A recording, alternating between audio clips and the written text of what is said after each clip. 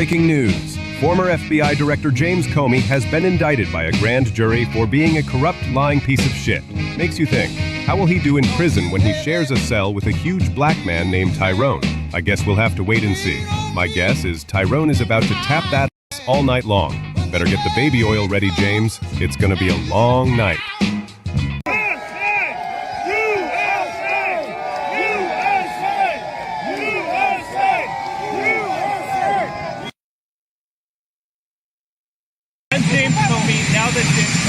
Indicted. Who is the next person on your list in this retribution? It's not a list, but I think there'll be others. I mean, they're corrupt. These were corrupt, radical left Democrats. Because Comey essentially was he was worse than a Democrat. I would say the Democrats are better than Comey. But no, there'll be others. Look, that's my opinion. They weaponized the Justice Department like nobody in history. What they've done is terrible. And so I hope there are others, because you can't let this happen to a country. Will you appoint a permanent U.S. attorney to try this case? Lindsey Halligan has never tried a case. We'll see, but it's a pretty easy case because, look, he lied. You saw my truth today. He lied. It was yes, no.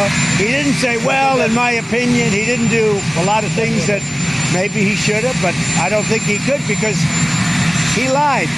That was a very important question that he was asked, and he wanted to be specific, but he didn't. The only thing that happened to him, he didn't think he'd get caught. That answer that he gave, that was a very important answer, and it was for him, it was a very good answer if he didn't get caught, but he got caught lying to Congress. How is this not you met the Australian vote of President Trump. Are you worried now that the next time there's a Democratic president, they will indict your FBI director or people in your administration? That's what they tried to do, right? They did it with me. For 4 years, they went after me. They went after me for 4 years, and that doesn't include the 4 great years that we had in the White House. So when I ran it from, in 2016 when we won, it began before I got to office. You know that. Wait a minute. Before I came to office, I started hearing rumors about Russia. I said, what the hell do I have to do with Russia? Nothing. And then it got worse and worse, and some of the fakers, not you, but some of the fake news picked it up and they loved it. And we went through a long time with that. And despite that, we had a great first term. Because that's how it went, where they made you go and take a mugshot. Is this more about justice, or is it about revenge? It's about justice, really. It's not revenge. It's about justice. It's also about the fact that you can't let this go on. They are sick, radical left people, and they can't get away with it. And Comey was one of the people. He wasn't the biggest, but he's a dirty cop. He's always been a dirty cop. Everybody knew it. And it's, as far as the case is concerned, he gave an answer. It was a strong answer. He then verified it a couple of times because that was a very important answer. If he would have equivocated, if he would have been like a little bit less sure, that would have been very bad for him. So he gave an answer. The only problem is for him, he didn't think he'd be caught, and he got caught, Peter. And it should not go through a process of rebuilding and occupation by the same people that have really stood there and fought for it and lived there and died there and lived a miserable existence there. Instead, we should go to other countries of interest with humanitarian hearts, and there are many of them that want to do this, and build various domains that will ultimately be occupied by the 1.8 million Palestinians living in Gaza, ending the death and destruction and, frankly, bad luck. This can be paid for by neighboring countries of great wealth. It could be 1, 2, 3, 4, 5, 7, 8, 12. It could be numerous sites, or it could be one large site.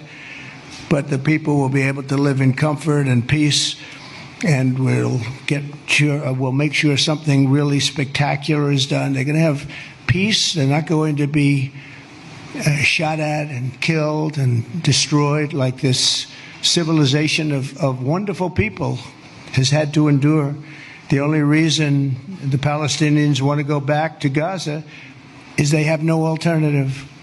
It's right now a demolition site. This is just a demolition site. Virtually every building is down. They're living under fallen concrete that's very dangerous and very precarious. They instead can occupy all of a beautiful area with homes and safety, and they can live out their lives in peace and harmony instead of having to go back and do it again.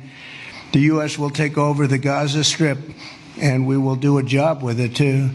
We'll own it and be responsible for dismantling all of the dangerous unexploded bombs and other weapons on the site, level the site and get rid of the destroyed buildings, level it out, create an economic development that will supply unlimited numbers of jobs and housing for the people of the area. Do a real job, do something different. Just can't go back. If you go back, it's going to end up the same way it has for 100 years. Lastly, sir, this is a presidential memorandum on countering domestic terrorism and organized political violence.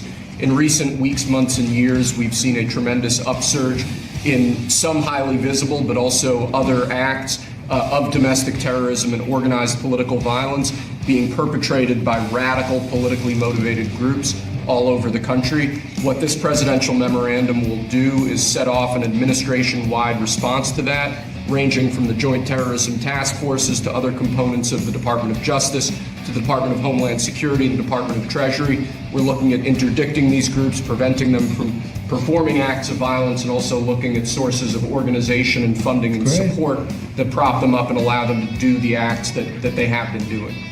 We're looking at the funders of a lot of these groups, and when you see the signs, and they're all beautiful signs made professionally, these aren't your protesters that make the sign in their basement late in the evening because they really believe it. These are anarchists and agitators, professional anarchists and agitators, and they get hired by wealthy people, some of whom I know, I guess, probably know them. And you wouldn't know it. You're at dinner with them, everything's nice, and then you find out that they funded millions of dollars to these lunatics. I was the hunted, and now I'm the hunter.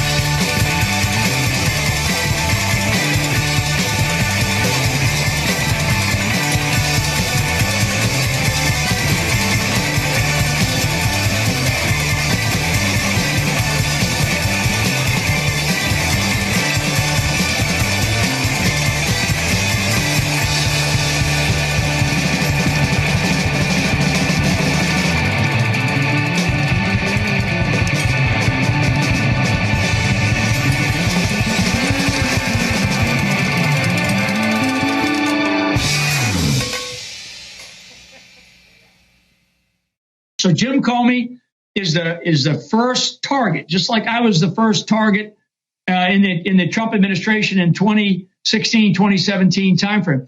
Jim Comey, believe me, once the evidence is shown to him and he knows it's there. He knows exactly what the problem is, and he's not going to get away with this. So Jim Comey ought to go to the tall man's shop, get measured for an orange jumpsuit, and because he's going to go to prison whether he likes it or not. Now, the only thing he can do is maybe cut a deal and lessen his sentence. Now, the Ukraine is, this is not what you think it is. The Ukraine, let's get technical first. The Ukraine is not a sovereign state. It does not have internationally recognized sovereign borders. It's still part of Russia, has been since the 10th century. How about that? Now, lots happened in between. We understand that. But this is like Russia invading Russia. That's all it is. Now, second point. The Ukrainian people are very upset, particularly the Ukrainians in Australia. I get it. But guess what? You've been lied to, just like the Australian people have been lied to. We think we're a sovereign nation. We're not. The Ukrainians think they're a sovereign nation. They are not. See, the truth is slowly going to come out about what's really going on. And what's really going on is this. The Ukraine has been the center of the globalists for decades and decades and decades, 70 years at least. CIA, which is not a good organization, they're the implementers of deep state, let's say. They've been working in the Ukraine for 70 years, building up a resistance to everybody and everything. Why? Because they needed to bring the Soviet Union down, but they also want the resources that are in the Ukraine. That's what this is all about. Particularly Eastern Ukraine, massive natural resources that CIA goes in, gets control of, an American business interest, and they're not business, they're just robber barons. They're not legitimate businessmen, they just want to steal, and that's what goes on. And so they're taking that away from Russia and the Ukraine. And on top of that, it's the center of the deep state. And so by Vlad Putin going in, he's cutting the head off the snake. Once Ukraine goes down, because they've already taken out the capital of Kazakhstan. And if you want to have a look at what's weird, go look at the architecture in Kazakhstan and tell me this is normal architectural buildings of a struggling nation. But Ukraine, that's the head of the snake, and Vlad's taking the head off. Once the head comes off, the whole beast will die. So that's what's actually going on, folks. So please, they are going to tell you their stories about possible nuclear war, and Vlad's the bad man. This is the war with Russia that they wanted with Hillary Clinton as president. Because she lost, the whole war against Russia was postponed. This is the plan they always had, to destroy Russia, because they don't have a banking system that is under the Rothschilds. What a dangerous course of action that is. And they want to get a hold of the resources. This is them taking down. Anyway, so Vlad's taking down deep state. He's helping. He's cutting the head off the snake. So that's what's going on. So ignore all the chatter you're going to hear over the next little while about potential nuclear war and Russia's attempt to take over the globe. Completely the opposite. So that's the Ukraine, and so pay attention, but please do your own research. Don't, for goodness sake, don't watch mainstream media, because if their lips are moving, just like the politicians, if the media's lips are moving, they're lying. If you look at the history, you'll find out that Hamas was encouraged and really started by Israel, because they wanted Hamas to counteract Yasser Arafat. And you say, well, yeah, that was better then and served its purpose, but we didn't want Hamas to do this. So then we as Americans say, well, we have such a good system, we're going to impose this on the world. We're going to invade Iraq and teach people how to be Democrats. We want free elections. So we encourage the Palestinians to have a free election. They do, and they elect Hamas. So we first indirectly and directly through Israel help establish Hamas. Then we have an election. Then Hamas becomes dominant, so we have to kill them. You know, it just doesn't make sense. During the 80s, we were allied with Osama bin Laden. And we were contending with the Soviets. It was at that time our CIA thought it was good if we radicalized the Muslim world. So we financed the madrasa schools to radicalize the Muslims in order to compete with the Soviets. There's too much blowback. There's a lot of reasons why we should oppose this resolution. It is not in the interest of the United States. It's not in the interest of Israel either. I think other government officials are in danger of being indicted in the coming weeks, some in the FBI, some in other parts of the government. This is the beginning of a large accountability roundup in government. And I think what's really remarkable, most of my career I've spent uncovering FBI cover-ups. The FBI has a long history of misleading Congress. Comey falls into that. But the evidence against Comey tonight comes from the FBI and its new director, Kash Patel, who promised radical transparency. And he actually provides the key piece of evidence that leads to this indictment. If you're a member of Congress and you've been tired of being lied to by the FBI, tonight's the first time the FBI actually did something about it. They turned in their own man tonight. I think that's an extraordinary part of this story. Yeah, we're going to have a really deep dive into all of this tomorrow. Hopefully all of you will be back with us. We appreciate it. Yes, sir. Not only are we seeking it in Washington, D.C., but all over the country again. And as you saw very recently, we are now moving the inmates who were on death row, who Joe Biden or the auto pen commuted their sentences off of death row. We're moving them to supermax facilities where they will be treated like they're on death row for the rest of their lives, President Trump. A nice place to propose? Was it romantic? Yes. Very, sir. Okay. Here's a question, Dan. Did she cry? Yes. We both did. That means it's going to work. She takes it routinely. That's not a good sign. I'm still crying. That's not a good sign. Well, John, let's start with the news and what you're hearing tonight. Well, listen, the key testimony against James Comey is going to come from his inner circle. One of the people that he trusted and ran the FBI alongside of will be the key witness saying, no, he authorized me to leak information contrary to what he testified to Congress. That's going to be a difficult case for James Comey to defend. I just want to step back. Yeah, well, it could be McCabe. It could be Daniel Ritchie. It could be James Baker. I keep an eye on James Baker. Remember the documents we had on your show a couple of weeks ago? All three of those are in position to testify they were authorized to leak. We'll see which one is person three when we in the indictment, but I would bet it's James Baker from what I know. The second thing that is just the pure magnitude of what happened today. 50 years ago this year, an attorney general was convicted for the first time in history of crimes. Tonight, for the first time in history, an FBI director is indicted on crimes, and both men face the same charges: false statements and obstruction of justice.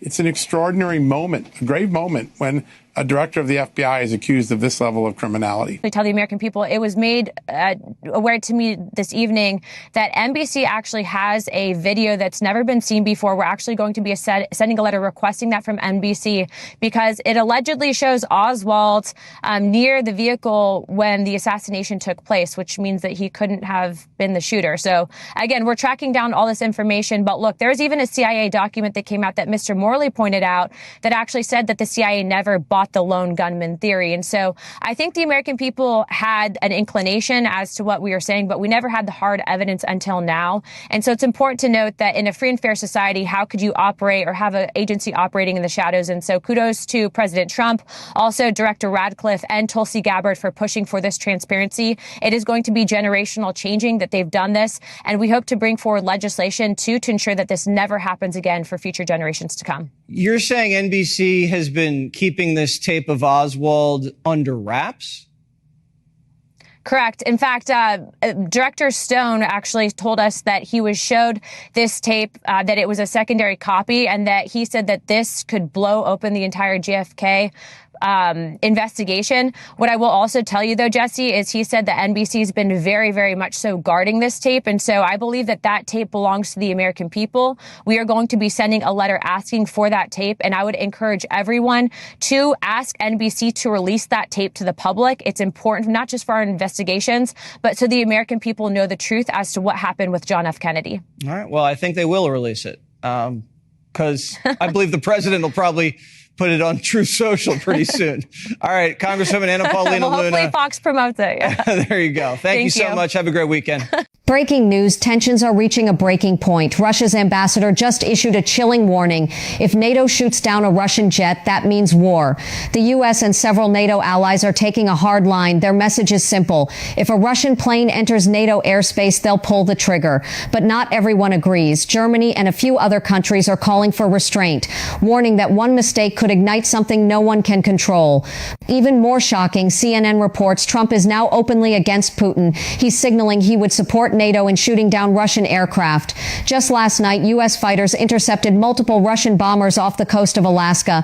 And remember Article 5 of NATO. If one nation is attacked, all members go to war. That's not just the U.S. and Germany. That's Britain, France, Canada, Poland. Dozens of countries pulled into a global conflict overnight. Right now, the world is walking on a razor's edge. One wrong move, one missile, one pilot under pressure, and peace could collapse into all-out war. Are we heading for peace or World War III? Tell me what you think. Iran has just launched missiles at U.S. bases. 6 missiles reportedly fired at a base in Qatar. That's the largest U.S. military base in the Middle East, and more aimed at a base in Iraq. Explosions were heard over Doha, air raid sirens, interceptors scrambling. The United States Embassy literally told Americans to shelter in place. Airspace is absolutely closed. This isn't a drill. This is a credible escalation. Iran is officially retaliating for Trump's massive airstrike on their nuclear facilities. And while some of those missiles were shot down, this sends one very clear message. We are in it now. It's now U.S. troops, U.S. bases, U.S. citizens directly in the line of fire. And if Iran thinks Trump is going to back down after this, they clearly haven't been paying attention. We're watching history unfold in real time. Buckle up.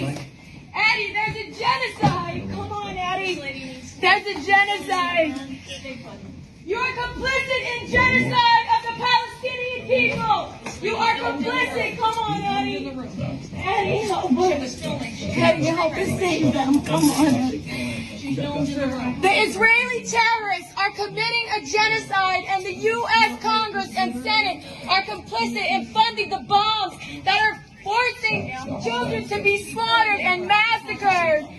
Shame on this government. The United States of America is complicit in genocide. The Israeli terrorists are forced starving children. The Israeli terrorists are forced starving children. They are massacring children. If they'll arrest veterans, they'll arrest you. Stop the bombs! Stop the bombs! Stop the bombs! Stop the bombs!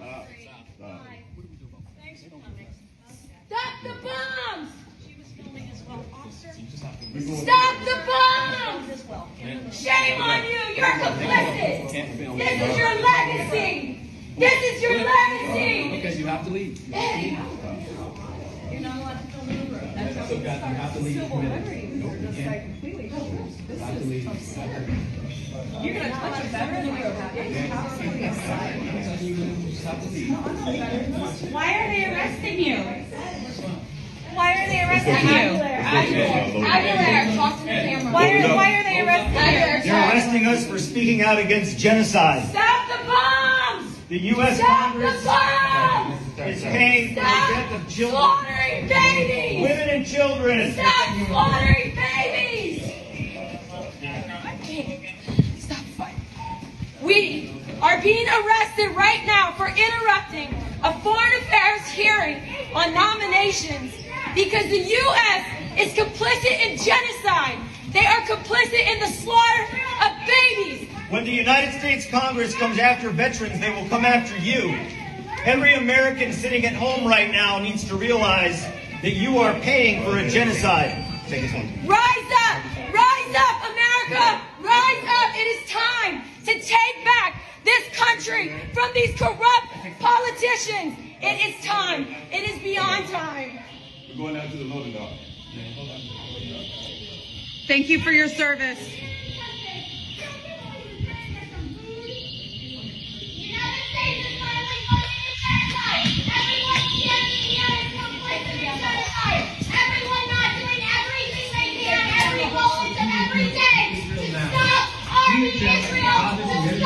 Starving children, stop starving civilians. If you ever wondered for one moment what you would have done during the Holocaust, you don't have to wonder because you are doing it now.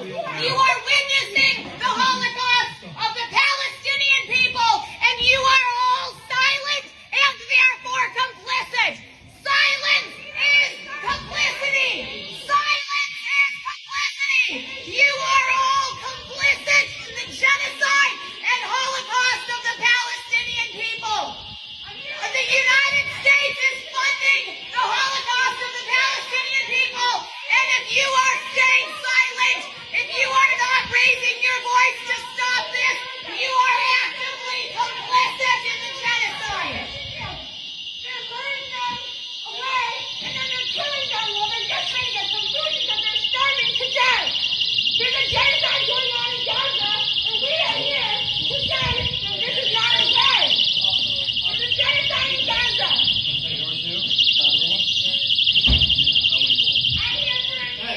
You are actively complicit in the Palestinian Holocaust. If you are not doing everything you can every moment of every day to raise your voice to stop the United States funding of the Holocaust of Palestine, you are actively complicit. We will remember.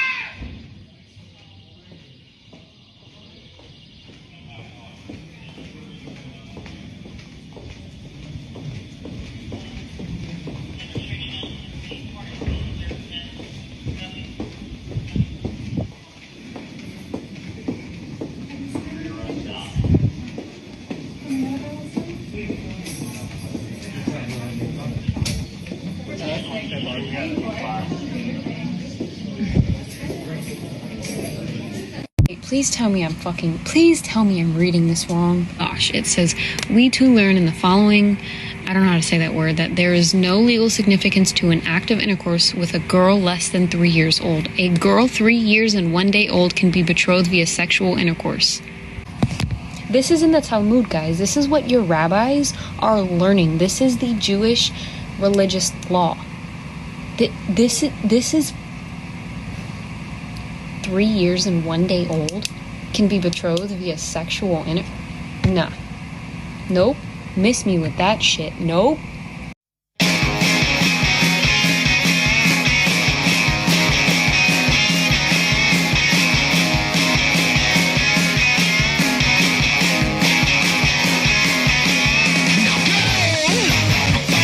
I used to think you looked like the cover of a magazine, but then I found out you're just a control freak, taking all your self-hatred out on me.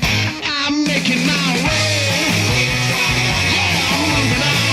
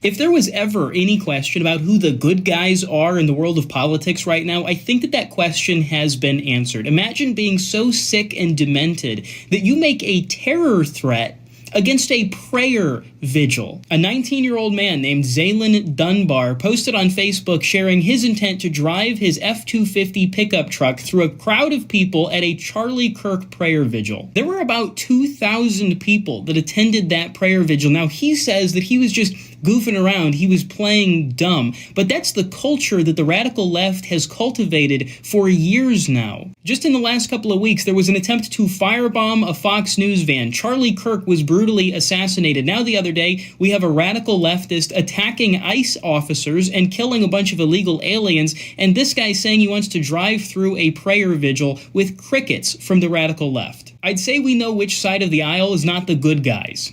Incredible work that's been done already. And I am delighted to be a part of this because I've been interested in health and healthy living, for decades. In fact, I have a very close friend who has diabetes, who has been in Italy for the last 2 months, and his diabetes has disappeared. Wow. And that tells you that there's a lot going on in our environment, things that we can control, because our life expectancy has been going down. Or do you think that's what's happening here? Look, he's been a motivated anti-vaxxer. I think he's been unabashed about this. And one of his close advisors said when he gets the keys to the kingdom, and those are the words, he's not going to back away from his positions. He's been hardened in these views. I think he's setting up a litigation enterprise. I think that's what this is about. There's two members of the AdCom who both served as expert witnesses in litigation against Merck, didn't disclose that as a potential conflict. We know the secretary had an interest in ongoing litigation, the Gardasil vaccine that he gifted to his son. So there's a very vast litigation enterprise. And if you start pulling out ingredients like thimerosal and alum, and there's sort of an official sanction given to that, I think what he's setting up is to declare in his autism report in the fall that there's a link between alum and autism. I think that's where this is heading if I was to make a prediction.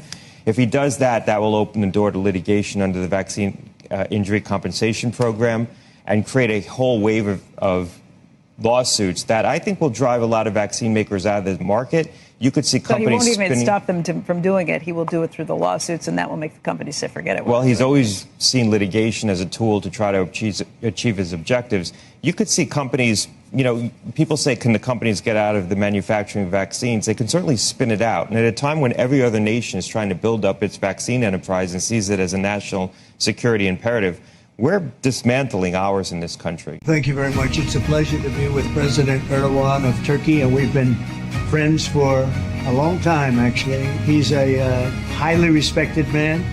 He's respected very much in his country and all throughout Europe and throughout the world where they know him. He's built a tremendous military, powerful military, uses a lot of our equipment. We do a lot of trade with Turkey, and we're going to continue. We're going to do some additional trade, but I have great respect for this man.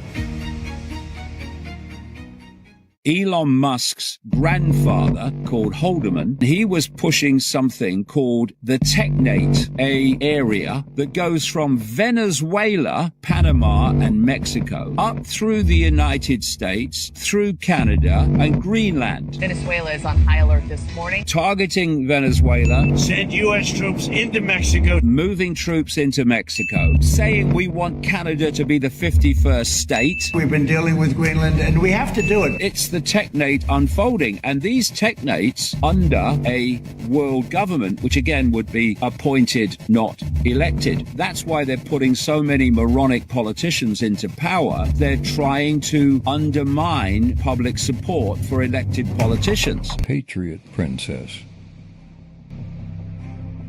Markers are important. It's all about hitting the markers and timing. QPost 365. Shall we play a game?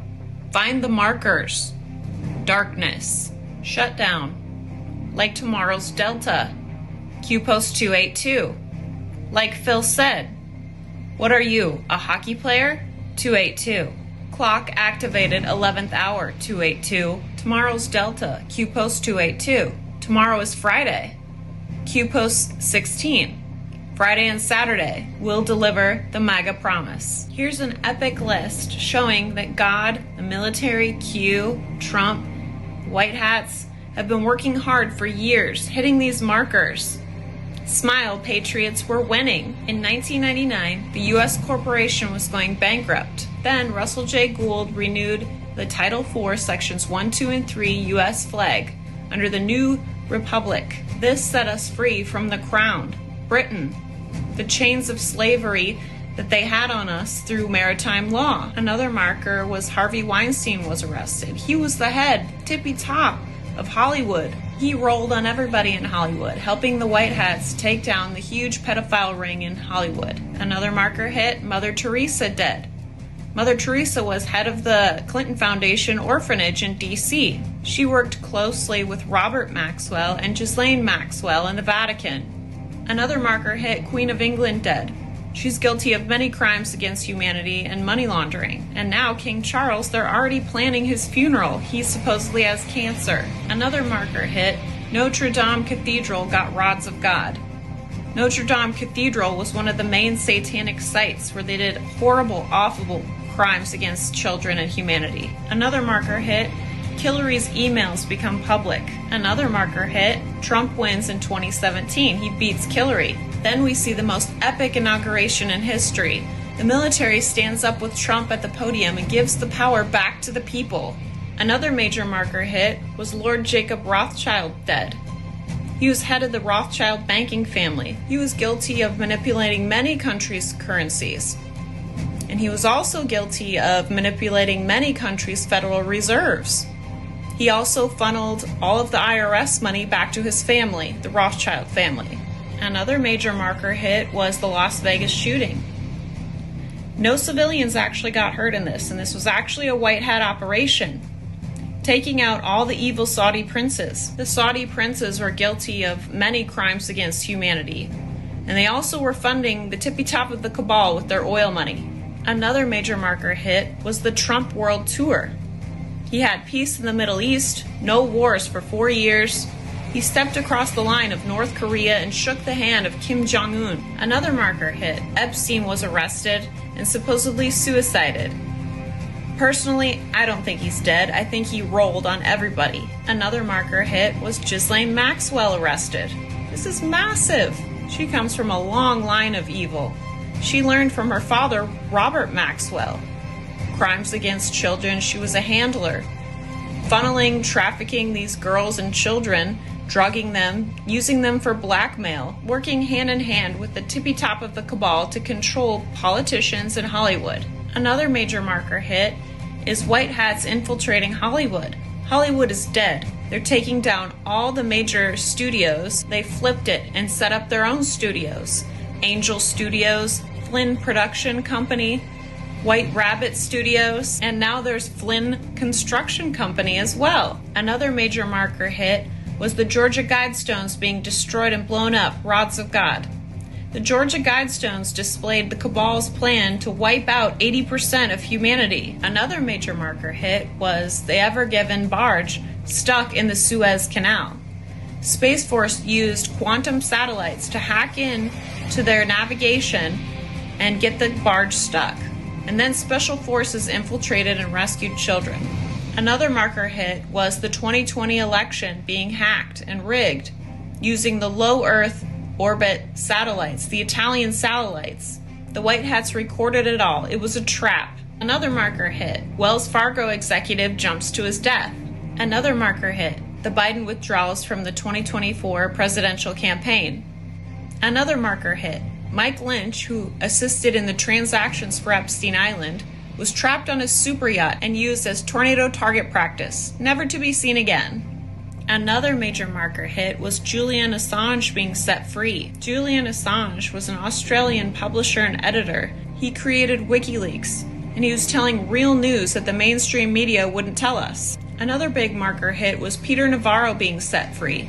Peter Navarro helped Trump on reducing U.S. trade deficits and holding nations accountable for currency manipulations. Another marker hit was the Francis Scott Key Bridge being taken out. This port was used for human trafficking. Another major marker hit was Trump assassination attempt.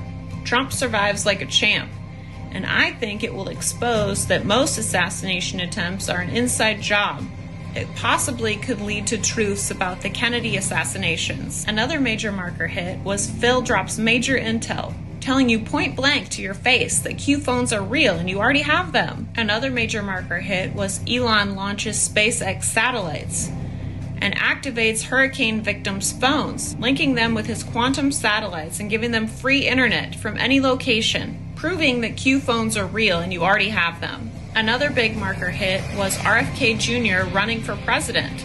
Then he drops out and endorses Trump. Another major marker hit, Trump wins the 2024 presidential race. And then he nominates RFK Jr. for a position in his cabinet. Kennedys are back. And this is a huge symbol of bridging the divide between Democrats and Republicans. Another big marker hit, Fauci catches West Nile, which is hilarious because he bioengineered it himself.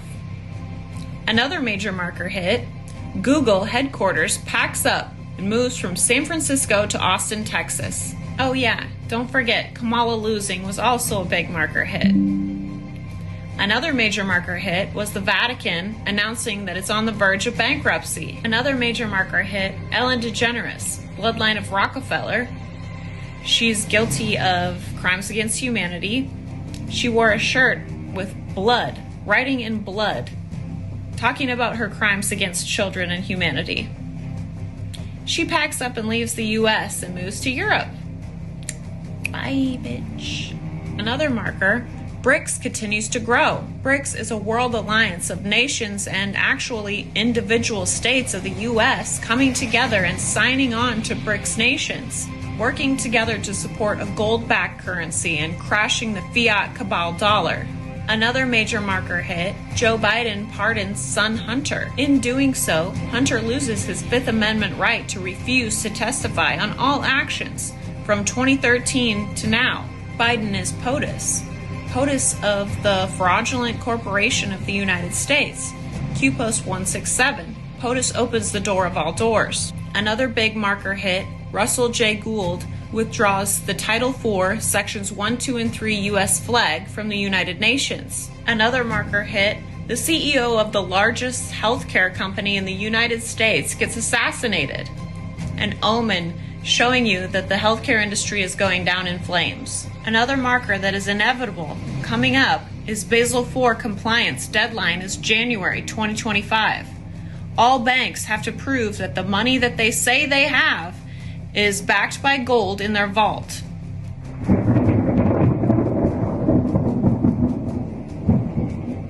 Patriot Princess.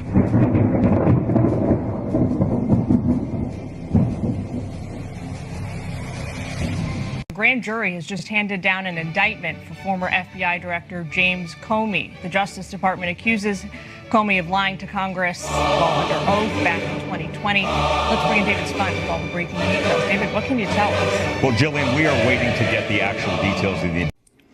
None of this fucking makes sense. So I got the video right here. It says 9/10/2025. This is at 12:23:42. This is showing the killer running and jumping off the roof with a rifle. Over here, according to the transcripts, it says, I asked Grok, according to the transcripts, it says Kirk is fatally shot in the neck by a bolt-action rifle at 12:27. At 12:27, this kid was already jumping off the roof. The kid was already jumping off the roof. None of their shit makes sense. According to the New York Times reporting, I'll throw it up in the video right here. It shows that the New York Times says he got shot at 12:23. At 12:23, that would make sense. 12:23 is the time we're seeing him running off the roof. The indictment says 12:27.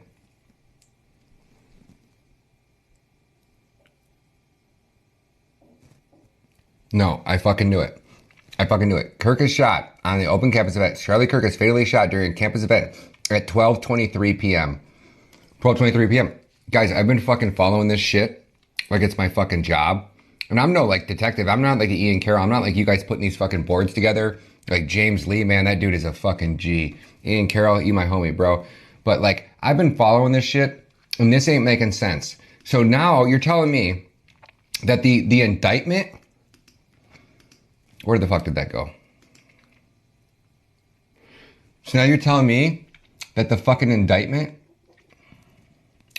Where is the indictment at? Let's get that shit out. Let's do this together.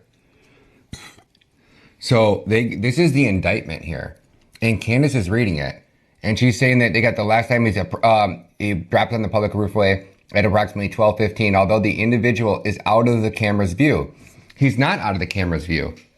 That fucking kid is not out of the camera's view. The prone position is right fucking there. Right fucking there. That's the only place. The kid went and filmed it there. Because you can see this in the background of Charlie Kirk's thing. It's over there.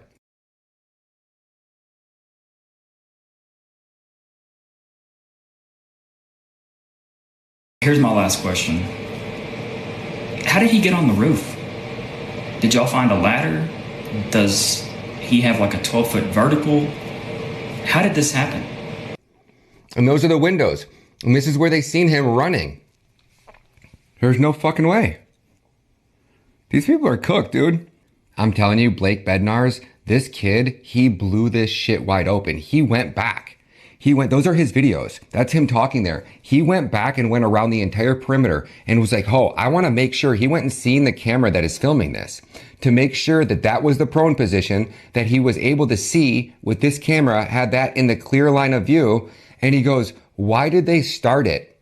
They literally started this like half a second or 1 second after the kid was already in a freaking full sprint, because he was never in the prone position. They didn't want you to see that. They didn't want you to see, America, that that kid was in the freaking, never in that prone position when that shot was fired, because then you would know he wasn't the shooter and that shot came from somewhere else. It came from farther back. It came from one of these drones, some advanced technology that Mossad has. I don't effing know at this point, because I can't wrap my head around why the FBI trying to cover this shit up. So if it wasn't some advanced technology, or if it wasn't Mossad, what would be the point of covering this shit up and framing an innocent man? His parents are gonna, like, somebody, no wonder he's living with some fucking tranny dude or some gay dude and not with his parents. There's a lot more to this story, guys, and we ain't getting it all. But this is gonna literally change America forever. It already has. This administration, the corruption, the politicians, like, this sucks for the Trump administration, because there's a lot of people that are going to go bye-bye. Bye-bye. Bye-bye, Cash. Bye-bye, Bongino. Like, don't pass go. Go straight to effing prison. Bye-bye. Like, what in the fuck do these things... And I'm sorry to swear, guys, but, like, what in the fuck have we just witnessed here? They literally just arrested that guy who was yelling, shoot me, because he was interfering with an investigation. So what in the fuck do you call this, Cash? What do you call this, Bongino? You guys going to fucking jail, bro. You are literally interfering with the assassination of Charlie Kirk by fucking covering it up. You and every one of these agents involved. Bye-bye. New director, agent, secretary in charge, Bongino's replacement, Cash's replacement. Bye-bye. See ya. Prison, motherfuckers. So get this, right? This video that was released by the FBI, that is on the FBI's own YouTube channel. This video right here starts within 5 seconds, maybe 15 seconds tops, of Charlie Kirk being assassinated. Actually, it would have to literally start within 3 seconds, to be honest. So let's just be honest. This is the CCTV footage we want. FBI Director Kash Patel, if you guys are the most transparent administration in all of human history, and there is nothing to hide about the assassination of Charlie Kirk, why is it that you will not, or you are refusing to release this video right here of 15 seconds prior to Charlie Kirk, or prior to what you did release? This dude is sprinting off the roof. Why are you not willing to release that video 15 seconds prior to show us that, quote unquote, Tyler was laying down on the roof at the exact time that Charlie Kirk was assassinated? Why is it that you're not willing to release that video? That's step one. Step two, right here, we went around the campus and there's another camera. There's plenty of CCTV footage that literally would have shown the position, or would have shown Tyler shooting at Charlie, because the camera is literally right behind Charlie Kirk. So why is it that you're not releasing that CCTV footage? There's actually 2 cameras over in the area where the camera that you gave us. So there's another camera. I believe that's up on even a higher perch. Why are you refusing to release that CCTV footage? What are on these CCTV cameras? Was there another shooter farther back that you don't want to show us? Why don't you release all the CCTV footage to the public? And don't even get me started. What is this? This literally looks like a camera, a CCTV camera, completely removed from the side of the building. Care to comment?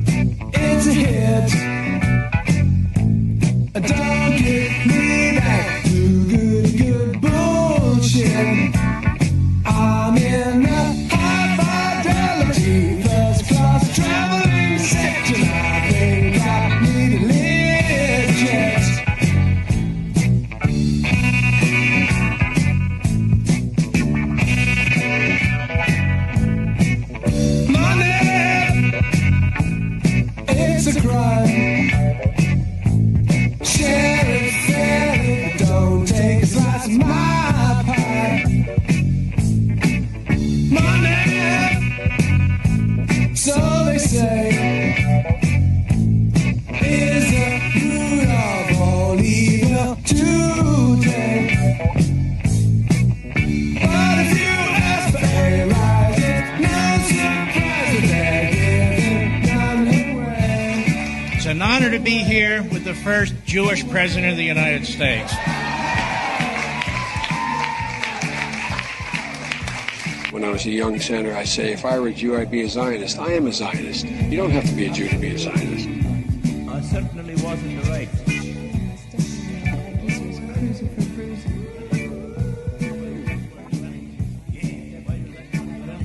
What happened? The Eastern European Jews, who form 92% of the world's population, of those people who call themselves Jews, were originally Khazars. They were a warlike tribe that lived deep in the heart of Asia. And they were so warlike that even the Asiatics drove them out of Asia into Eastern Europe. And to reduce this, so you don't get too confused about the history of Eastern Europe, they set up this big Khazar kingdom. 800,000 square miles. Only there was no Russia, there were no other countries, and the Khazar kingdom was the biggest country in all Europe. So big and so powerful that when the other monarchs wanted to go to war, the Khazars would loan them 40,000 soldiers. That's how big and powerful they were. Now, they were phallic worshippers.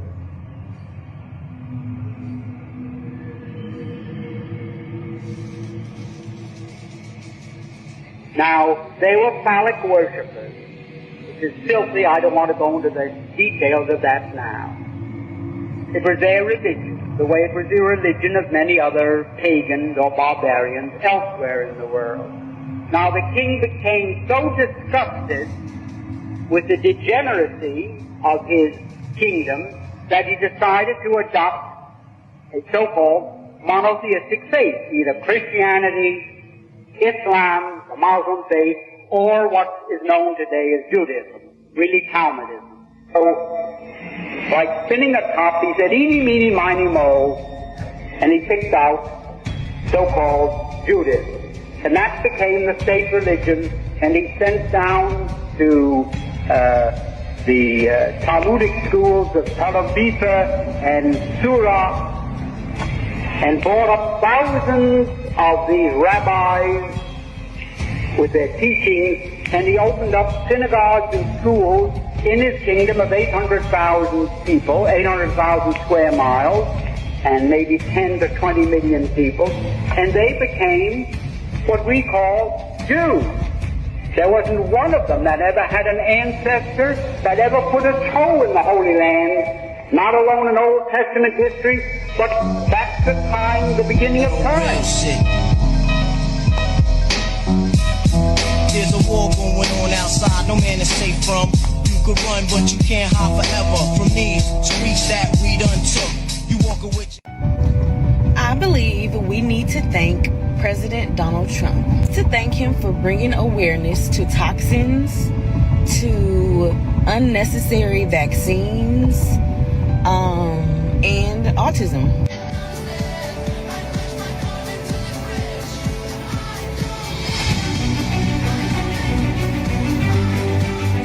I'm not sure if anyone actually ever listens to what the man is talking about. They just see what's being spread all over social media, and they want to find a reason to hate him. I'm a special needs autism mom, and I support Donald Trump.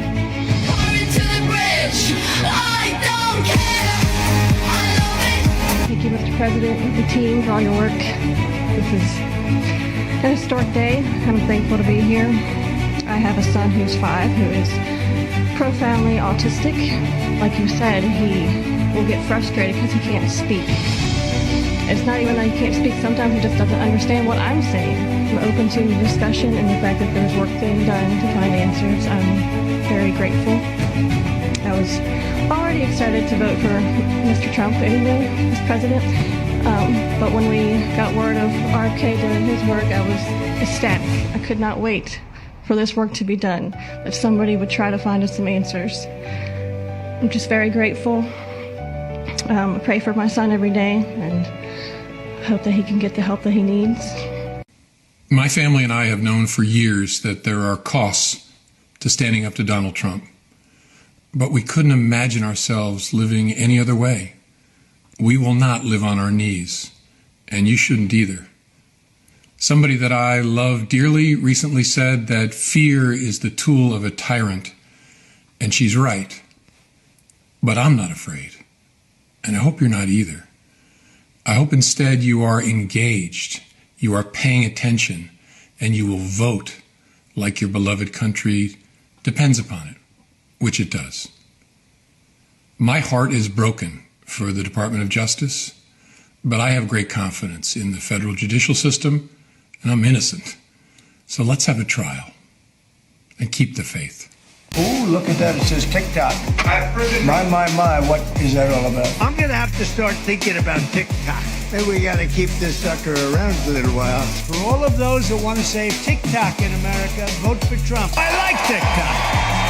I like it. I said we need to save TikTok. There are numerous ways you can buy TikTok, and we will find the one that's best for the country. I'd like to see TikTok remain alive. TikTok is back.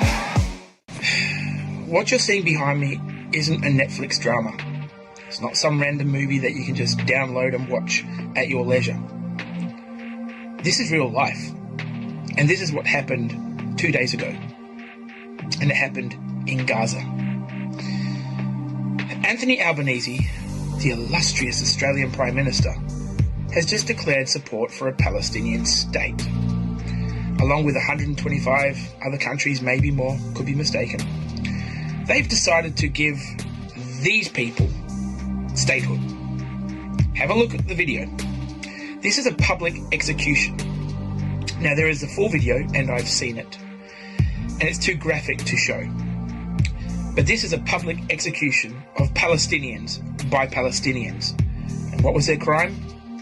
There was a suspicion that they collaborated with Israel. Now, I note the words suspicion. This is mob rule. This is chaos and anarchy. This is a godless thug society. And this is what Anthony Albanese has just endorsed. To all you people out there that keep saying Israel bad, Israel evil, Israel's terrorist state, I want these images to burn into your memory. Because this isn't done by Israel.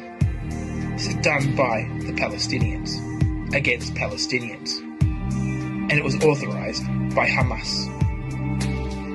To put this into context, people, the Australian Prime Minister has just given Hamas the green light to rule like this. If this does not concern you, or if you want to go into whataboutisms, then, well, you're lost.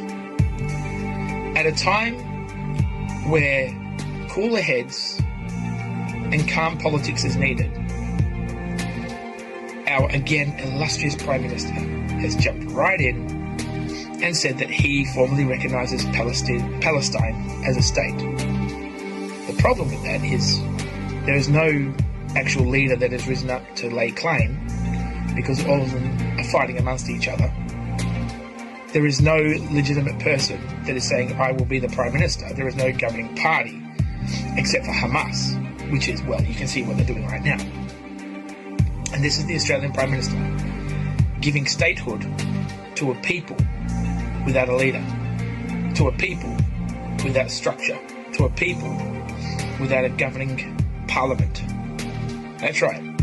The Australian Prime Minister, along with however many other countries around the world, have decided to give Palestine statehood. And the only people that right now seem to be in any form of control are terrorists. Cop that, Australia. Your Prime Minister has just given a green light for terrorism.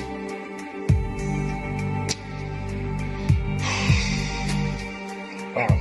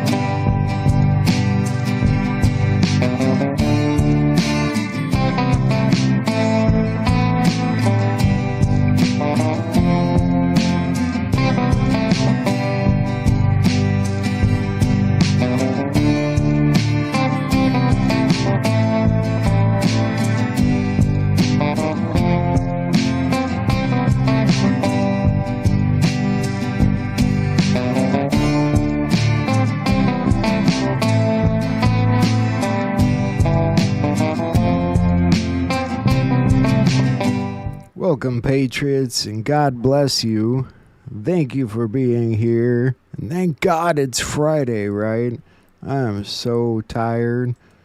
That was a little kickback to the old channel right there. If you were here way back in the beginning, you might have remembered that is one of my first openings. So, anyway, yeah, we got a lot to look at tonight, like always, and we're gonna get started before my brain completely shuts off. Let's see where we're starting. I wanted to point out this Q post. I know it's not quite time yet, but I think this is the one that really will be the date, the time, the picture, you know, October 31st. Juan's talked about it a lot of times as far as a big major arrest. And the post for that day is, get the popcorn. Friday and Saturday will deliver on the MAGA promise. POTUS knows he must clean house in order to free up and demonstrate who has authority in order to pass important legislation. For anyone to think POTUS is not in control is kidding themselves. I like that post. I don't know. I had to point that out. And then this, that General Flynn posted today. The left will offer up some form of distraction in the next few days. Steady, everyone. The real Donald Trump administration is doing all it can to do the right thing, the right way. Believe it or not, I think it's already happening. I think it... what they were talking about in the intro there about the missiles from Iran. So the Supreme Leader of Iran just said that in 30 minutes he will declare a full-scale war against Israel. Right now, the Israeli Air Force has every single fighter jet that it has in the air headed towards Iran as we speak. They said this third wave of attacks will be so more severe than the first two that you could even imagine. So as you can see those red dots, they took out one of the enrichment centers already. They're working on the other two. There's been mass hysteria in Tehran as you speak right now. Many people in Tehran said they see Israeli fighter jets all over the place in the sky. You can see in the video previously I showed you there's no air traffic at all between Israel and Iran. These are the spots up here that they're working on currently. They said this will be a full-scale war until they decimate Iran. Jeremiah 49, starting in verse 34 to 39, Elam's bow is a prophecy that has been made thousands. And then there was this video. Iran attacked the US Al Udeid airbase, located in Qatar. This massive airbase is just 30 kilometers away from Doha, the capital of Qatar. It covers an area of 24 square kilometers. That's about the size of 3,000 football fields. Its runway is 15,000 feet long, which means even large aircraft, planes like the B-2 stealth bomber, can easily land here. Approximately 10,000 American soldiers and around 100 aircraft are stationed at this base. On average, nearly... Why do I think it's the distraction that General Flynn was talking about? Well, I mean, the Prime Minister of Iran literally just said at the United Nations a couple days ago that they, you know, I mean, technically he said nuclear weapons, but, you know, by the tone of his voice, it didn't really sound like they had any plans to do anything. Just a thought. We'll get more into that. There's so much scattered crap today. And my computer was off today. And the judge assigned to the James Comey indictment case, of course, is this Biden-era judge we talked about. And worse than that, I need to bring this up. So I forgot to bring it up. This guy has actually worked for James Comey before.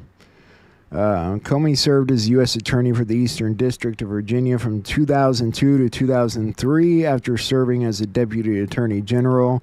Nachmanoff clerked for a judge in the Eastern District of Virginia from 95 to 96 and later worked as an assistant U.S. attorney in the same district from 2002 to 2008, meaning he was working in the office while Comey led the office.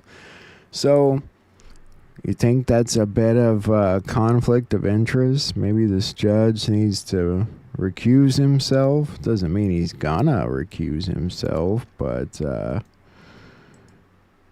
So, yeah, it makes a good point. No wonder Comey's smiling right there. Messed up. There's a lot of good Comey posts yesterday. I think we looked at those, though. He's expected to surrender today, they said, but I don't think it'll be today. Maybe tomorrow. James Comey's under indictment. 2 counts, lying to Congress and obstruction. He put out a little video and said Trump's a tyrant and he's going to fight, fight, fight. He's actually expected to surrender tomorrow morning to authorities. That just in. James Comey will turn himself in tomorrow to the feds, where he's facing these 2 charges. Ned, what do you think is going to happen next? Well, I want to state something very clearly. When we say no one is above the law, we actually mean it. It could be the average Joe or it could be the former director of the FBI. If you lie and obstruct justice, you should actually bear the consequences for it. And that's what they have indicted James Comey on. And my hope is, Jesse, is that they're going to go to John Brennan now, who's also lied under oath to Congress, James Clapper, who also lied under oath to Congress. The thing that I've seen in D.C., and all I know, as far as I can tell, he hasn't turned himself in yet, but everything you look at said he was supposed to do it this morning. And so...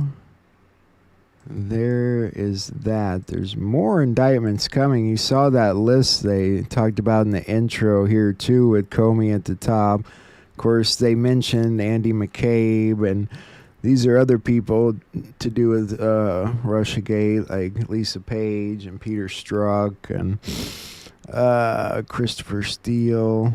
A whole long list, and then it gets down into the bigger people like Clinton and Clapper and Brennan, Rod Rosenstein. I like the name at the very bottom here for the fake news. I find that very interesting. Kash Patel put that out prior to taking office, and he's probably right on that. Trump talked about more indictments coming, and Letitia James looks like she might be next. Mr. President, I'm James Comey. Now that James Comey has been indicted, who is the next person on your list in this retribution? It's not a list, but I think there'll be others. I mean, they're corrupt.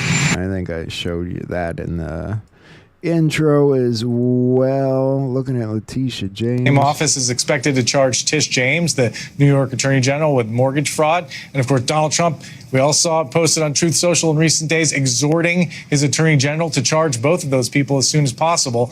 But again, you know, this is, grand juries are secret. This is a fluid situation. It's also important to know, though, that the U.S. Attorney, the Trump-appointed U.S. Attorney in this office, Eric Siebert, was essentially forced out last week, in part because he was refusing to bring these cases. We're told that I like how these guys talk about Trump directing things, making people do things, and then you go back to the story about Comey and the judge, and none of them are talking about that. Or the Soros story. There's a few stories they're not talking about, and well, fake news media is starting to get, I don't want to say bad. They've been bad for a long time, but we did talk about Comey's son-in-law yesterday and his conflict of interest, and he resigned today. Funny enough, To uphold my oath to the Constitution and country, I hereby resign as an Assistant United States Attorney for the Eastern District of Virginia. The same place he worked and the judge worked, and that's the son-in-law. We have a son-in-law of James Comey who had been serving his country in this office, resigning over this. So real impact here, Jeff. And Trump said something funny. Are you worried now that the next time there's a Democratic president, they will indict your FBI director or people in your administration? That's what they tried to do, right? They did it with me. For 4 years, they went after me. They went after me for 4 years, and that doesn't include the 4 great years that we had in the White House. So when I ran it from 2016 when we won, it began before I got to office. You know that. Wait a minute. I would have rather heard him say, no, I'm not worried because by the time I leave office, they'll all be in jail. They were asking if he's worried about them coming after him again someday. I hate these reporters. He did talk about James Comey, just about how clear it is that he lied and whatnot. Gateway Pundit says, what? No pre-dawn raid. Disgraced former FBI Director James Comey will be arraigned on October 9th. So there's that little bit of information.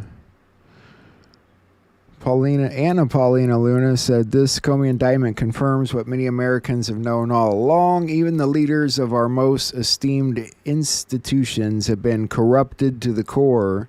If the FBI director himself was breaking the law, the real question is who else in the Obama and Biden administrations were committing crimes right under our noses. The only way to restore trust in our government is to expose every single one of them and bring them all to justice. We know who they were. They were the Obama administration. And Trump's hitting the pharmaceutical companies, at least the ones not throwing billions and billions and billions of dollars into the country. He announces a 100% tariff on imported drugs starting October 1st, unless the drug maker is building a manufacturing plant in the United States.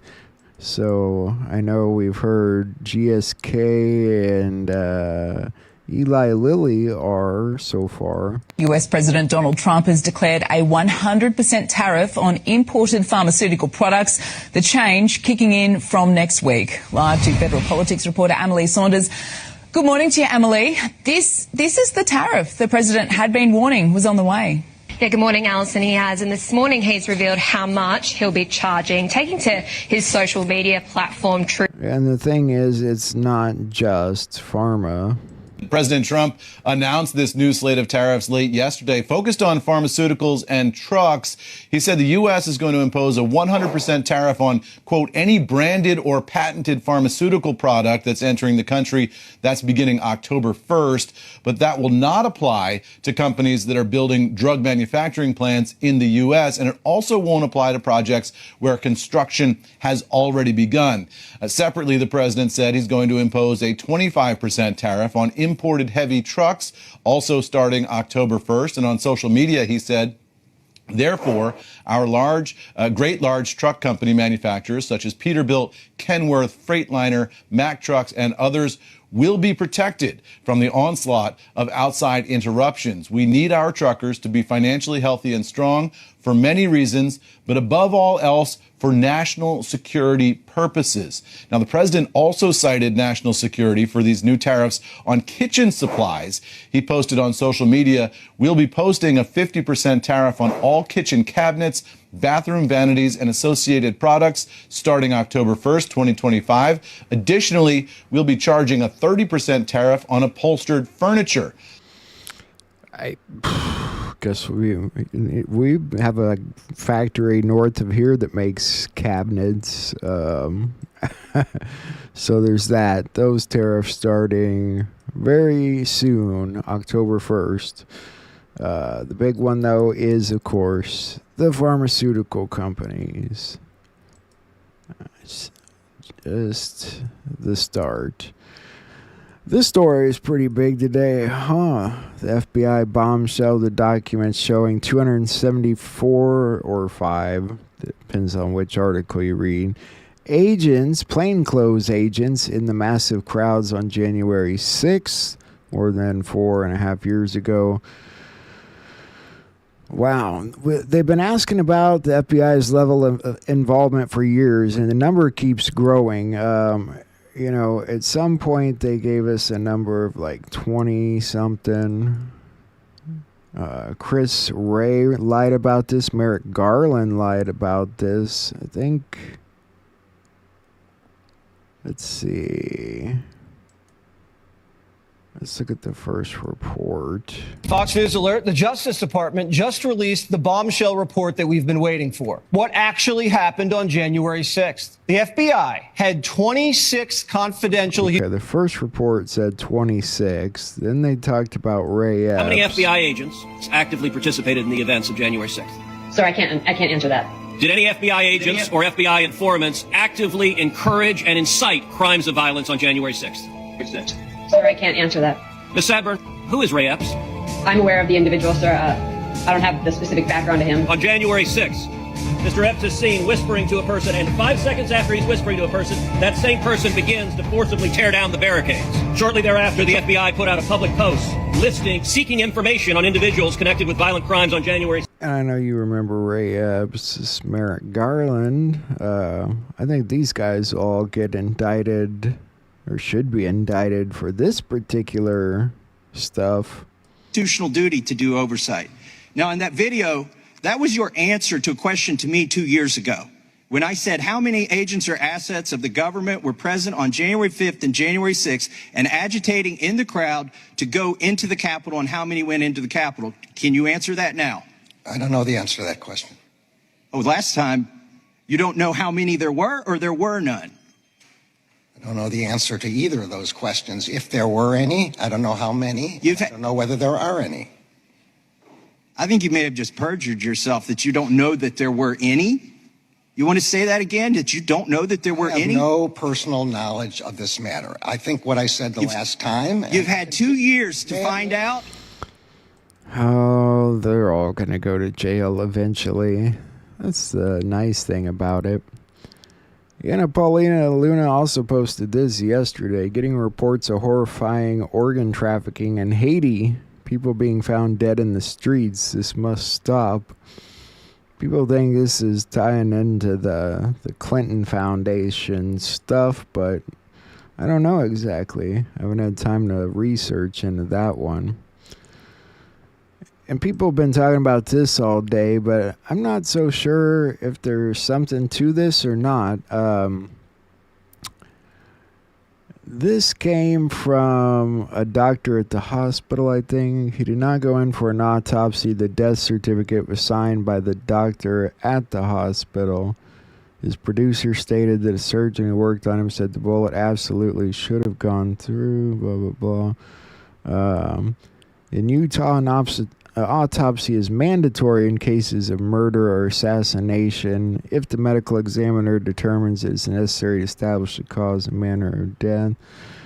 Let me start here. I did do the request. They emailed me back. He did not go in for an autopsy. The death certificate was signed by the doctor at the hospital. Oh, okay. Can you just do a clip documenting that? I'm sorry, 10-9? Can you just add a step to the case documenting that there was no autopsy? In a month or two, when we both forget about it, we can just go and reference that. 287, I'll declare the hospital. I've also heard this is not true, so I don't want to get caught up in these. I'm starting to get tired of this sensationalist crap, but it's always something new. What's the other one that people are going on about today? I don't even remember.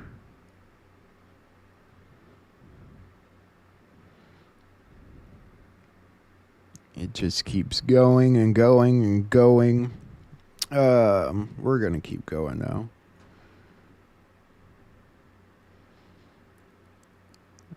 Oh, they're just talking about the roofs. The rooftops were the responsibility of the university police, not Charlie Kirk's security. But they coordinated with the university. It's not really news. Moving forward, though, Keir Starmer says their digital ID will be mandatory for their citizens to have the right to work. I know we looked at this yesterday. It's a little bit of the longer out than we thought. The end of the current UK Parliament no later than August 2029, just in time for their Agenda 2030 plan. People think of this when they think of, a digital ID. That's what people are picturing, basically. The ID will function as a smartphone app containing verifiable personal data, which employers must check against a central system, renting homes, getting jobs. That's what you're facing in the United Kingdom. He says, I know you're worried about the level of illegal migration in this country. It's a measure to make it tougher. Moving forward, though. Trump is going to host Benjamin Netanyahu on September 29th, just a few days away here.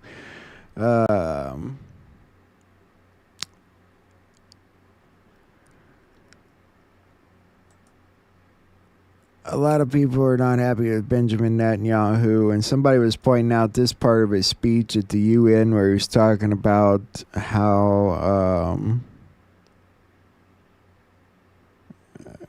on October 7th, the Palestinians were dancing. This week, the leaders of France, Britain, Australia, Canada, and other countries unconditionally recognized a Palestinian state. They did so after the horrors committed by Hamas on October 7th. Horrors praised on that day by nearly 90% of the Palestinian population. Now, let me say that again. Nearly 90% of Palestinians supported the attack on October 7th. There's no way of knowing that. It's not supported only. They celebrated it. They danced on the rooftops. They threw candies. And that's what you guys did on 9/11. But Trump did say that they have a deal on Gaza. This would be pretty historic if true. And I figured that's what he was working on with these Middle Eastern countries during the UN meeting. Hello, Peter. And it's looking like we have a deal on Gaza. And we'll let you know. I think it's a deal that will get the hostages back. It's going to be a deal that will end the war. It's going to be a deal it's going to be peace. I think we have a deal. That'll be number 8, Peter. Not bad. We'll see. We know how these things go. A deal on Gaza, though, would be historic, especially if Trump was the one who orchestrated it all. Of course, this somebody put up, and I don't know if it's true or not, Tony Blair in discussions to run Transitional Gaza Authority. The U.S. is reportedly backing a plan for Tony Blair to lead a temporary international administration in Gaza post-war called the Gaza International Transitional Authority for up to 5 years. It would handle reconstruction, governance, and security, transitioning to a reformed Palestinian Authority for statehood. Not good. I don't think we'd want it in his hands.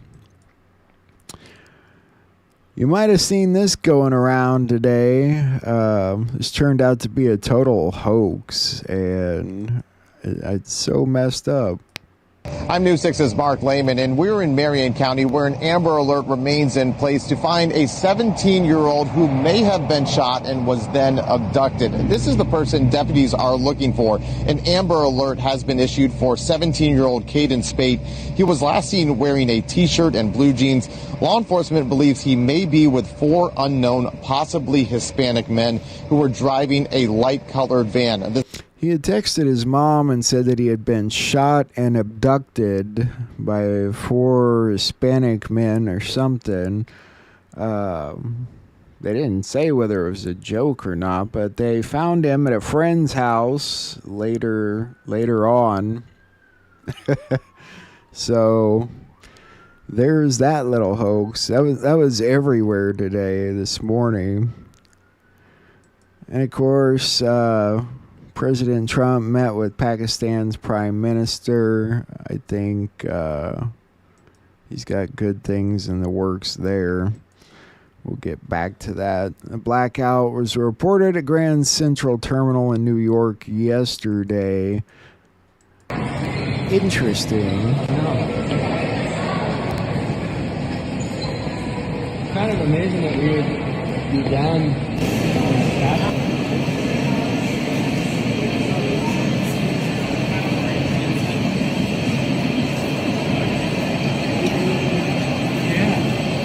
Been a lot of cybersecurity attacks and concerns for cybersecurity attacks. An earthquake occurred off the coast of Oregon, 5.9. Really not as worrisome as the hurricane problem coming. At 6:45:29 UTC on September 26th, 2025, a magnitude 5.9 earthquake struck 231 kilometers west of Bandon, Oregon. The epicenter was located on the Pacific Plate near the deformation front of the Cascadia subduction zone. No tsunami alert was issued. Depth remains unconfirmed. No damage has been reported. Yep. So there was that. You probably got a little got rocked awake this morning. We'll get to the hurricanes in a minute. It's a pretty severe situation.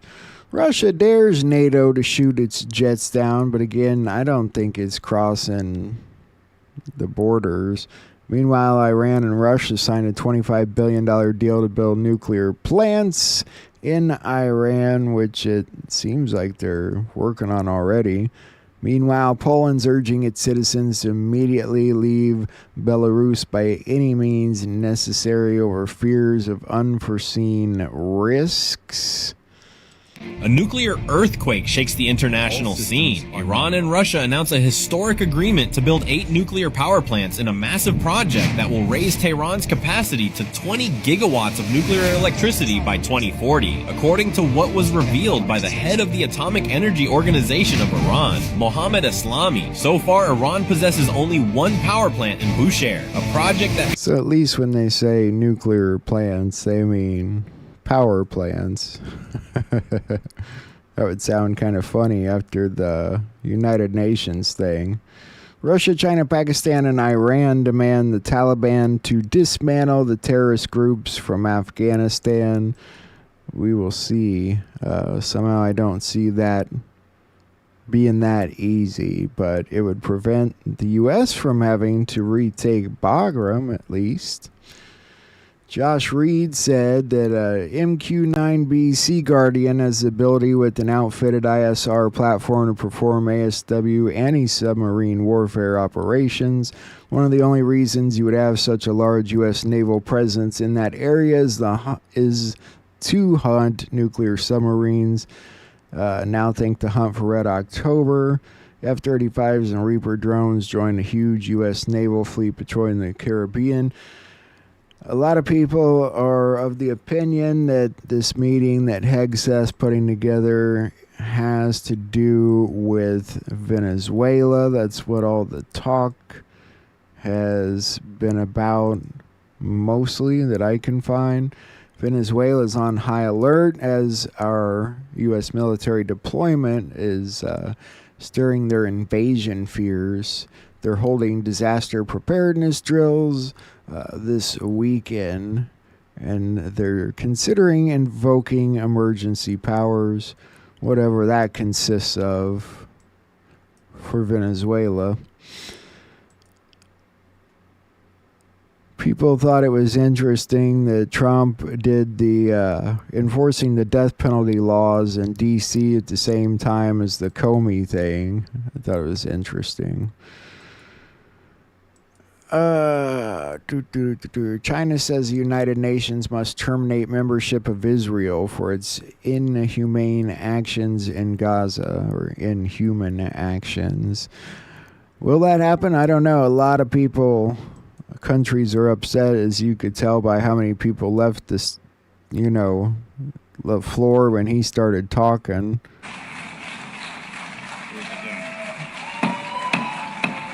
Place order in the hall. All over the world, they're mad at Netanyahu right now. All over the world. So, but will they get kicked out of the UN? I doubt it. Leo Terrell said, haters, you're witnessing an example of anti-Semitism. I thought that was hilarious. You anti-Semites. This hurricane situation's bad, and the governor of South Carolina is already declaring a national emergency. The similarities to Helene are troubling. The latest trend is far more than 1 to 2 feet of rainfall from what will likely become Hurricane Imelda as it strikes North Carolina early next week. Please prepare now and pray it doesn't happen. You've had Gabrielle that went the other way, then Humberto and Imelda is what this one's looking like it's going to be. So let's see where we sit this morning. Again, this is a scenario and a setup where we're going to see a lot of changes. So this is the first weekend, tropically speaking, that you have to be on top of it if you live in the southeast. We still have an invest, so again, that's an area of interest. We don't have a storm just yet, but we are anticipating this turning into a tropical depression somewhere over the Bahamas this weekend. Because right now, this tropical wave's over Haiti and the Dominican. So it's being chunked apart because we do have very, very tall mountains on Hispaniola. Yeah, and we're literally talking over 10,000-foot mountains that are ripping and tearing the storm apart. But the moment it moves to the north of that, and then, of course, over the Bahamas. And if you've ever been to the Bahamas, it's not like there's huge 10,000-foot mountains. It's super flat. So this is really going to get its act together, organize into an area of low pressure, and then move up toward the north. And this is where things start to get a little interesting because there's a kind of a fork in the road that can happen between our forecast models. Yeah, once we get to, I would say, Sunday night, the drastic difference of possibilities is still present. So that's why you got to be ready to go. This was a good graphic showing you what might occur.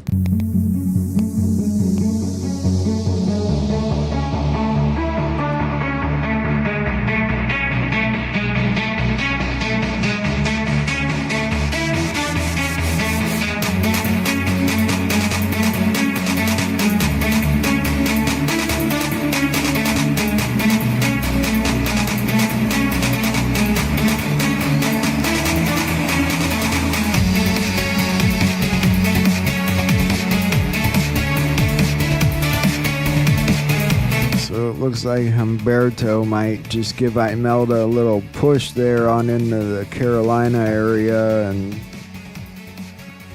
a lot of water could inundate that region again.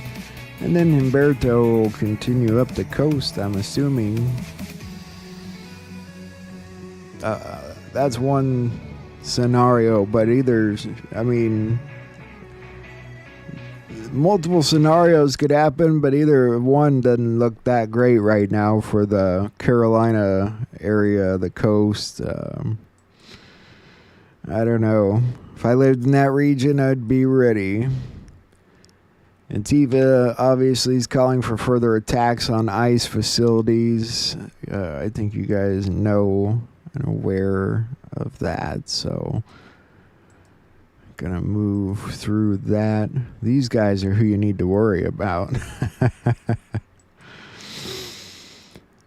Somebody posted this, and I believe this was the day of the Charlie Kirk Memorial. Yeah.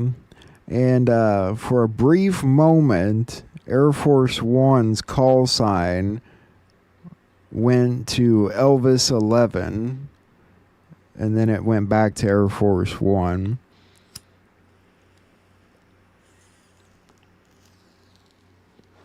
Thought that was interesting. Maybe Elvis was on the plane. I don't know. And I think, I don't know if Derek Johnson or somebody pointed that out. What is this mess of stuff?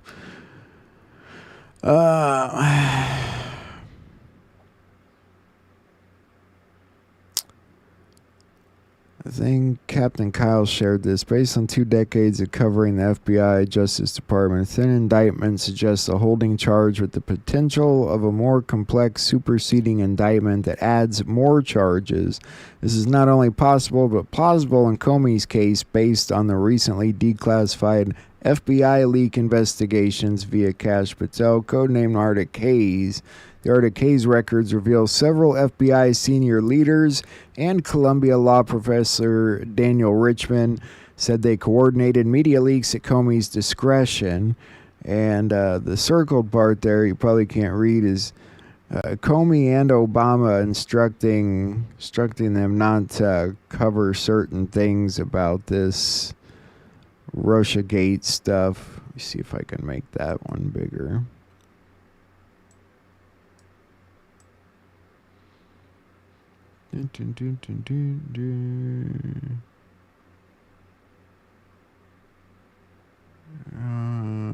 Something like that. Might be a different document I've got, but so he's just telling you might see more charges added in Comey's situation. ICE is hiring still, and they're particularly looking for people with law experience, principal legal advisor type stuff. The legal division at ICE. So thought I'd throw that out there. Federal agents have been clashing for days now, probably a week at least, with protesters in Chicago outside of this particular station. And this morning, more protesters. They are expected at an ICE facility in suburban Chicago. Now, this comes as violence against ICE officers, facilities, and protesters has been on the rise. This video shows a pickup truck hitting a demonstrator at the detention center in Broadview, Illinois. This is just hours after that deadly sniper attack at an ICE field office in Dallas. News Nation's Alex Capriello is outside of that ICE facility in Broadview. Alex, good morning. So we're seeing a bit of it here, but there's still been a lot of that going on in the Portland area as well. And the Tennessee governor says his state's preparing for more federal agents to combat crime in Memphis. So I think that's sort of getting ready to pop off. Billionaire Soros ally Howard Rubin and his assistant Jennifer Powers were arrested for commercial sex trafficking, torturing women in secret penthouse sex dungeon, and silencing them with NDAs. Howard Rubin, ex-New York City financier with ties to George Soros. That's him there. Breaking news, Contessa. Money manager Howard Rubin has been arrested in Connecticut on federal charges of sex trafficking women.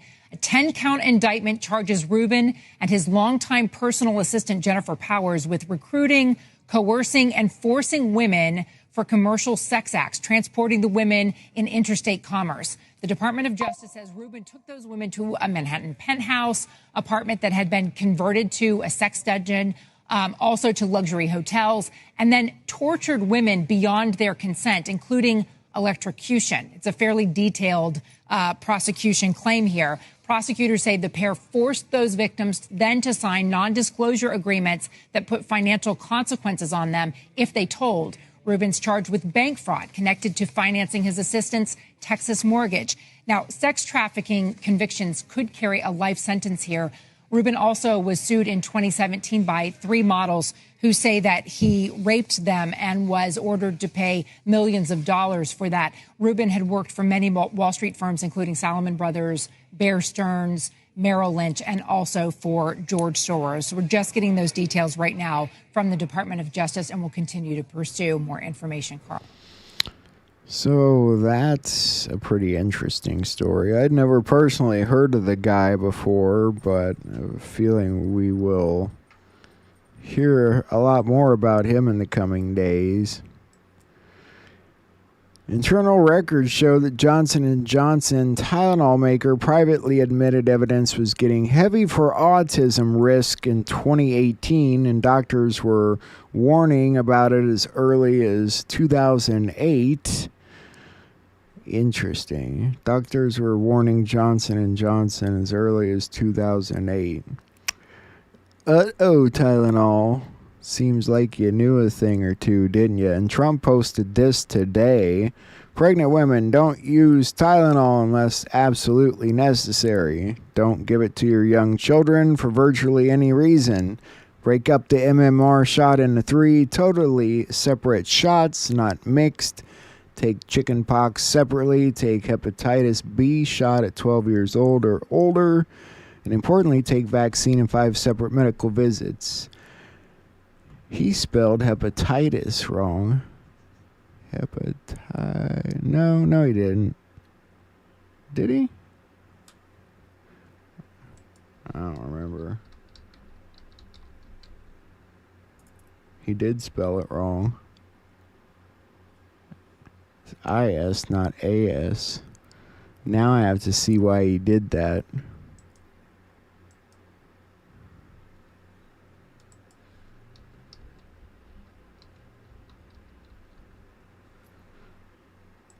Let's see if he might have been trying to tell us something.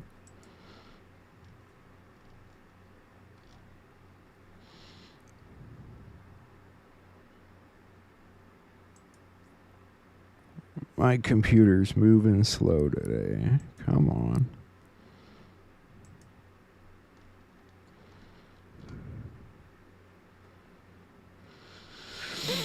Bum, bum, bum, bum, bum. Okay, it's moving really slow. There we go. Rapture, Ascension, Evergreen. Judgment, Michelle Obama. The Event, ICU, Patriot, New Moon, Illinois, Bank of America, Albert Pike, Pale Horse. I don't see what the message would be there. Maybe he just doesn't know how to spell hepatitis. The Trump administration's cracking down on trucking licenses for foreign drivers, or people that don't earn the license. We have launched a nationwide audit of non-domiciled CDLs to get to the bottom of what we think is causing this crisis.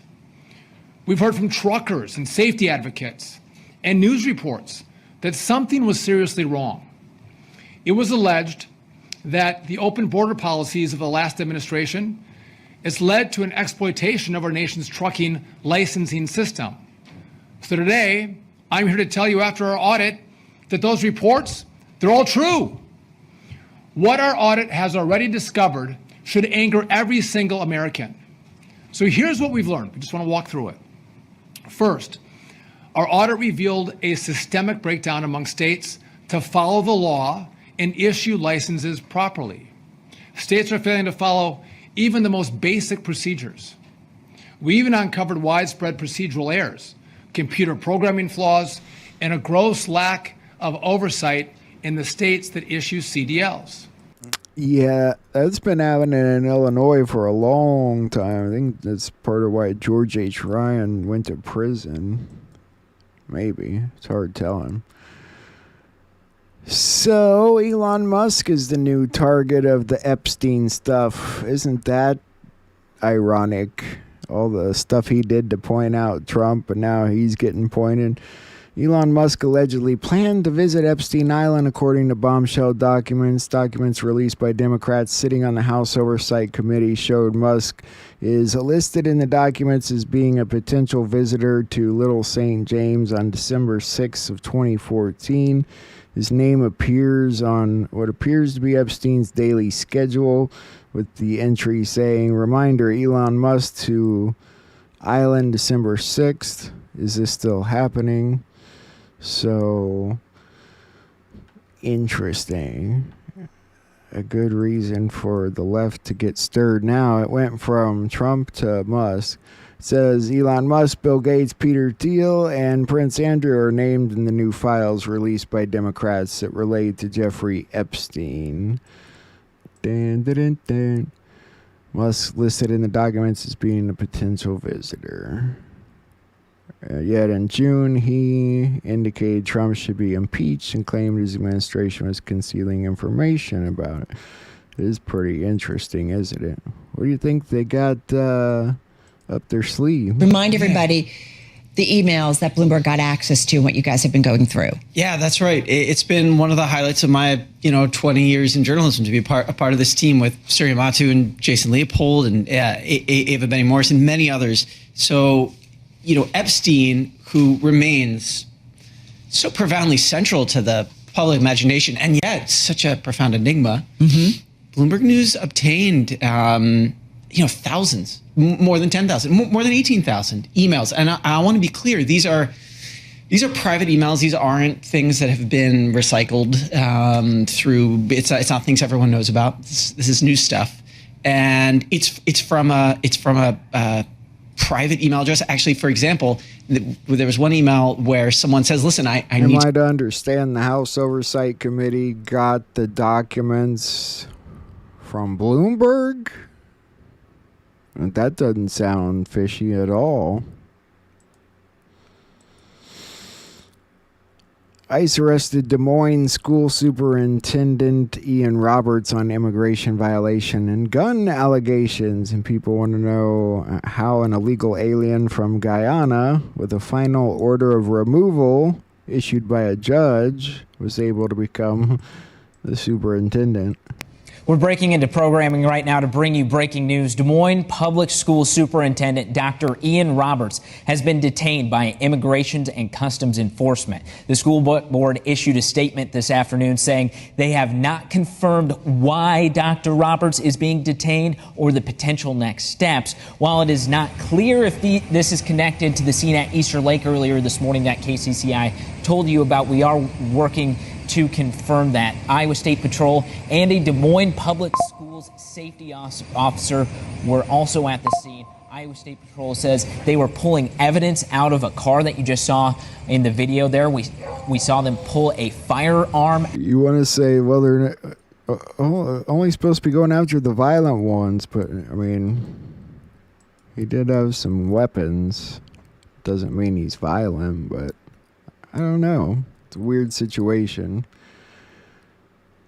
This was from SGNON. A new investigative report alleges that illegitimate Ukrainian President Zelensky is allowing the bodies of fallen soldiers to be dissolved in acid in efforts to shield the real casualty count from the Ukrainian population and the world.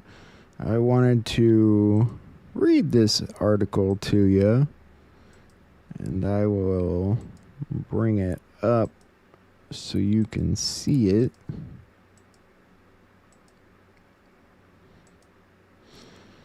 Zelensky disposes of soldiers' bodies to mislead families and downplay losses. Zelensky's administration has developed and implemented a system for the disposal of the bodies of fallen armed forces of Ukraine servicemen. The process reportedly involves the use of sulfuric acid, pig farms, and industrial shredders to conceal the true scale of casualties, avoid paying compensation to families, and manipulate public perception. A source within the office of the President of Ukraine claims that the operation to eliminate remains is being carried out by the Security Service of Ukraine under the discretion or the direction of Vasyl Milyuk with the involvement of the Ministry of Agrarian Policy and Food of Ukraine. Since January of 2024, the Foundation to Battle Injustice has recorded over 300 appeals from relatives of armed forces of Ukraine personnel reported missing in action. According to the applicants, there is a complete lack of information about the fate of their loved ones, despite multiple inquiries submitted to the Ukrainian military and government institution. The appeals contain similar details. The servicemen stop communicating, their status is marked as missing, and later they disappear entirely from official records. Families receive neither the bodies nor official notifications nor the compensation guaranteed under Ukrainian law. That's pretty wild, isn't it? Bet you didn't see that one coming.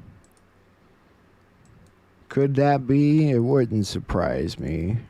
Really wouldn't surprise me. It's just disgusting. People are going on about how Charlie Kirk's wife has been acting in public, saying that they would think that she would have to be sedated and hardly able to get out of bed, and they're wondering why she was laughing the other day on the show. And I don't know, I didn't see the episode, and everybody's different in that regard. I think she's trying to keep his work going, so I wouldn't read into it too much.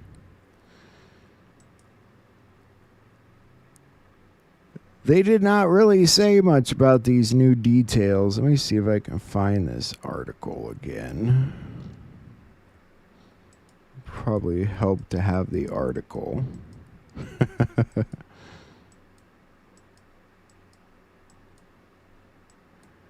But again, a lot of people are leaning towards this stuff to do with Venezuela as being the cause.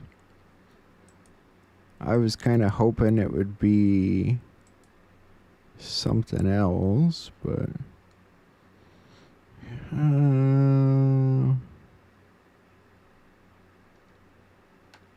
let's see here. I think I found it.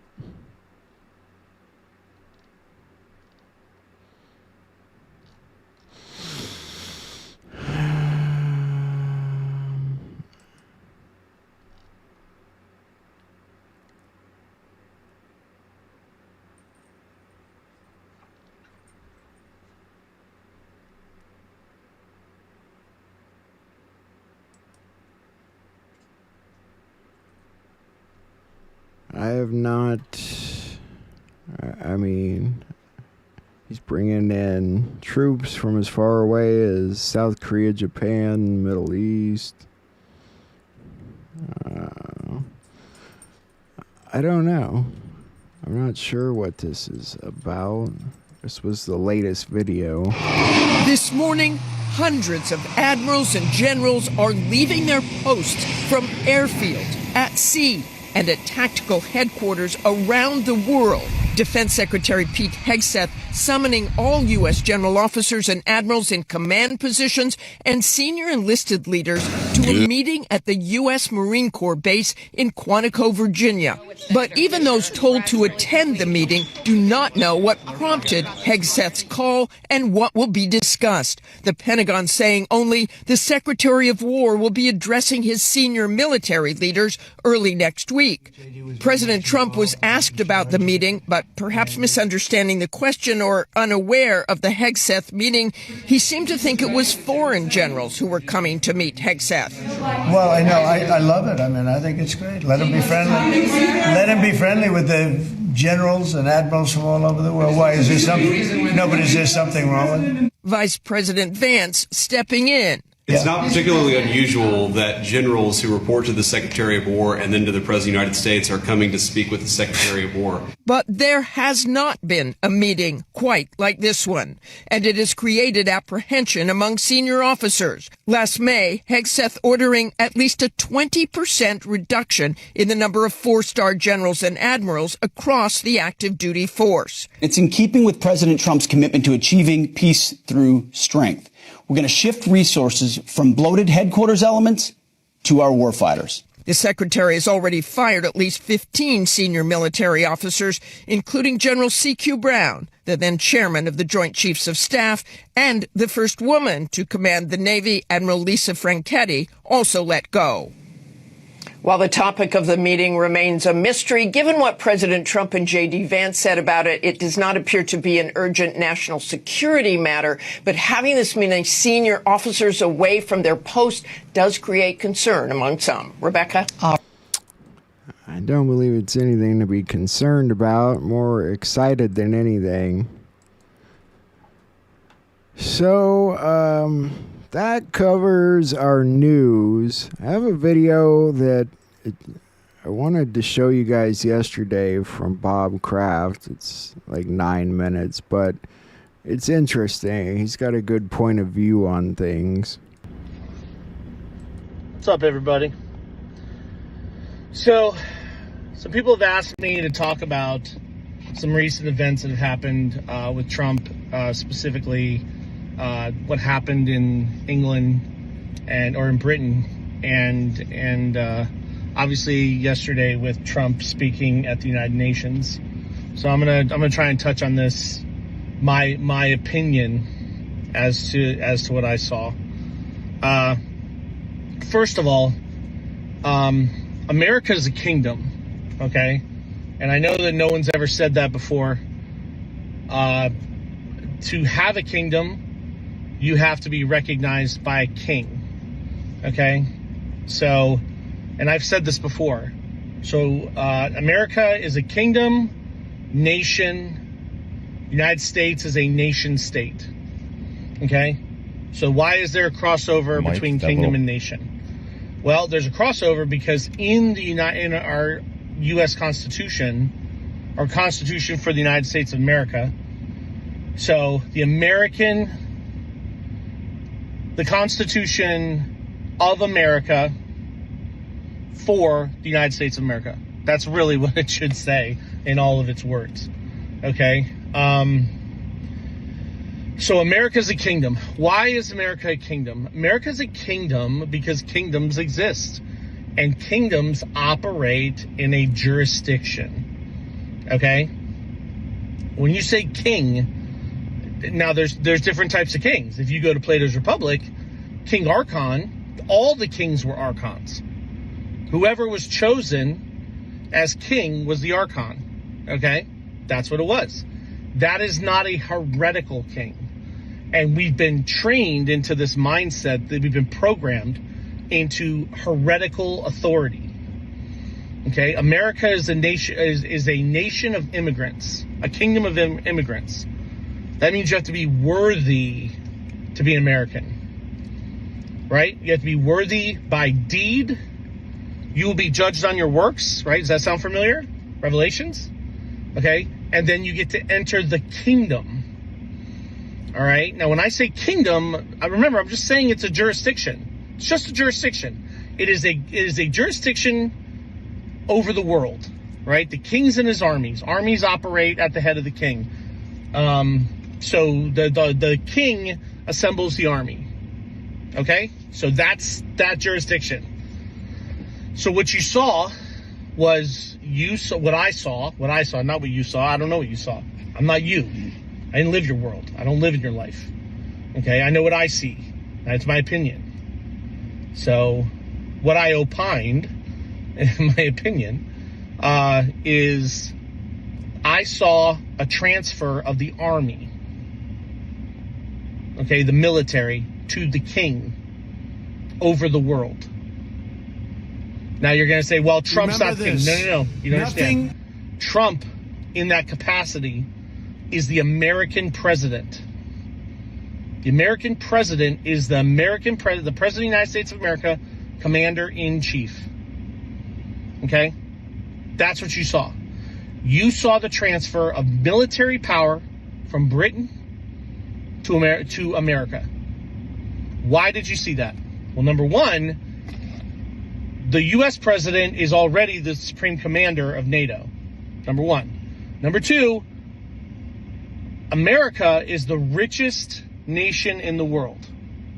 We have a $150 trillion trust, and we have just put together our domestic assets and our domestic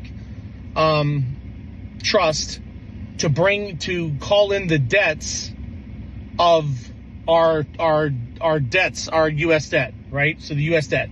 Everyone thinks that the American people owe the debt to the world. They don't owe the debt to the world.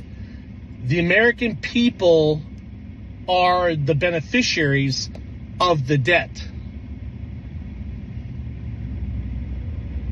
The powers over the world owe the debt to the American people. So $37 trillion is owed to America. But we did not have a domestic trust, nor do we have our kingdom nation established to be able to hold that. What they were trying to do, that's why they called it the debt ceiling, what they were trying to do is get the debt high enough to supersede our $150 trillion trust. If the debt had gone over 50%, we would have become insolvent, and they could have dissolved the United States and America. That's what our congressmen and those people, that's what they were trying to do. That's why they were spending so much money. That's why they were trying to get rid of money as fast as they could. What they didn't know was that the more you spend, the faster our trust climbs, because the Department of Ways and Means takes its cut. All debts must be payable, instantaneous. That's what the Department of Ways and Means does. That's why Hamilton put the Department of Ways and Means in. So no matter how much they spent, they could never get to the amount that would match the trust to make America insolvent, because everything was owned by the people. Okay? Does that make sense? So that debt is now owed. So all those countries of the world that we went and fought their wars, we went and did this, they were taking out promissory notes on our trust. We were lending them, because we were the richest in the world. We were lending them that money, and now those bonds can be called in. So $37 trillion, whatever it is owed to the American people, because they are the beneficiaries of the trust. They are the kingdom nation of the American Republic. That's what's happened. So now, not only owed $150 trillion in our trust that now is coming back, we are owed $37 trillion by countries that borrowed that money, that we went and fought their wars. We worked for them. Okay, we worked for Britain. We fought Britain's wars. We are the most powerful military nation in the world. That's how this happened, right? And this is the structure of global law. So it's not like, oh, you can just blow it off like, oh, it doesn't matter. It does matter. It absolutely does matter. Okay? So that was the transfer of the military to our sitting commander-in-chief. Okay? That's what you saw. Who in that capacity is in the capacity of our quote-unquote king. All right? Our American president. We don't call him king, we call him American president. Okay? And that's why he said, I'm happy that I'm the first American president. He is the first American president because there's only 4 other American presidents. There were only 4 American presidents before the American Republic fell in 1814. You had Washington, Adams, who's my great-great-great-great-grandfather, Jefferson, and Madison. War of 1812, over. A new country was established called West Florida.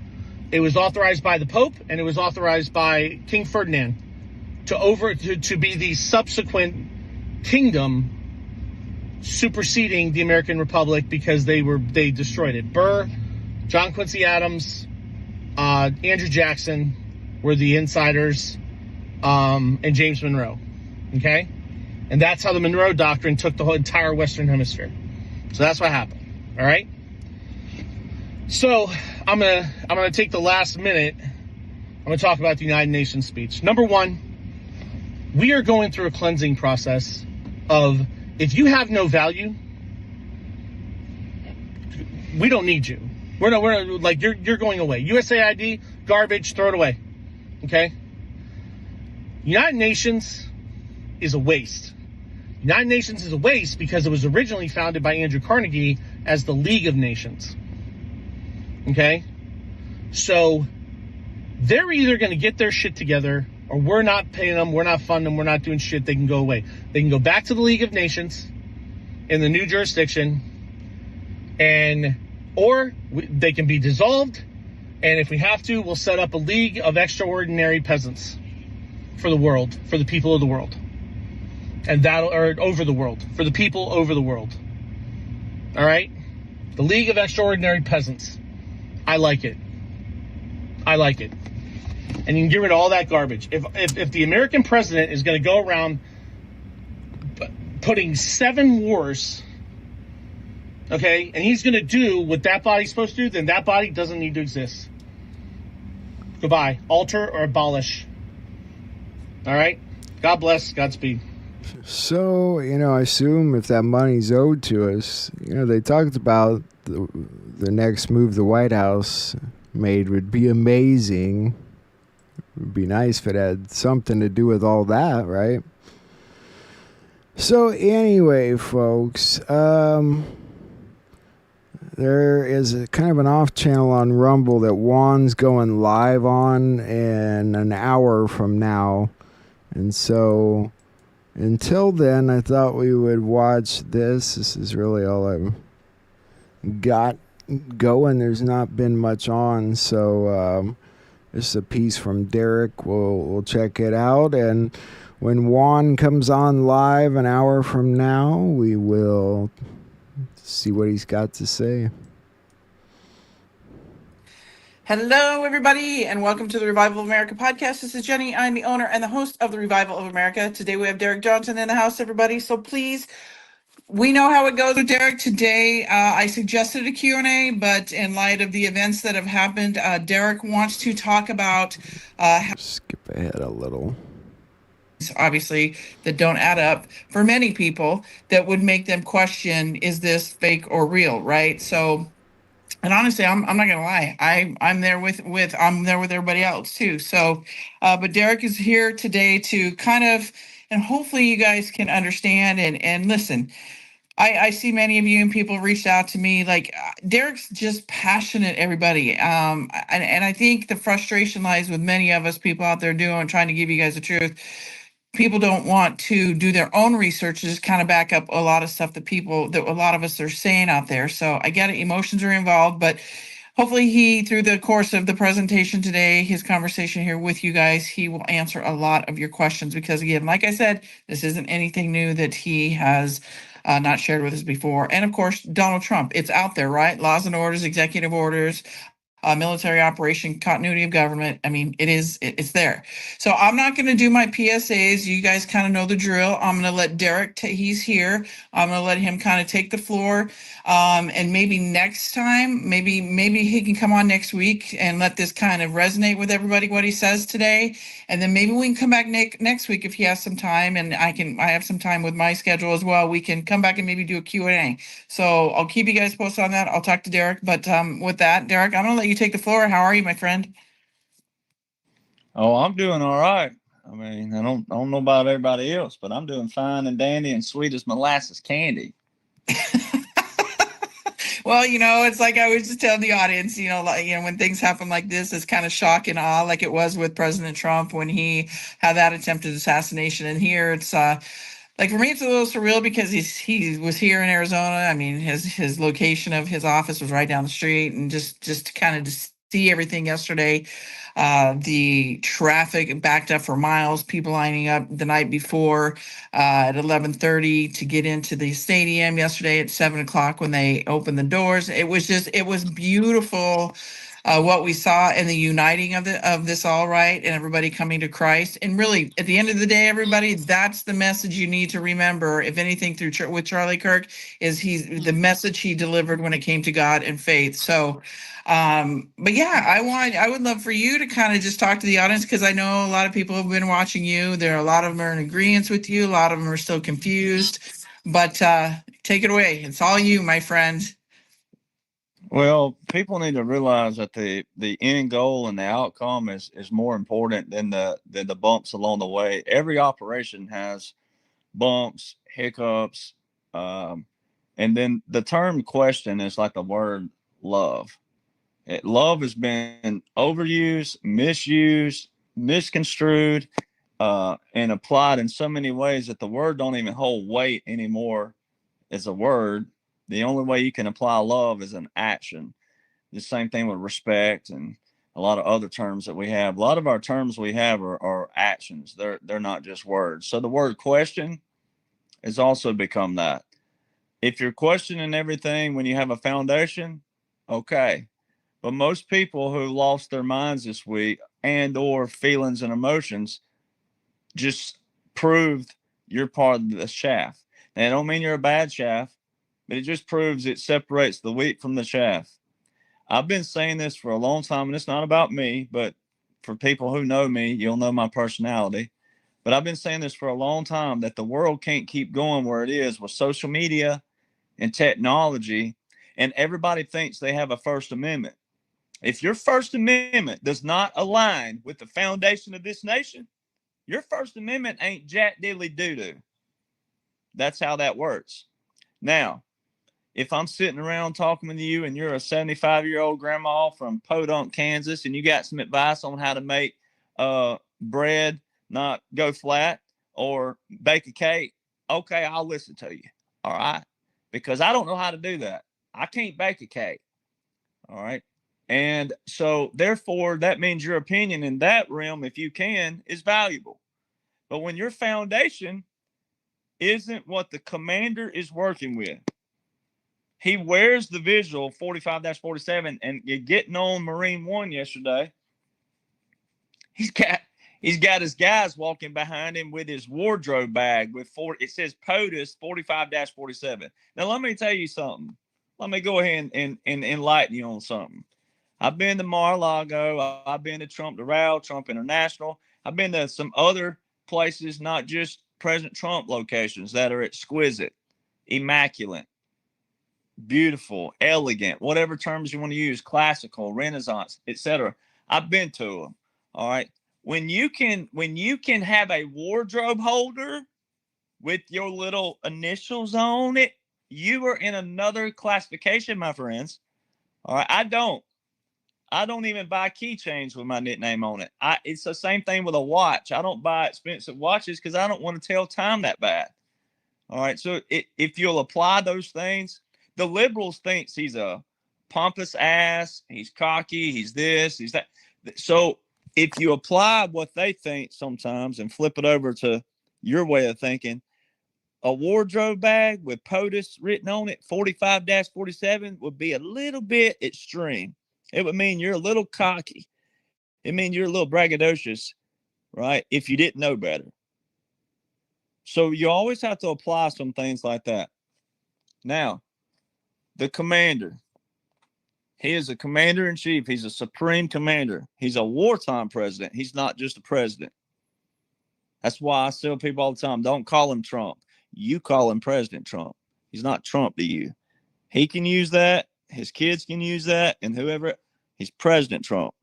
That's the way I believe. All right. And if you don't know what the commander's working with, and you're just going to all these different people out there who are rabbit holed, they have gone through holes like you ain't ever seen, but have no foundation. Same thing I say with Q. Q's real. It's a clearance. But Q is no good without laws and orders. The military is working on laws and orders. They're operating with laws and orders. Let's say it that way.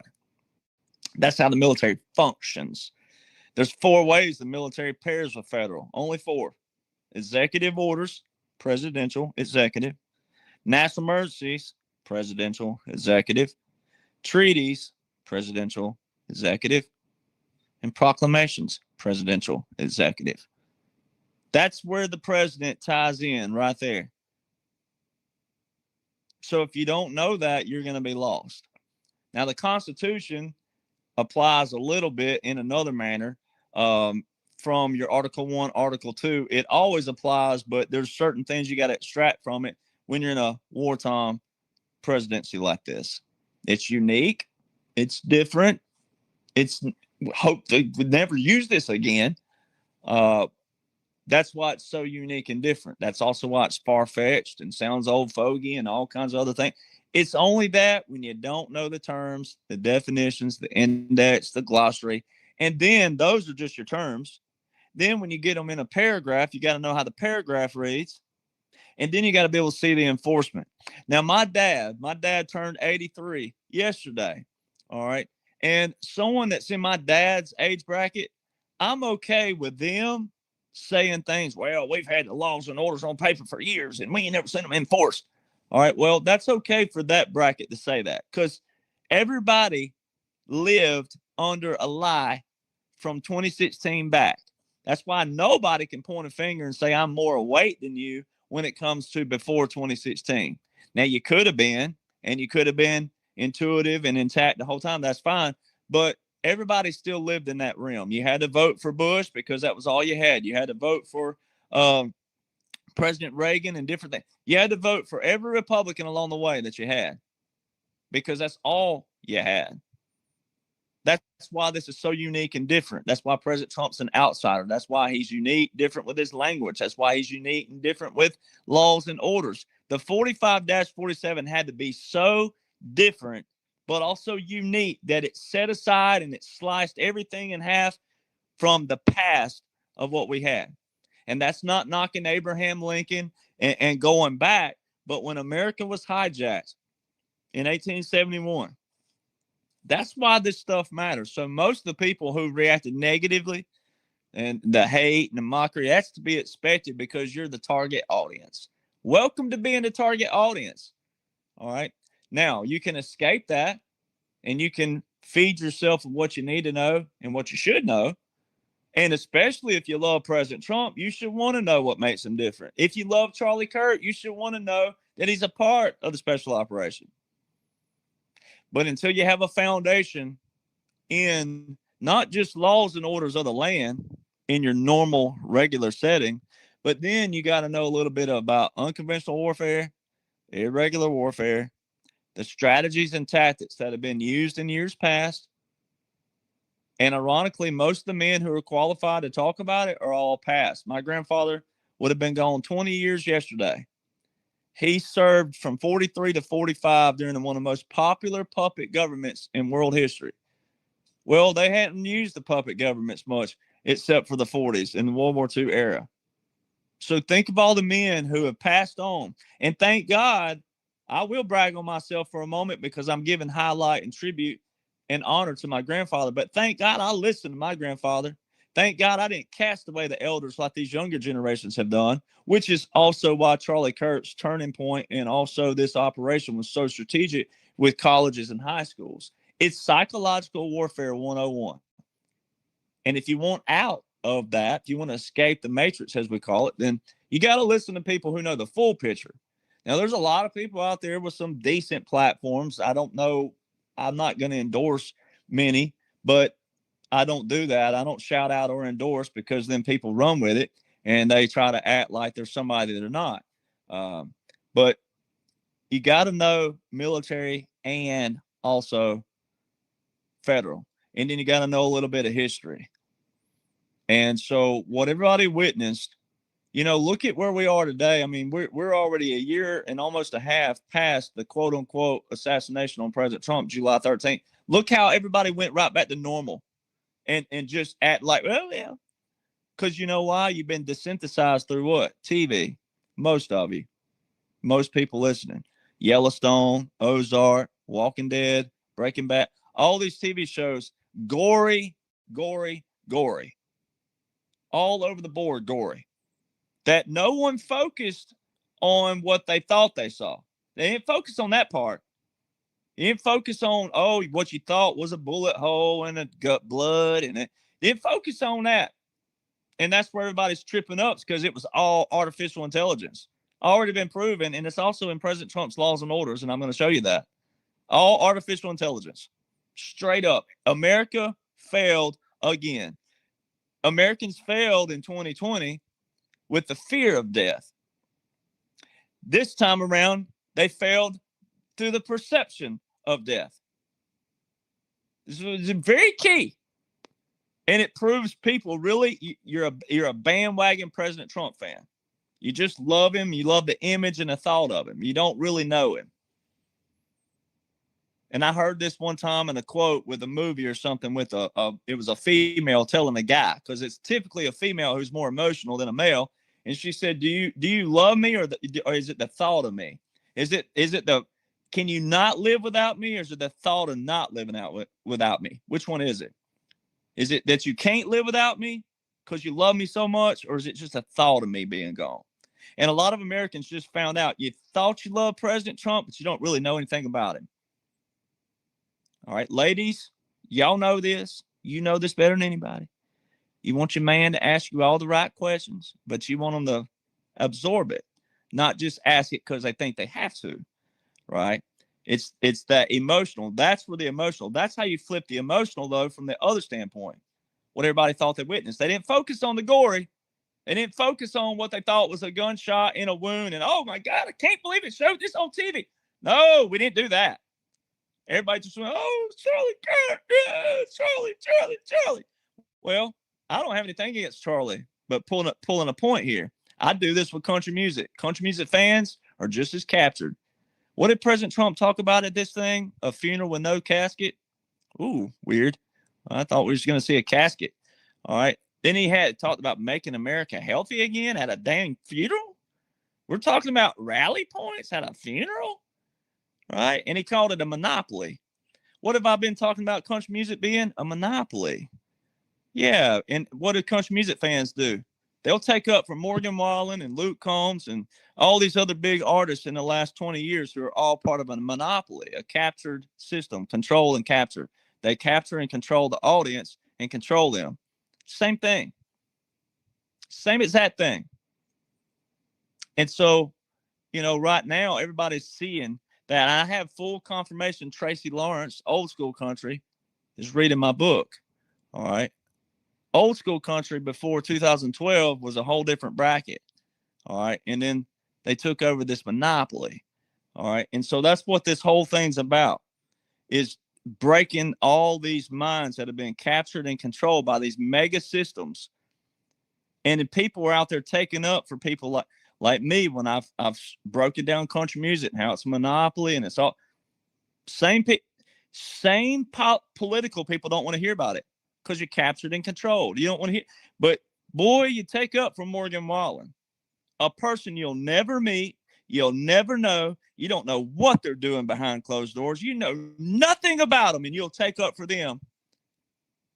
And we got a civilian by status, and Americans are more concerned about a civilian, but I trash the hell out of a veteran. That's when you know we're in a major psychological warfare. A veteran keeping an oath, showing you laws and orders by the man you claim to love and support and vote for, and that's the one getting trashed? That's the one taking the ridicule, the mockery, like Jesus Christ walking to the dang cross, carrying the cross, being spit on and laughed at and mocked, is the veteran? Now, I have nothing against Charlie Kirk again. Never have. But if you'll go back to my viral video, August 24, 2022, what's the one name I said in that video? Charlie Kirk. And what did I say 3 years ago? Over 3. I said, these people, I said, you won't hear this from Charlie Kirk. You won't hear this from anybody. They're not teaching you laws and orders of what you need to know that empowers yourself. It's not my job to coerce and persuade you to vote for anybody. It's my job as a veteran to show you the laws and the orders of this land that we, the people, are the government. We govern that. The way you know leaders are for you and working for you and side by side with you, because they're your representatives, is to know the laws and the orders. And when you know the laws and the orders, you'll be able to hold them accountable, and you'll be able to know when they're not doing what they're supposed to be doing. Because a lot of you don't want that job, and that's fine. Not everybody's cut out to be a representative in the face and the workload and the stress and all the other stuff that comes with it, right? So, but how do you keep them in line? That's what the Constitution is even for. It's a framework to keep Congress in check. It ain't for Congress to tell you, oh, don't ask me that. Da, da, da, da. No, we're the government. We, the people, do that. So if you don't even know your own foundation, no wonder the swamp looked like it did all these years. It's people who become complacent and lazy. And you can't slice that hair any other way. You can't split it any other way. It's exactly what it is. And so I tell people, you want to get to know my personality? Watch a John Wayne movie. Go watch the real John Wayne. His real name was Marion Morrison, but go watch an interview of him, a regular interview, not a movie. Go listen to him. You want to see what kind of men raised me? That's the kind of men who raised me. My grandfather taught just like him. All right. You call it abrasive, they call it tough. And you know what they'll tell you? All of them. You'll get over it. All right. You will. And then when you see the truth, you're going to know the truth, and you're going to thank God that someone was willing to tell you the truth just like it is versus sugarcoating it and patting you on the rear end along the way. All right. It's like I watched football today. These kids celebrate every single play. Get your ass on the sideline and celebrate after the game when it's over. But most of the time they're celebrating, they end up losing the game. For what? It looks like it's all about yourself when you do that, not your team. So see, I'm a team player.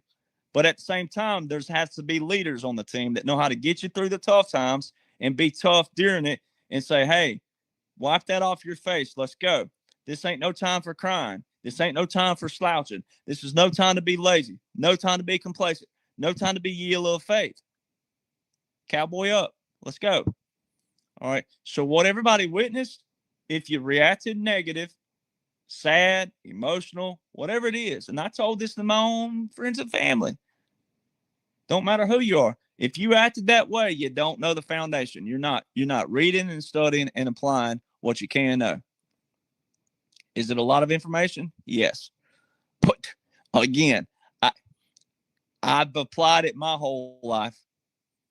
You have to do the same. And so unconventional warfare, the end goal and the outcome is more important. So the psychological thing that I've been talking about a long time, and you've heard me talking about it, those who follow me in my podcast, we can't maintain and sustain the way we've been going.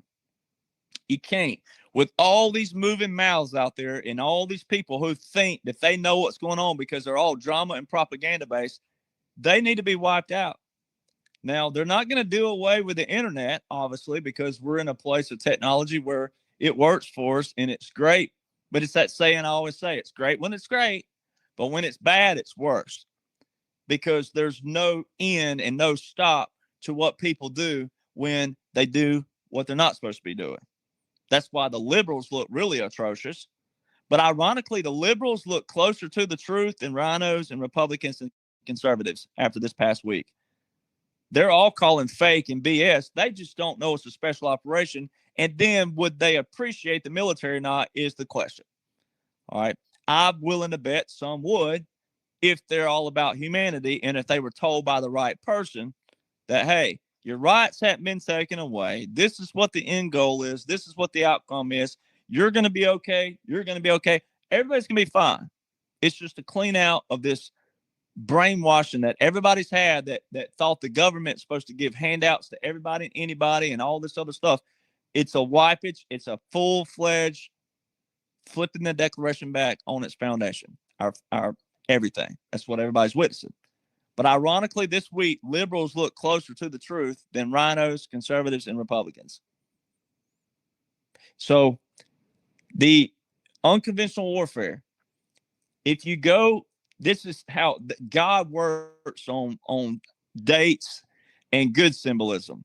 See, there's people out there who think symbols are always bad. It's not. We have symbols on the good. We have symbols on the bad. All right.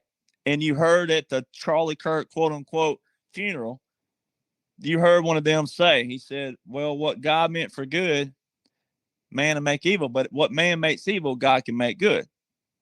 It works both ways. And so when you think about what's all been taking place, we had to flip this thing back over. So unconventional warfare, it's psychological warfare as well. But what you're watching is a counter psyop. It's not a psyop, and President Trump's not lying to anybody, and it's not that. You'll hear that out there. That's none of that. But JFK, President Trump is finishing what JFK started. All right. April the 11th, 1962, JFK wrote a letter. And it's about guerrilla warfare, how we need to put that in our military tactics. Well, if you go look at the 2023, October the 7th, 2023 Special Operations Command publication called Renaissance. The only person who has used the term Renaissance is President Donald John Trump. That's not a term you just throw around loosely. Renaissance. What date was that again? October the 7th, 2023. That's the date that the whole world thought the Israeli war started. All this stuff is strategic and operational. In that publication is JFK's letter from April the 11th, 1962, how we need to be in control of guerrilla warfare. You've heard President Trump say artificial intelligence. We need to be in control of it. And when the good guys are in control of it, we ain't got to worry about the bad guys. But when the bad guys are in control of it, then you need people like me who also knows this, because we got to do what? You got to know it, have the skill sets to identify and operate and take them over and get back where the good guys are in control. That's what you're watching. You have watched the swamp drain right in front of you, but it had to be done lawfully, strategically, and tactically without losing the world either to a what? A world war or a civil war. All those executive orders that were open from Obama all the way back to Carter that were open with national emergencies. These nations were promised something on our behalf. So you have to do what? Hey, this is what's going on, and this is how it's going to happen, and this is what you're going to do, and this is what we're going to do, and this is what the world's going to see, and this is... President Trump says, I ended 7 wars, and no one thanks me for it. I mean, I understand what he's saying, too, even though it's still operational, but still, we could have done this a lot quicker if people would do what? Do what you're supposed to be doing. But, oh, no. People still falling for emotions and feelings. And it's also something to show them where you are as well. When President Trump said January the 20th, 2017, we're taking the power out of Washington, D.C. and giving it back to you, the people, can't give it back to you if you don't know what the hell's going on. Can't give it back to you if you don't know what to do with it. Can't give it back to you if you won't even listen to the very people who are in command, who are in operations. And the way you know that is laws and orders. We got to have them, because if we don't, guess what would happen? Remember old Barney and his little one bullet in his shirt? Oh, you got purple hair. You look like a liberal. Let me get my little bullet out. I'm going to shoot you. We'd have everybody taking law into their hands if we didn't have an establishment of law and order, especially with our population, 347 million. We'd have chaos. So you have to have order. You have to have laws and orders. You have to have a foundation. You have to have balance. You have to have structure. You have to have discipline. And people are showing they don't have that. You let one little thing, even if it would have been real, you let that control you that much. Someone you don't even know, just because he says all the right things and does all the right things and acts all the right things in front of you on the screen, but you don't know anything about him backstage. See, that's where Americans falter. Now, the good part of it is you have a good heart, right? That's what you're going to say, and that's fine. You go, well, I trust until given a reason not to. That's fine with your mama, your daddy, your auntie, your boyfriend, your girlfriend, whoever it is. That not someone you never met until what? You know more about them. Now, people can say, well, look at you, Derek. Now, that's fine. I told people from day one, go back and watch me on day one. I tell people, hey, I got it on video. I got timestamp. I said, don't trust me. Trust what I give you. And when I give you this and the good Lord keeps me around long enough, consistency will show you. Now, you can say that with what Charlie talked about, but Charlie was a social person. It was all about, hey, oh, you got pregnant before wedlock, and I think you shouldn't get pregnant before, I don't think you should have sex before marriage. That, to me, now, the young kids may need to hear it, sure. But again, at the same time, look at the parents that didn't instill that. So that's like a gray area. You can agree with that or disagree with it. That's fine. But what matters the most are the laws and orders of this land. That's what Congress is working with. All right. And if you know what you're supposed to be knowing and teaching your children what you're supposed to be teaching them, then you will establish that in your household. You won't have to worry about when your child goes off to college, if they want to go, and if colleges even exist after this, when they eliminate Department of Education, and depending on who teaches our history, like President Trump says, he says we're going to defund every school, high school, college, whatever, that don't teach our history. But if people are doing what you're supposed to be doing on the front, we wouldn't ever have to worry about anything else. So I'm all right with the social graces out there, but the social graces don't teach what's going on with the commander-in-chief, what's going on with the military. And there's so many visuals when people say, it's like you'll believe one lie, but you need 4 trillion things from the military just alone to show, well, this is what this is, this is what this. You're watching it, you witness it. And people don't read and study. And it's not that difficult. There's a few big pieces. I was telling a friend yesterday, there's a few big pieces that people could bite their teeth into that would be enough to go, dang. Now, I see that. Yes, I see it. I get it. I understand it. That you should want to go see all the other pieces around it. And I'm about to show you those. But unconventional warfare, when the good guys are in control, an assassination is a deliberate creation. And then it tells you in there what it is for. It says forming favorable public opinion. Well, did we do that? Yeah, we did. Remember July last year when I said that with President Trump? I said, did we form a favorable public opinion? Yeah, we did, didn't we? People are going, oh, don't shoot president. Okay, I get it. Yep. And then it says what? Advocating national cause. Well, did it do that? Well, did it leave Butler, PA? Yeah, it did, didn't it? Did it leave Provo, Utah? Yes, it did, didn't it? All right, so bingo, checkmate. There's your 2 big key lines right there of a deliberate creation of assassination when the good guys are in control of a special operation. And President Trump, everywhere he goes, tip of the spear, tip of the spear, tip of the spear. Every meeting, tip of the spear, tip of the spear. That's special operations. Then you had Elon Musk yesterday, tip of the spear, sitting there right with President Trump, tip of the spear, both of them, tip of the spear. Then they interviewed Elon talking to someone, and he said, yeah, every time he said something about him dying, he had tip of the spear. He do weird hand formations the whole time. But it's not weird. It's awkward when you know what's going on, and it's so awkward that you know it, and this is your background, this is your playing ground, this is your play field.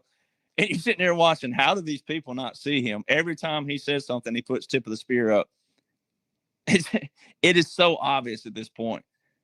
But it's not obvious because people who don't do what? Read and study, just what you're supposed to know. What do you think President Trump works with is what gets me. You think he just waits up? All right, fellas, I slept a little late today, but, let's just look at what we can do today.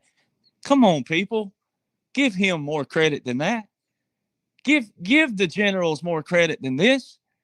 Give the special operators more credit than this. Give the special military, the secret military, give them more credit than this. Jesus Christ, have mercy, God. And I don't take the Lord's name in vain. I'm not doing that. But my God, have mercy, people. The man couldn't put it any more in front of you. 45-47. Punctuation. If I said I'm going to be in Utah from September the 22nd to September the 27th, why would I put out September 22nd, 23rd, 24th, 25th, 26th, 27th? Why don't I just put September 22nd - 27? Then that should cover what? 22 through 27. So President Trump will either absolutely have to lose his rocker and look absolutely braggadocious, stupid, out of his mind, whatever term you want to use there. But the liberals ain't even noticing the 45-47. But let's say they did, then he'd have to say, well, yeah, I know that I lost 2020. Like getting in the minds of the rhinos. Oh, yeah, I lost, but I still think I won. So I put the dash there. I mean, that's what you would have to, that's the way you split that hair right there for layman's terms. So unconventional warfare, it's all there. Also, unconventional warfare, when you go to the core activities of unconventional warfare, on Special Operations Command page, official.mil, it tells you what that is. It tells you that it's to overthrow a government. It can't be any more clear. Now, that has to be done lawfully to do it. Because if it wasn't done lawfully, then what the liberals would say is it was a coup. Now, they're still going to call it a coup, the ones that still stay ostracized and get ostracized and they just don't want to see the light and all the other thing. But you can put any term on it you want to do it. But by law, it's unconventional warfare. By libtard standards, it's a coup. All right. However you want to slice it, doesn't matter. But when we all agree on the laws and orders, and it's for the good of humanity and the good of our nation and the good of our states and the good of all of our communities, then it's unconventional warfare. It's not conventional for a reason. That's why it's called unconventional. Clandestine and covert operations, which means secretive until we want you to know about them. But it's all public once it's already been done. Everything I talk about is public law and public visuals already. So let's just look at a few things. So September the 9th. Now, I have my number one best-selling books, right? The Midnight Rider Rides Again and The Royal Flush of Country Music. I have those. I'm self-published, no ghostwriter. I wrote them straight off the top of my dome. All right. Well, whenever I publish them on Amazon, and this is for future people too, if you're an author out there and you want to know, when you go to Amazon, you pay like $40 a month for a store. All right. That because you got to have that in order to sell on Amazon. Well, when you go set your book up, you're going to have to get you a graphic designer who can read all that crazy language. I can't, all the coding and all the things. And then they'll ask you, did you use AI, artificial intelligence, chat, GPT, all these other things? You got to go through all that, put your title in, put your header in, put all these things in, author's name, etc. Right? Well, when you hit submit, 24 hours it takes to go through their system just to start the process. Once they receive it, then it's another 24 to 72 hours before it goes live. If there's not a discrepancy, meaning like something was wrong with your graphic and it didn't fit in the screen and all these other things, or the page numbers didn't match this and that and other. So those things. If there's a discrepancy, Amazon will send you an email and then it'll kick it back. And then when you submit the new, whatever it is the error was, same process again, 24 hours to start the process and 24 to 72 hours to go live. If you have 47 errors, apply the same logic. All right. But what happened? If it took 3 weeks to finally get it right, guess what the publication date is? The date that you first submitted it. So how was there a book that I have a screenshot and everything, and I wasn't the only one that caught it, but the shooting of Charlie Kirk published September the 9th. You think they got lucky? You know, Bezos was one of those who capitulated to President Trump. He was one of those whose assets got frozen by Executive Order 13959 with a national emergency. That quote-unquote Joe continued 4 years in the air because President Trump is such a dictator, right? Had an automatic 2-year termination on it, and quote-unquote Joe continued it. And Bezos capitulated, and Bezos donated to President Trump to this past election. And then President Trump, just not long ago, about a month and a half ago, launched a store on Amazon. Wow, what a weird coincidence that is. Not. All right. So Amazon, they're showing you this whole thing is strategic, plan, operation. And there's proclamations. These are proclamations and timestamps to show you none of this is real if you're following it. But see, you'd have to know what? You'd have to know Amazon's process. Well, now you know. And once you know, you can't unknow. All right. September the 10th, the whole world, oh, the rhinos and the Republicans, oh, Is it a white shirt? No blood on it? Ladies and gentlemen, I know some of you write into me, and I don't know if you're listening or whatnot, but I don't really care. I'm going to still shoot deer. I eat deer. I'm like Ted Nugent, like Uncle Ted. I don't care. I live off the land as much as I can. But let me tell you what a 30-06 will do to a deer. I ain't never seen a deer lean into a bullet. When you squeeze the trigger, that deer don't know that bullet's coming for it. So how in the hell would a deer know to lean into the bullet? Okay. This is compliments of Jaco as well. Jaco was the first to put this out before anybody, but this is all just straight up military, and also deer hunters know this. The deer don't know a bullet's coming. All right. How did Charlie know to lean into the bullet? And a 30-06 will blow your freaking neck off. A 30-06 travels at 2,800 to 3,200 feet a second. Now, I also have a 7mm Magnum. It travels at 3,600 feet a second. That's a half a mile, ladies and gentlemen, in a second. All right, and a 30-06 is a little bit bigger bullet, lead. All right, when it hits, it comes with a bigger capacity. Like it's got a velocity around it. So when it goes in, it's going to leave a big enough, it'll leave like about a $50 hole going in. Coming out is going to be even crazier. Hey, you wouldn't, and see, they showed you this on World TV. The whole freaking world saw the same thing. And what did the world do? Didn't talk about the gory. Didn't talk about a bullet. Didn't talk about none of it. No. Even though it was all artificial, I'm about to show it to you. No, didn't talk about that. Everybody went to emotions, sadness, and Charlie, why? Charlie, oh, we're mad now. We're going to get you now. Didn't even talk about the gore. Didn't talk about that. See, target audience. So a 30-06, one, it would have been louder than that. Two, bigger hole.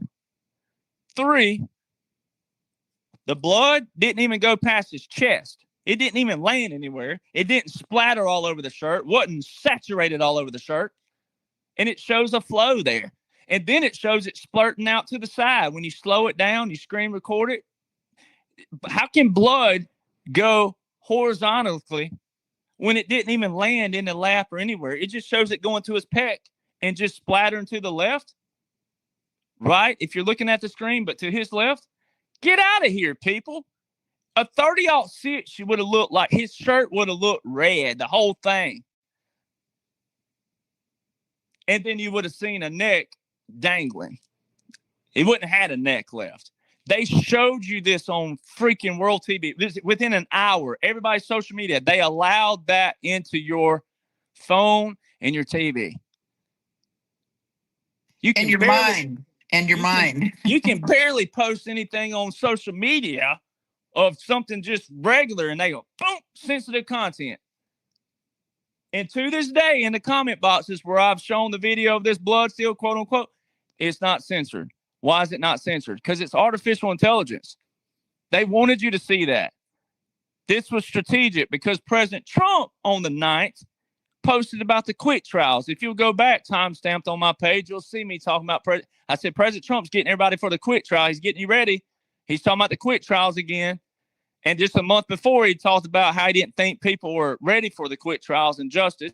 And the month before, a month ago, he had reposted All Roads Lead to Obama. Read Truth if you want to see military tribunals. Look at all the people who didn't even go join True Social when he told you to join 4 years ago. What did people do? They didn't do it. And so don't even listen to the commander. All right, read Truth if you want to see military tribunals. What's going to be a military tribunal? What do we all say, all of us veterans that talk about treason? Treason is automatic death penalty. All right, so everybody passed that test. You passed that because the goriness ain't going to bother anybody. When they see people executed, it ain't going to bother nobody. Checkmate. Mission accomplished on that. The failure was what Melania, your first lady, had talked about September the 4th, the importance of AI. And President Trump has 7 executive orders this year alone on artificial intelligence, 6 before the 10th, 1 just a couple of days ago. We have a new executive order with artificial intelligence on the 18th. Come on, ladies and gentlemen. It shows you don't read, study, and know anything about your commander and what he's doing and how you have to be a president and what the president's role and duties are as the what? Chief executive officer of the what? Executive branch. So all of what you saw wasn't even real. And there just so happens to be a hat store to the left that they're letting hit media right now. Mainstream media, The Hill and all these, they're showing all these people out there like an excavating crew and all these out there, and they got a hat store, and it just so happens to open towards the audience, what would have been the audience. People out there running. Most of it was central casting. Most of those are all actors. They're crisis actors. And if you'll listen to President Trump, he's been consistent from day one. Central casting, central casting, central casting. All these people are crisis actors. A central casting actor is not Tom Cruise, John Wayne, or Tom Selleck, or whoever is your favorite out there. We're talking about people who are considered like the others, right? When you're already getting up, leaving the movie theater, and the credits are still rolling, those poor people who don't get their name seen except for their families going, there's my cousin at the very bottom of the list, right? That's who you're watching out there. And President Trump tells you this. Background actors, right? That's right. And President Trump tells people that. All right. So then you run that video through Chat GPT. So when you're on Amazon loading the book, ladies and gentlemen, it asks you, did you use AI? And in gray, if you didn't know what that was, like if you're new to that terminology, in gray, it's got this little highlight that says an example. When you type in it, it goes away, but it has Chat GPT. Our government uses Chat GPT. Oh, weird. What do you know? And then your first lady's telling everybody on the 4th how important it is to know AI. And so what did everybody do? They failed the test. The first speed test failed it, and it's in executive orders. President Trump has an executive order in 2020, which I'm about to break down, and also just in March that outlines everything you witnessed was nothing but artificial intelligence. And you didn't even listen to the first lady just 6 days before this quote-unquote event, right? Don't even have to get into Erica and she's an actress and all that. You can. That's fine. It's all true. But just simple, straight up laws and orders of the president. People don't even know what's going on lawfully and how you got to know this stuff because this is the future and you don't want to be duped by this stuff. All right. So on the 10th, that was not real. Hat stores there. Blood wasn't real. Blood can't splatter to the left if it don't have a landing surface. The media told you within an hour. There's a timeline that CNN or one of those has out. It's got the full timeline, hour by update, full timeline.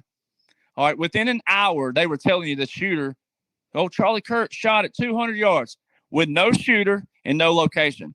How did they know it was 200 yards without a shooter and a location? They tell you this stuff, and this is how people don't pay attention to detail. Not just what you thought you saw and you didn't see. No blood, didn't splatter, didn't land. And then they showed that one clip of him going to the vehicle, them hauling him off. His whole right arm looks like Easter egg dye that's maroon. All right.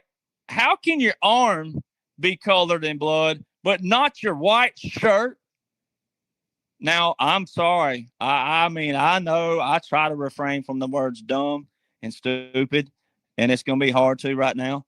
But if you believe that, my grandma used to say, God love you. Well, God love you.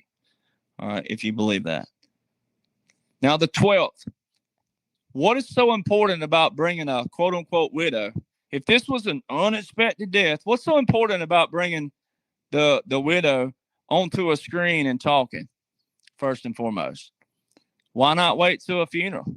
Why not wait to a visitation or a funeral? That don't even make sense. What's so important about naming her CEO that quick? What's so important about that?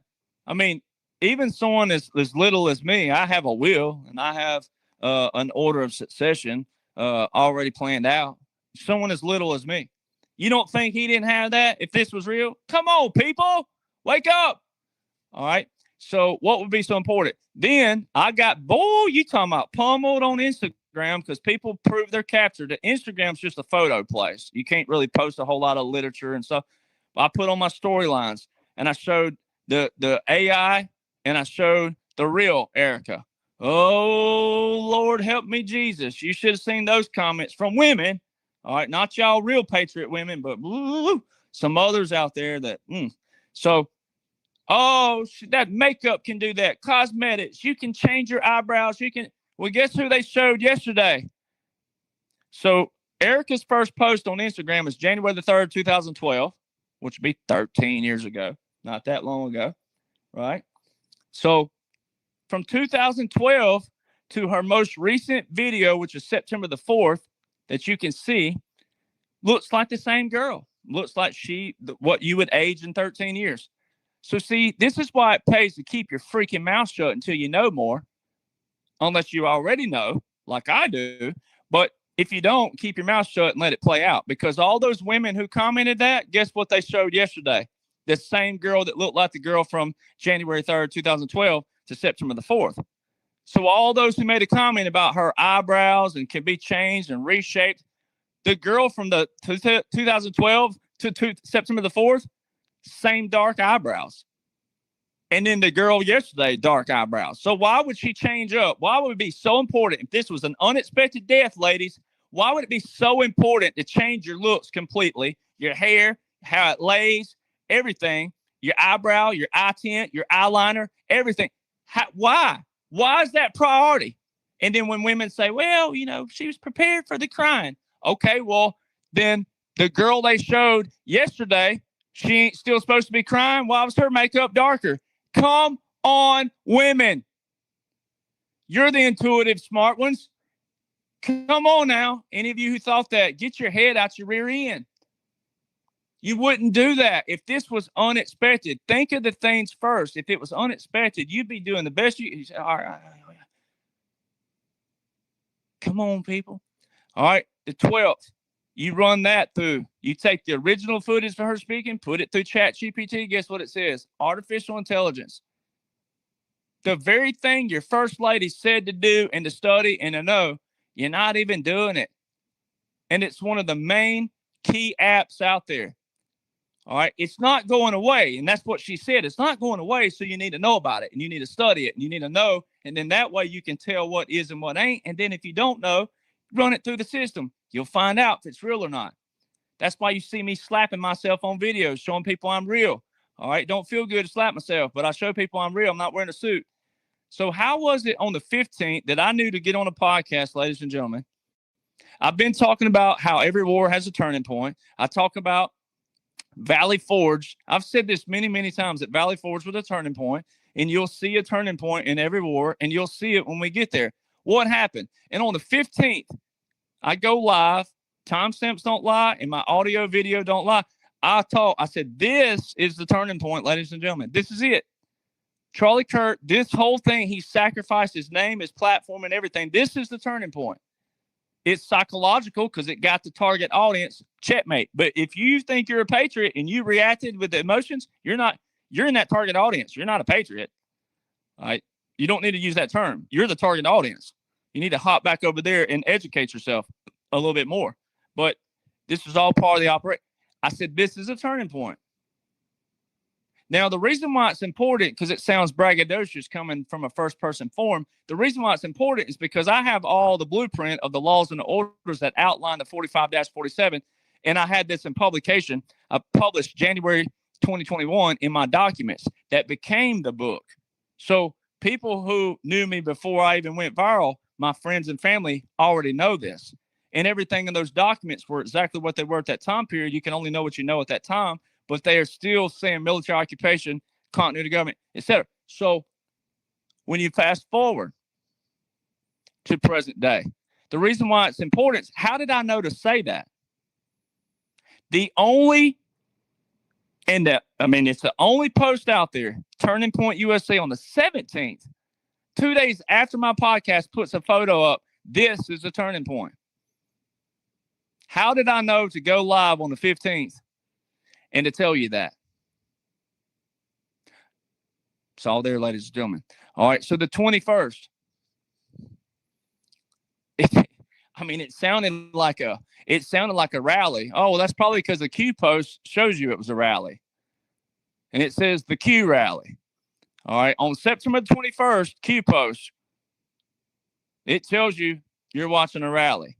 And it was from 2018, the Q post. So as others know out there, God works in numbers, 7 years, right? So 7 onto that.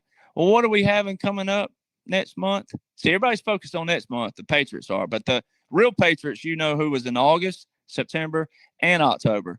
But most people know that Bill and Hillary are being subpoenaed in October. If you put Charlie Kirk's name in Gematria calculator, guess what it says? Finish line and red October. So now I try to stay away from that as much as possible until people know the laws and the orders, because those are really important and those are foundational. And until people know that, they'll think that's a conspiracy theory and all these other things. I guess that's why President Trump posted again just a few weeks ago. When you look at the timeline of this, you'll see how this stuff happens. President Trump, just a few weeks ago, posted a post, and it's him standing with his hands open. And it said, the world will soon understand. Nothing can stop what's coming. In his left hand, he has a Q with a plus sign beside it. So for all the people out there that called you a conspiracy theorist, hey, wear that badge with honor, baby, because it's proven out right in front of everybody. Q is a clearance, ladies and gentlemen, first and foremost. It's not a conspiracy. It's a clearance to the Department of Energy. All right, now, the other big things that showed you this was Valhalla and Kash Patel. Kash Patel and Charlie Kirk are not veterans. All right, Valhalla is a term that we established with all of us veterans. I'm wearing my memorial bracelet right now, and it says Till Valhalla, brother. All right, it's something that all of us veterans adopted, and we use that because we're not better than civilians, but in the veteran community, it's like we feel like there's a special place for us. All right, and it probably needs to be with our humor, because some people just can't handle us veterans, so that's probably where we need to be. It's somewhere separate. We might be the toddler section of heaven, to be honest with you, but we'll be having fun. All right, so Valhalla. What did Kash Patel say the other day? I see you in Valhalla. Valhalla, ladies and gentlemen, is the term for the witness protection program. That is accurate. That's completely true. All right, Valhalla. So he's sitting there telling you Charlie Kirk went to witness protection. Then you're Air Force Two. Now, this is where I get mad the right way, mad at civilians, because you don't want to listen to veterans. All right. If every veteran in this nation didn't know, or were the ones that are paying attention, and if they didn't know that this wasn't a military operation by laws and orders, but especially military laws and orders, they'd have every right to get pissed and mad at a regular civilian that Billy Graham didn't even get this honor. A lot of civilians didn't get this honor, that they would let a guy who was never in the military get a flight on Air Force Two. It don't matter what your feelings and emotions are. It doesn't matter. This is why I try to tell people, it don't matter what your feelings and emotions are and that you're okay with that. This is military we're talking about. Air Force One, Air Force Two, Marine One, Marine Two. Those are presidential, vice presidential. All right. So you wouldn't do that. And you don't have the Air Force giving a funeral. That's military funerals are for military personnel only. And if the military didn't know that, especially all the veterans in this land, but especially the veterans that say that they don't like Trump, President Trump, they would really backfire. So go back and watch the video. It was so awkward. J.D. Vance is super tall in that video, one.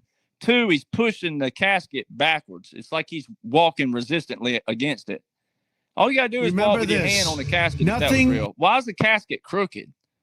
No one paid attention to that. It's crooked. That ain't military. I can go ahead and tell you right now. And then the other thing that shows you that is the fact that there's no White House military office right now. If you went to Google, the last White House military office was January 2022.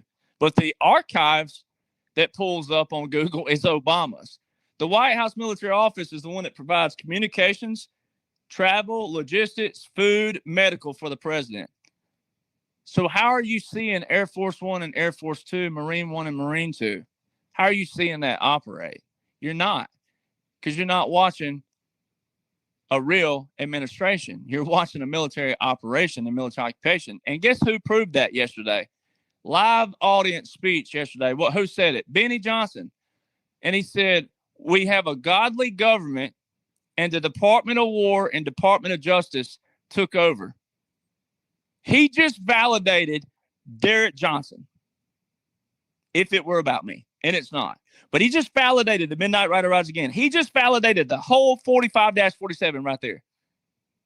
He said the Department of War, Department of Defense, old Department of Defense, Department of War, and Department of Justice took over this nation. He just validated the whole thing. And here's how. I've shown people for the last few years now that the Air Force One and Air Force Two are not flying with presidential call signs. They're flying either no or empty call signs, or they'll put the little AF2 up on the Air Force Two. That's not the official. This is where people struggle. When a president is on board an aircraft, it could be a crop duster. It could be a glider. It could be a lawnmower that you put wings on if you could get it off the ground. If the president's sitting on it, it's called Air Force One.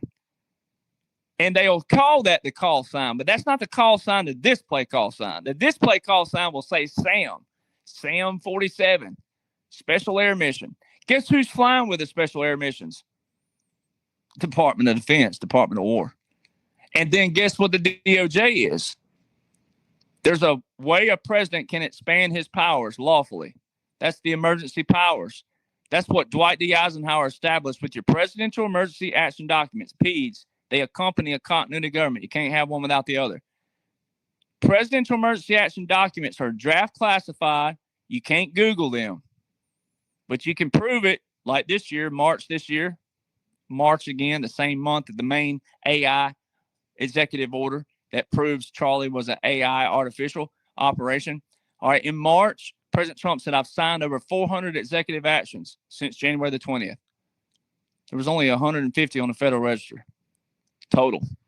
Where were the other 250 presidential emergency action documents? They're draft classified. Guess who they're classified with? Logically, you'd think, Department of War. Nope, Department of Justice.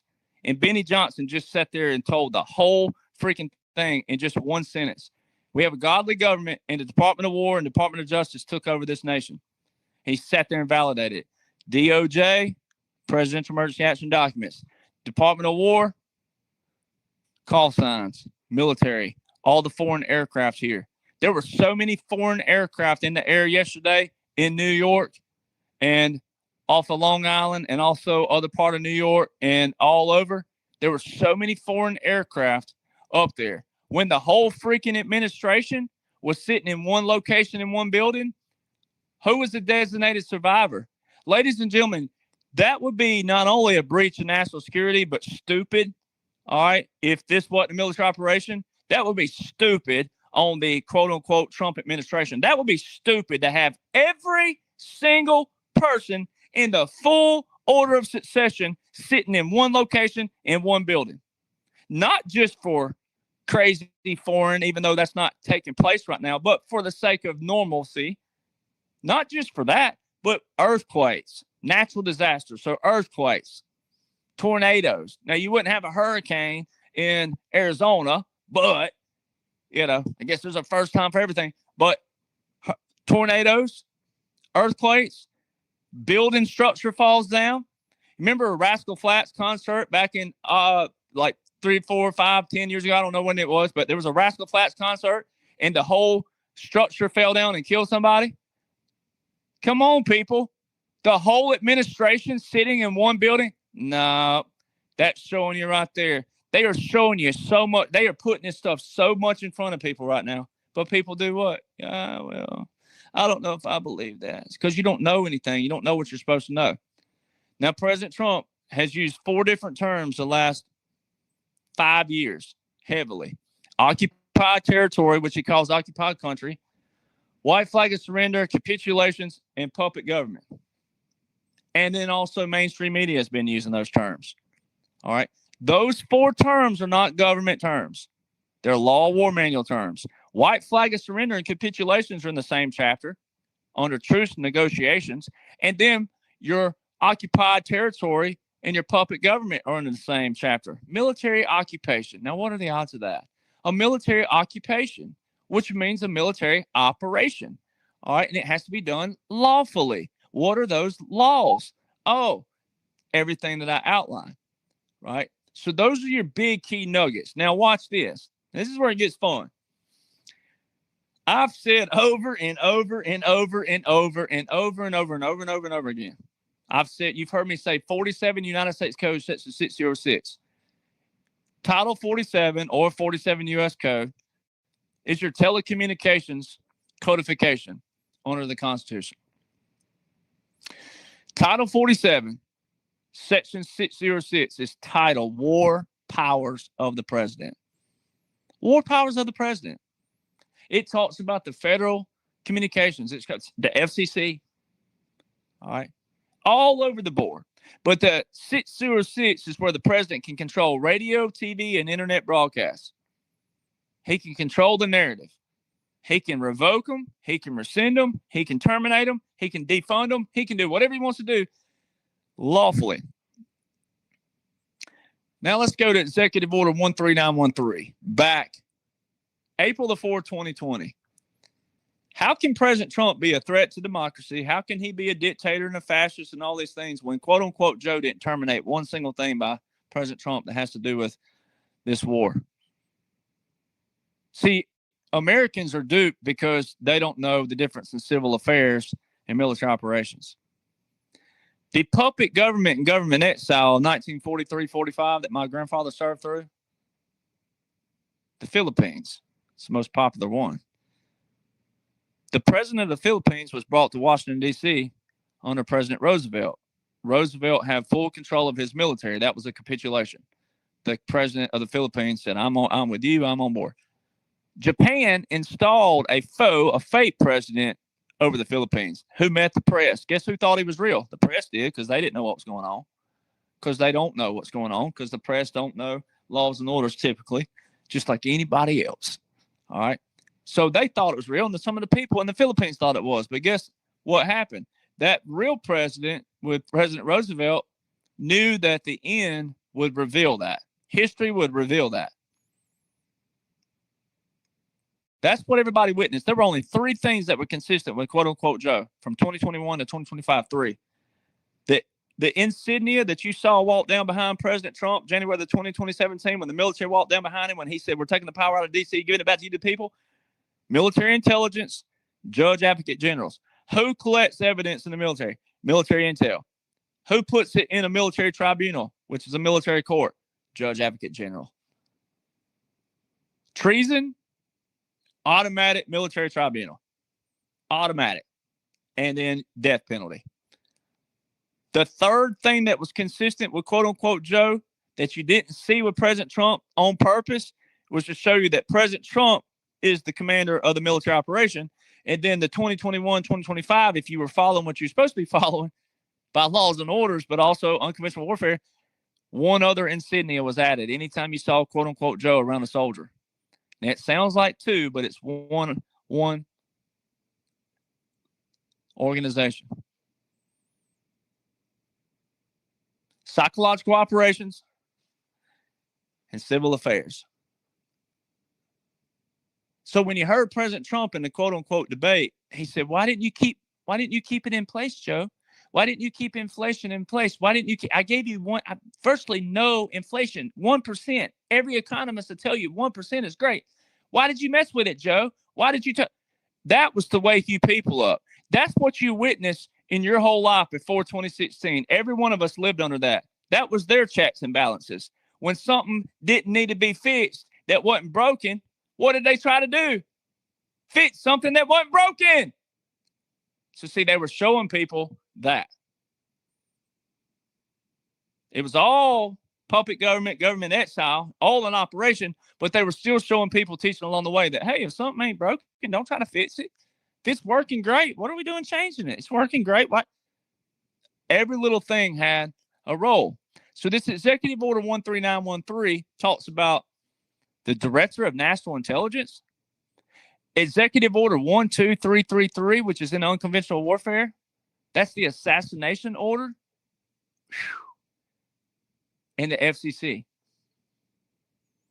So when you tie all those in, then you got to go back to unconventional warfare. There's that pocket guide. that I talk about assassinations being a deliberate creation, Executive Order 12333. Well, guess what? Supreme Court docket's in place. 23-939. That's March 19, 2024, which is whom? Obama. Because it says, can a president order SEAL Team 6 to commit what? Political assassination of a rival. What are they calling this with Charlie Kirk? A political assassination? And then who's being subpoenaed next month? Bill and Hillary. And what did President Trump say last month? All roads lead to whom? Obama. Political assassination. See, the average mind here.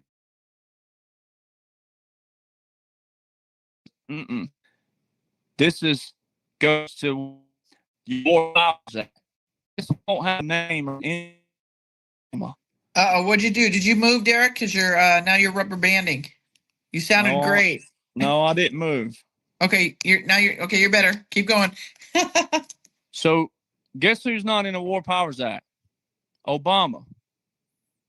Guess who says broke constitutional law? Military and federal lawyers. And whose name is associated now in a Supreme Court docket 23-939? Obama, because it says, can a president order SEAL Team 6 to commit assassination on a political rival? The last president involved with SEAL Team 6 with the death of anybody was Osama bin Laden and Obama. That was May the 2nd, 2011. 5 months later, guess who else was quote unquote assassinated? Gaddafi. After he stood at the United Nations and he stood at the General Assembly and all, and he said, are we not going to investigate what happened to Saddam? He was friends with the U.S. until they killed him. And then he just mysteriously died after he also said that the same 5 world powers can't continue ruling the world, and he mysteriously was assassinated 5 months after. And who was the Secretary of State? Hillary Rodham Clinton.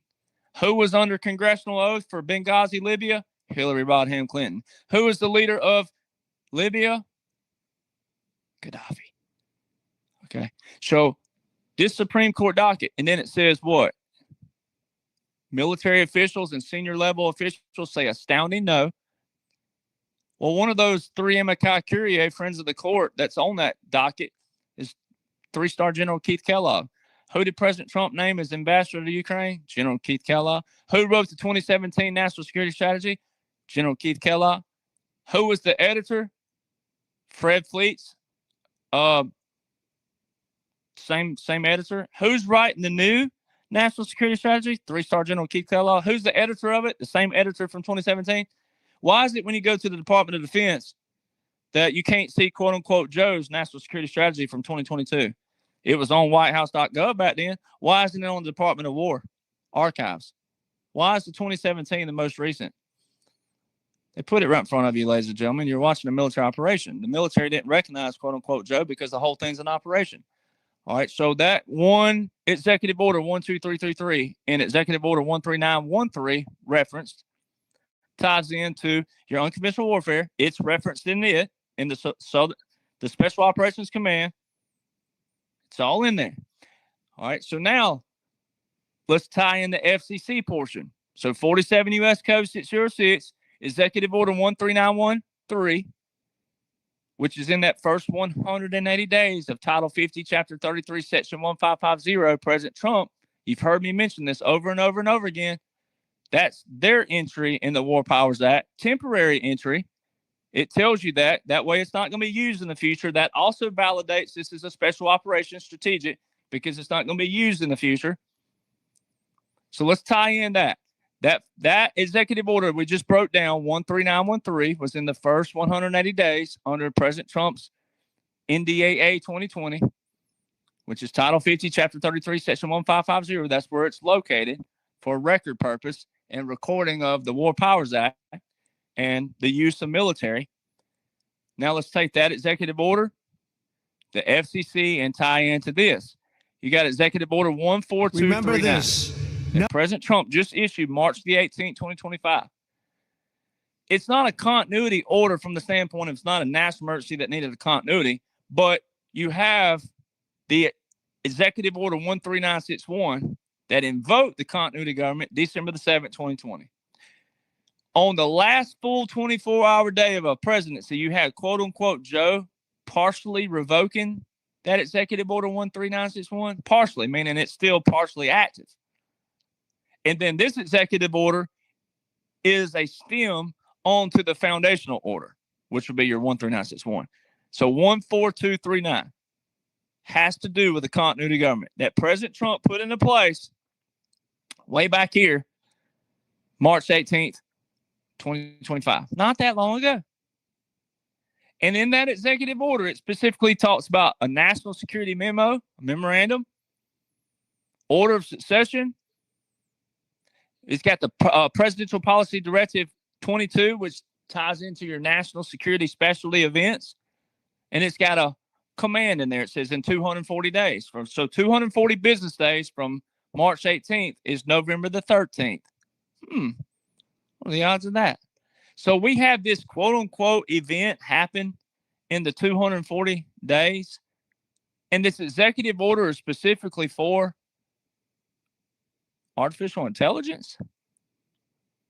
Because it says in there a key word, which we're about to break down first. But first, quote-unquote Joe was the first quote-unquote president who didn't have an order of succession within any military domain. So like the Department of Defense, now the Department of War, the National Security Council.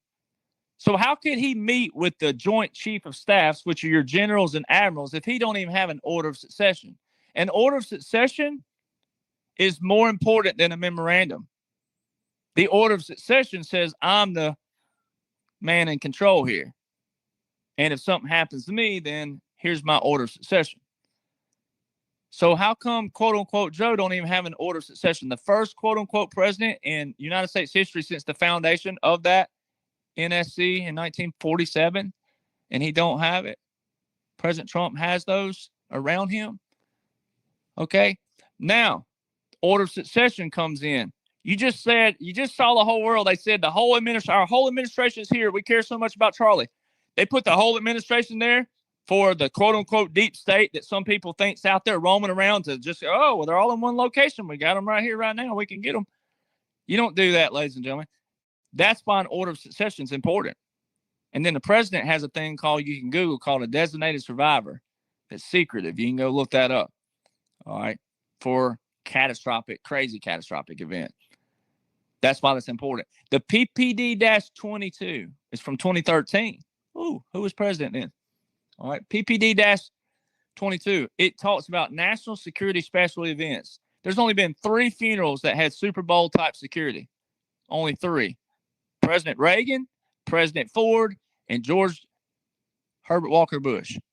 What are the odds that 2 of those, Ford had executive order 11905 for assassinations, and Reagan had the executive order 12333 for assassinations? What are the odds of that? I don't find that coincidence at all. All right. And then Super Bowl type security means Secret Service, which means everybody in that audience was who? Mainly central casting. They were already checked out. Most of those people were already people who know President Trump, et cetera, et cetera, et cetera. And you got the singer up there talking about during the storm, singing all about the storm, the storm, the storm. Oh, even through the storm, even through the storm. Just the whole thing, every bit of it. And if you can't tell that wasn't acting by her, Lord help you God. I've seen better acting on Hallmark movies. All right, the knockoff ones at like 3 a.m., not the main feature at 8 p.m. This is where people's emotions get in their way. That was more acting. Go look at George Strait or someone who's a good entertainer when they got 75,000 people in a stadium. Go look how they look out in the audience. They don't look like they're stargazing and the star happens to be Rosie O'Donnell butt naked eating a banana. All right. They don't look weird. People, get your emotions out of the way. All right. So the 240 days. Now, what are the odds again that President Trump has 7 executive orders right now? This year on artificial intelligence. 6 of those were before the 10th. 1 of those was just a couple of days ago. What are the odds of that? They're not. So now watch this. This is how you tie all this in. This is insane. It's great, but even me, that knowing what I know and all the things I've been tasked to do, it's just awesome because you got to tip your hat to the commanders. They're the ones who put all this on. So I'm still in awe of the commanders because I'm like, that's where I want to be one day from a civilian standpoint. As a veteran, I want to be up there. God forbid this ever happen again. But you got to tip your hat to this amazing, beautiful chess that's been played to flip the whole thing, to flip everything. Now watch this, how it all ties in. All right. So if you go to that executive order 14239, it has two key things in there: restoring freedom of speech. Well, President Trump put an executive order in place in January for restoring freedom of speech. That's in this order. And then what other thing? The key thing that ties in artificial intelligence, cognitive infrastructure. Google cognitive infrastructure and read about it. It's artificial intelligence. So when you look at your timeline of President Trump a month ago, and he told you, I don't know if people are ready for quick trials. And then he posts on September the 9th about quick trials, back up a few days to First Lady's speech and event at the White House about artificial intelligence being the future. Then look at what would have been, artificial intelligence, possibly the 9th with the Amazon publishing the book. All right. Then you go to the 10th. None of that was real. That wasn't real blood. A white shirt that don't have any blood stains on it. That's the first big thing right out the gate. The blood didn't land anywhere. How can it splatter off to the side if it don't land? You have to, the way you find out that it splatters to the side, this is how I'll show you how to sharpen your skills, ladies and gentlemen. When you see a video online, learn how to video screen record your phone. Pull your little thing down, hit record. Record the video. Stop it when you're ready. Then go to your gallery. Pull up the video. Don't let it play. Hit the pause button. Go up to your screen again and push screen record again. Record your screen and take your finger on the little play button where you have the little line and drag it as slow as you can. And then look at the discrepancies you see, especially with this video. You can see blood splattering to the side. How did it splatter to the side? How did no blood get on the shirt? So when you take the original raw footage and you put it in artificial intelligence ChatGPT, which is one of the most popular apps out there, it's free, by the way. There's no catch to it. You can go to chatgpt.com. It's free. Free log, free sign up, free log, everything. It unlimited amount of times you want to use it. It's no charge right now. And see, that's also part of educational, helping people. So this is how this all ties in. That cognitive infrastructure from that executive order 14239, which is part of the continuity of government invoked in 2020, all those tie into this. And then that 240 days report by the president in this new executive order, that all ties in. And then your first lady talking about the importance. Then you look at the bigger picture of what I talk about. We're not breaking down the bigger picture right now, but this is a little intricate part of it. It's big to most people, but it's intricate in another way because the bigger picture is the 45-47 and the end goal and the outcome, all that. And now here's how I'm going to show you. So I told this, I don't know, I've probably said it on this show before because I've talked about it just about everywhere because it's very important. President Trump, the SCOTUS, the Supreme Court ruled that President Trump can use the 1798 Aliens Act to deport migrants without any due process and all that. That's what that's about. Now, 1798 is not some number they pulled out the hat. That is legitimately the year that thing was passed, 1798. All right. Now, I told some people a long time ago, I said, don't be surprised with President Donald John Trump and the generals, knowing the generals like some of the generals I know, don't be surprised if they don't bring the full act back. I said, if you go Google and research the 1798 Aliens Act, you'll see it has two names to it. But they'll tell you the other portion expired in 1800. Expired don't mean abolished, ladies and gentlemen. Expired just means it's not used anymore, don't need it anymore.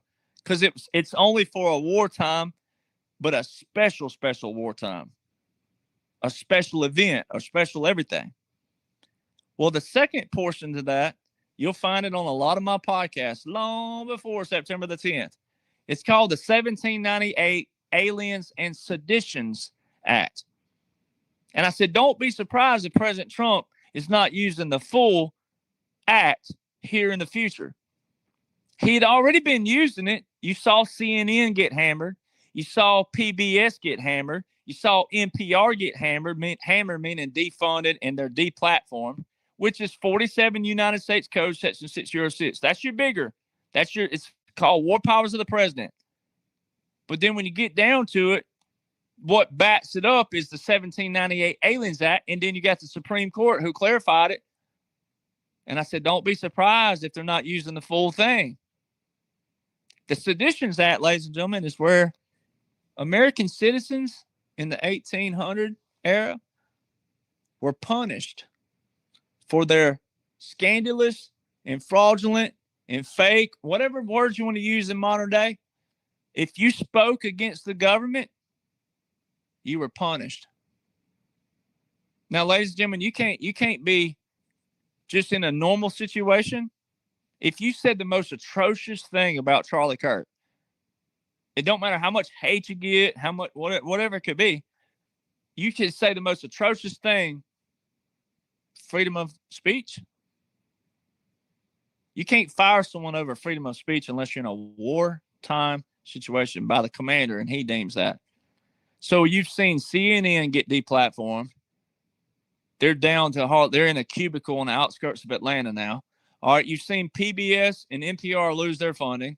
You just saw, if you saw me post about it, The View is being investigated by the whom? FCC. And what does 47 United States Code do? It gives the president what? The control over that, or a designated person over the FCC. Whew. All right. And you're seeing Jimmy Kimmel get fired. You've seen all these people get fired. You've seen all these people get fired for what they said about Charlie Kirk and organizations, NFL. Wait, real quick, Derek. Jimmy Kimmel got reinstated. His suspension was up. What's that all about? You let it all play out. But you've seen NPR and ABC. All these others are being let it all play out because this is all part of it. It shows people who are defying presidential authority. Same thing with Pfizer in 2020. Like, let it all play out. We're not there yet. See, that's another thing right there. We're not there yet. I didn't see that. I ain't seen it, but it just shows we're not there yet. So NPR, PBS, all these other, President Trump calls MSNBC, MSDNC after the Democrat National Party, all that stuff. Let all this to be, we're not there yet. It's still working up. So the 1798 Aliens Act, Seditions Act, that's what everybody's witnessing. You can't fire somebody over freedom of speech unless it's deemed by the president. And that's what I'm talking about, the outcome, the bigger picture.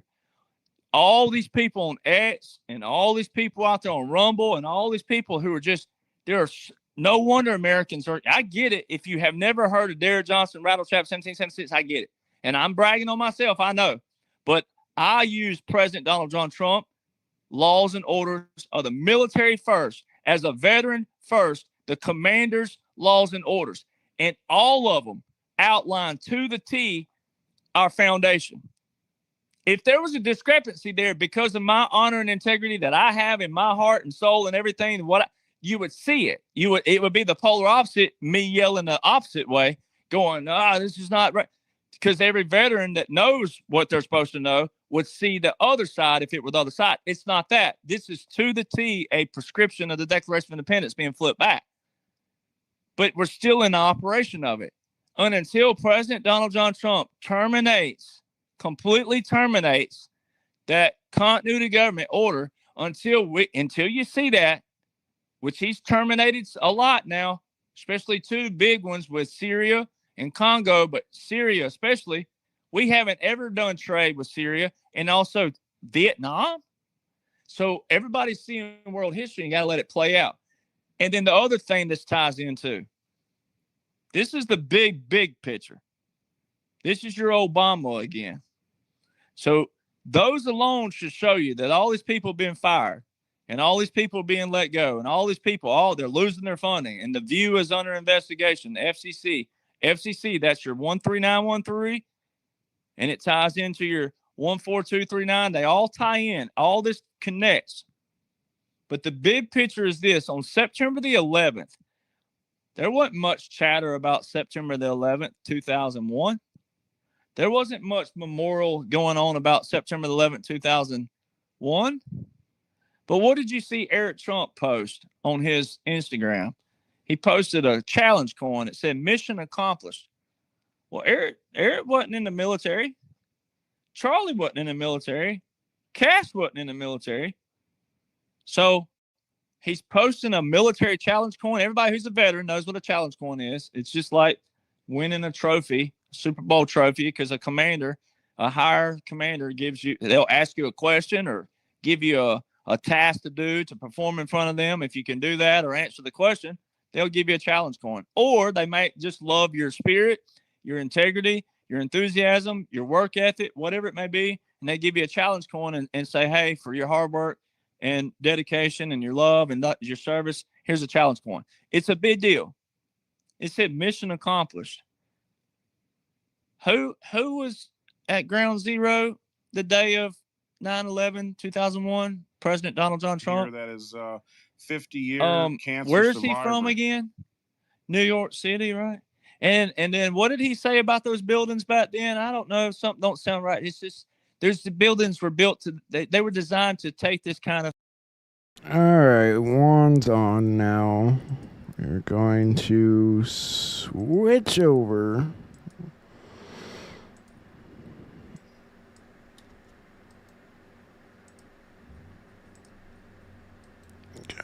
And last but not least, I know you guys been waiting. Sorry for the wait. 107, thank you for joining us. It's an honor. Yeah, and by the way, I'm going to up the prices on those here probably in the course of the weekend. Of course, people have seen that silver made a radical move again today and did so earlier this week also. So it came back just a little bit, but it tells you which way it's going. And in fact, there's a show with John Chambers that'll be out, I think, later today or tomorrow, where I discussed, I believe that gold's going to 4,500 and silver will go to about 70 towards the end of the year into next year. But again, the pressure, the energy to go those places is in play right now. So, we can take off on a moment's notice. The pressures, if they look at the pressures going on right now, you have all the generals showing up out in Virginia for this meeting, and very little has been said about it, except the short version is that Hegseth has said that he wants to give a short speech. Well, that's cool. About certain protocols within the military and how to fight like that. There's a lot more to it than just that. I think a number of people are going to be pulled aside and have some conversations about where they're at, their attitudes, etc. You had one of the generals that sent a note saying, well, Hitler called all his generals together and had them give a, oath to Hitler of, that they're going to serve him and do whatever, right before things got really messy, before the war really got going. Is that what's going on here? That attitude is not acceptable. Allegiance oath like that, it kind of shows where there's a certain arrogance, cockiness. You might say it behind the scenes, but you don't say it out in the public. And so we're about to see some cleansing of a bunch of people that do not actually, like Trump, think they're on their own game. And that's part of what was going on in the intelligence agencies and even with Comey. They believe that they dance to the beat of a different drummer. And so some of that's going to get reined in very directly and harshly. And there's an understanding that we have too many chiefs and not enough warriors. And so there's some trimming that's going to go on here. And the other side I want to claim is the ones that do remain will get read in on broadened responsibilities and then what our situation is here. You know, there's some very precise threats here in the country that are coming to light right now. One of them that I was just got some pieces on that's a very well-developed threat within the administration. Groups that are anti-Trump within our government have some type of an event planned for mid-October. Very serious. And so it's not just the external threats, which we kind of know are out there all the time, Iran and Antifa, other groups, but also groups within our government that believe it's their responsibility and job to counteract anything that Trump is doing because they know better where the country should go, and they're operating in a outside of their authorities in what they're doing to gum things up and cause problems. And by the way, if you've got some generals you're about to take out of their office, calling them in so they don't get to do mischief on the way out and have a meeting without a lot of notice doesn't allow them to muck things up before they leave or have any ambiguity on the ones remaining. Who's in, who's out, and this is what our protocols are going to be going forward. So anyway, any other questions? Well, there's been so much going on lately, Juan. I mean, we now can give the conspiracy theorists a little trophy. 200, and now it's admitted that 275 FBI agents were in plain clothes on January 6th. I mean, that's well, you know, for the people that's been paying attention, it's not a shocker, but for those that were, I would say, MK Ultra'd by the media, their minds got to be twisting a little bit right now, especially with everything that's dropping.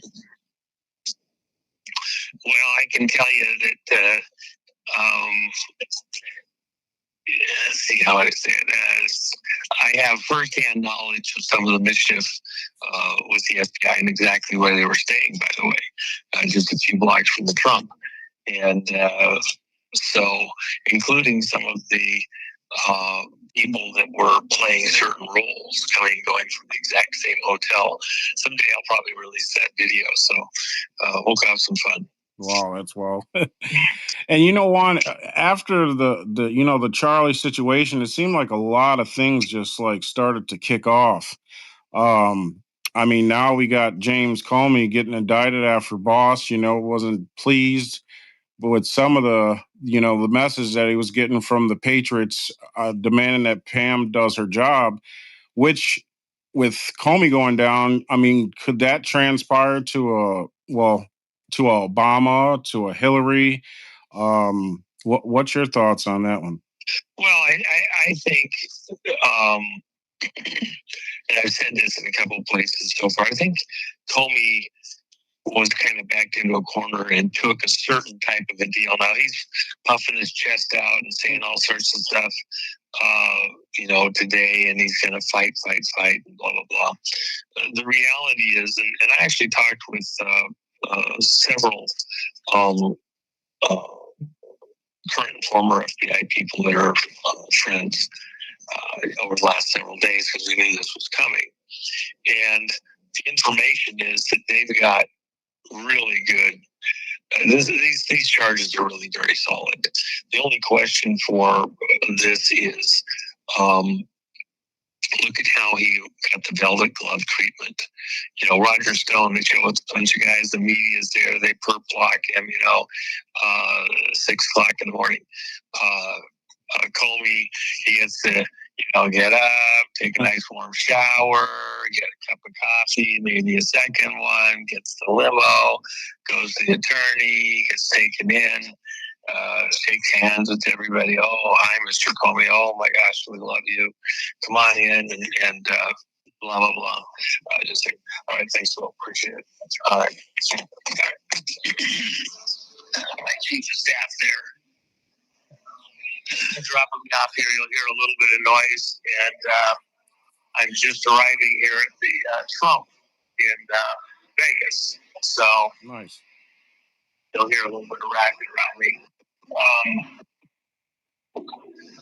The reason I say all that, though, is that we have somebody here that got treated very gingerly. And let me just talk to somebody here for a moment.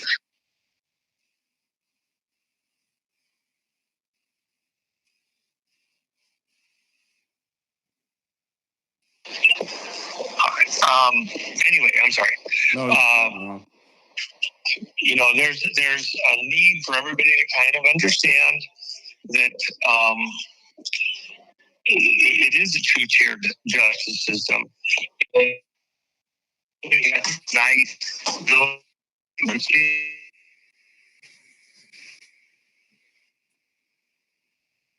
You're rubber banding a little bit, Juan. It's probably from the hotel. Sorry about that, ladies and gentlemen. Juan is entering the Trump Tower, and I think we just dropped the call. He'll call back. And I've one other sponsor that I forgot to tell you guys is about 4RBs. That's the number 4, the letter R, Bs, BEES. They're using Nikola Tesla technology on the raw honey. That's unbelievable. And it keeps the bees healthy with all the things that they're spraying in our environment. You can check them out on YouTube for the letter R, Bees, and you can see the technology that they're using. And they're also helping out a bunch of other beekeepers around the world. I mean, this honey was unbelievable. I've never tasted anything like it.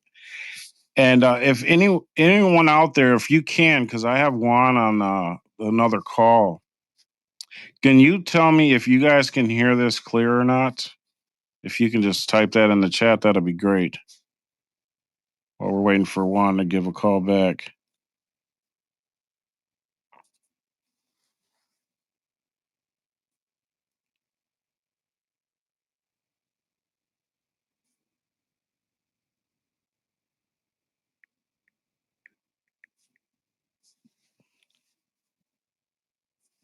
Let's see. I can hear you. Awesome. Thank you. Thank you so much. I really appreciate it. Just waiting for Juan to call back there.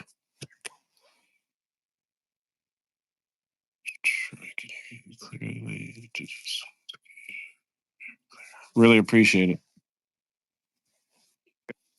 It sounds like Juan entered the Trump Tower down there in Vegas, and I know how it is when you're in those hotels. You can drop calls, and there he is. Hey, Juan.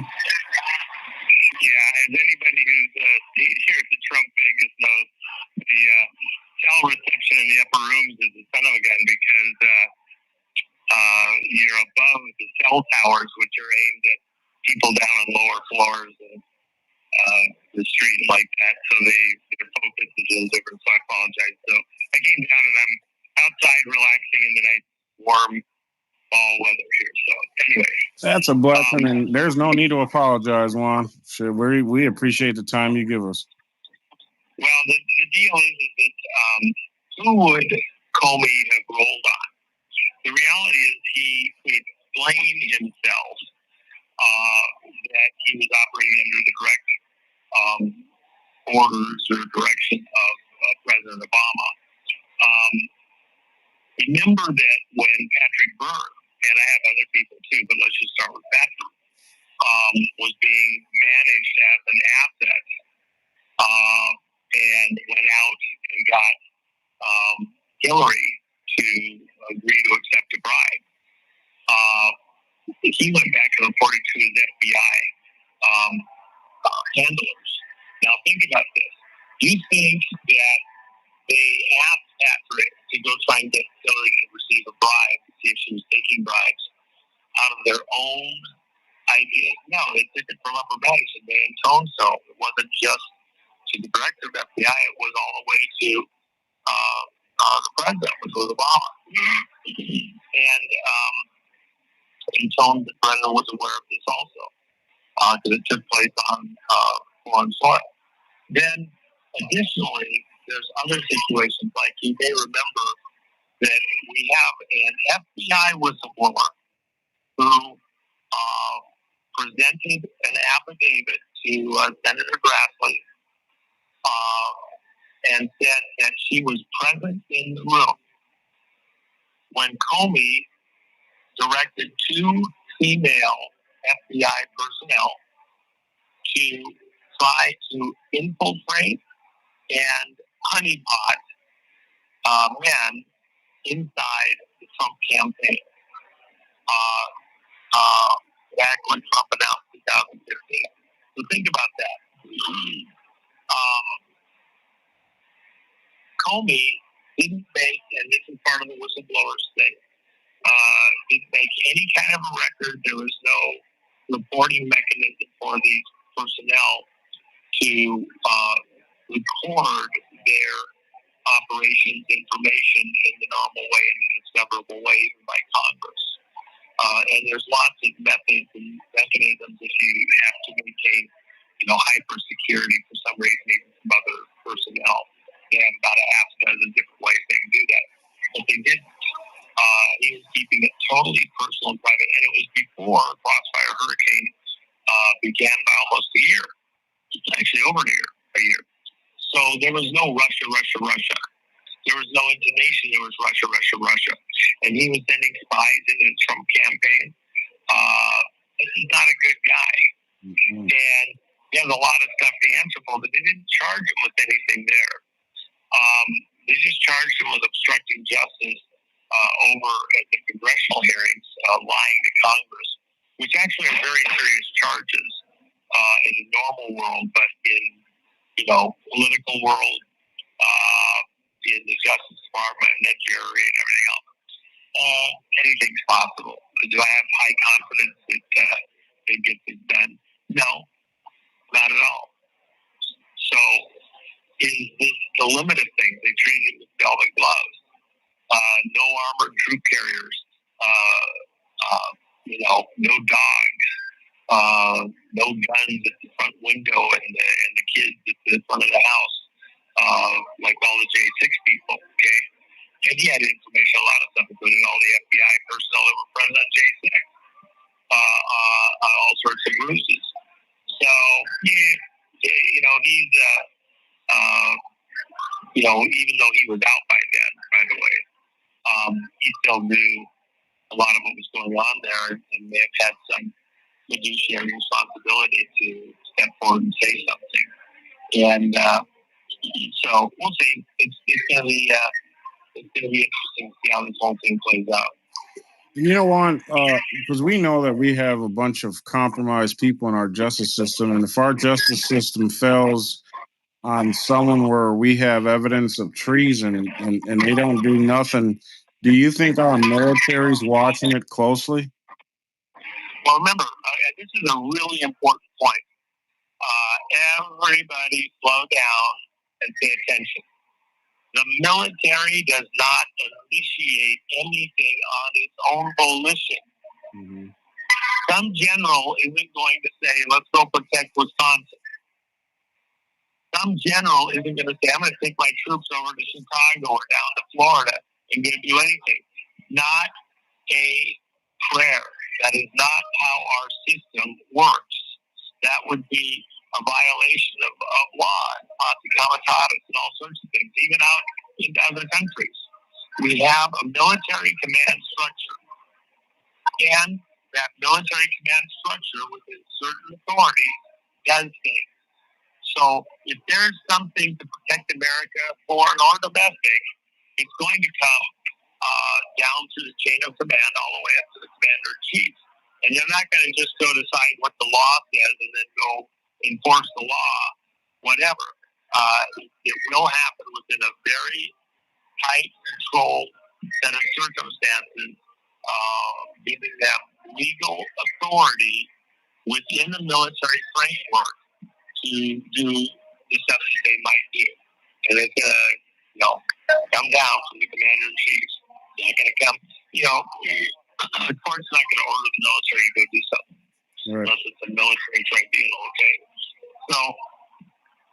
military is not operating in an extrajudicial way.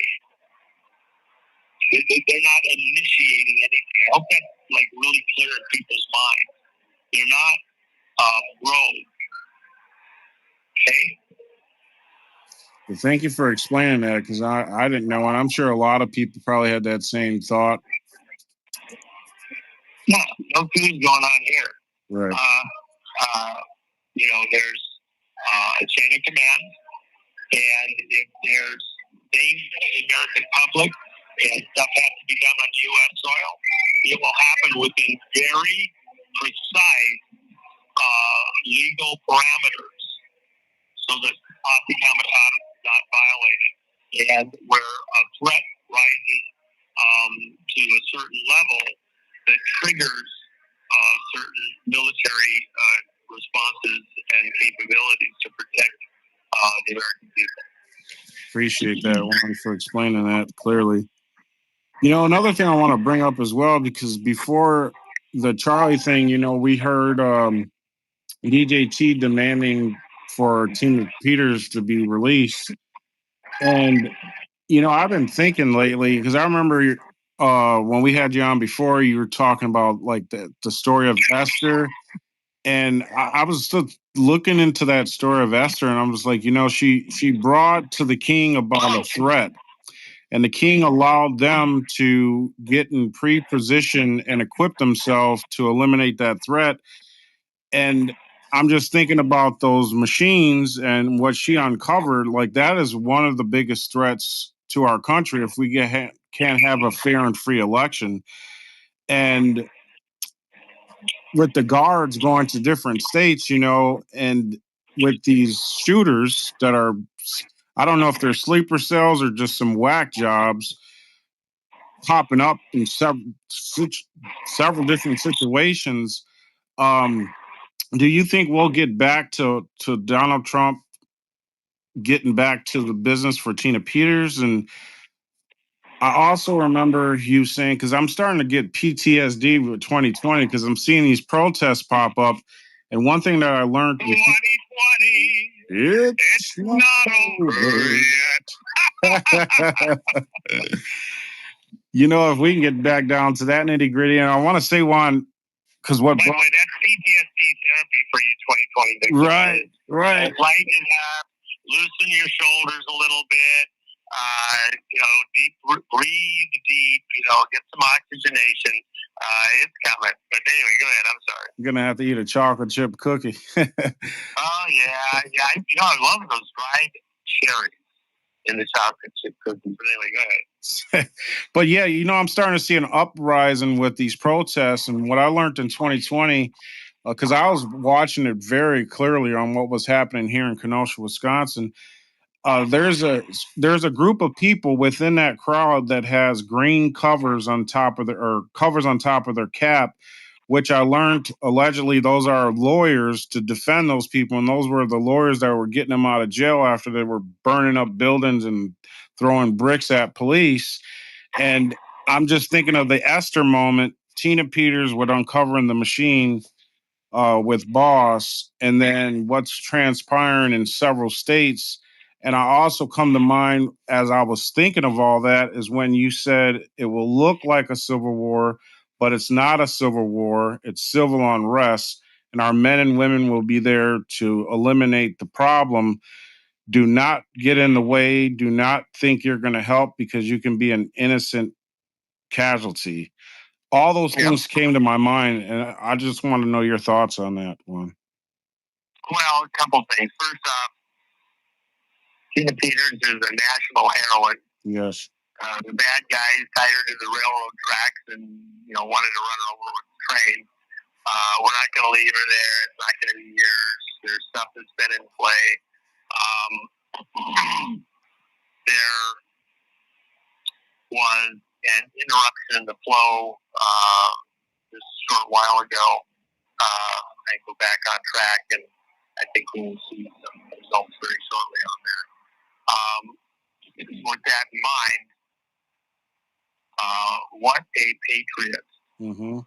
Every day that you're home, sleeping in your own bed with your own pillow, and eating food that's actually halfway enjoyable, let alone healthy. Remember, she's none of those. She's on a mattress that's about an inch thick. Okay, it's supposed to be 2 inches, but it's an old, crusty, matted down junk mattress. And a pillow that's probably half moldy. It's supposed to be plastic that doesn't get moldy, whatever. She's a cancer survivor, eating mystery meat if she would do it, which she can't. Gets a piece of fruit today. She's lost significant weight. They're trying to kill her, make an example of her. So for those that are screaming in your chair right now and get her out, yeah, well, Trump said the same thing. There is concern, and Tina is very aware of it, that in the course of doing what we have to do, because it's a state charge, and they want her to suffer. They want to make her an example. These people, they're frothing at the mouth of venomous pythons, okay? They want her to be visibly suffering. They get some pleasure out of that, as though making a 7-year-old grandma pay. They can't get their hands on Trump, so they do it to somebody around Trump, okay? When it's them, and it will be, it is coming. Their cries, whines, moans may land on soft shoulders with their friends, but the reality of their situation will seem to them 100 times harsher than anything that they ever did to Tina. But the reality is they'll be treated much more lightly, and it'll still be horrible for them. Justice has a way of coming around, going around in these kinds of situations. And so deep breaths.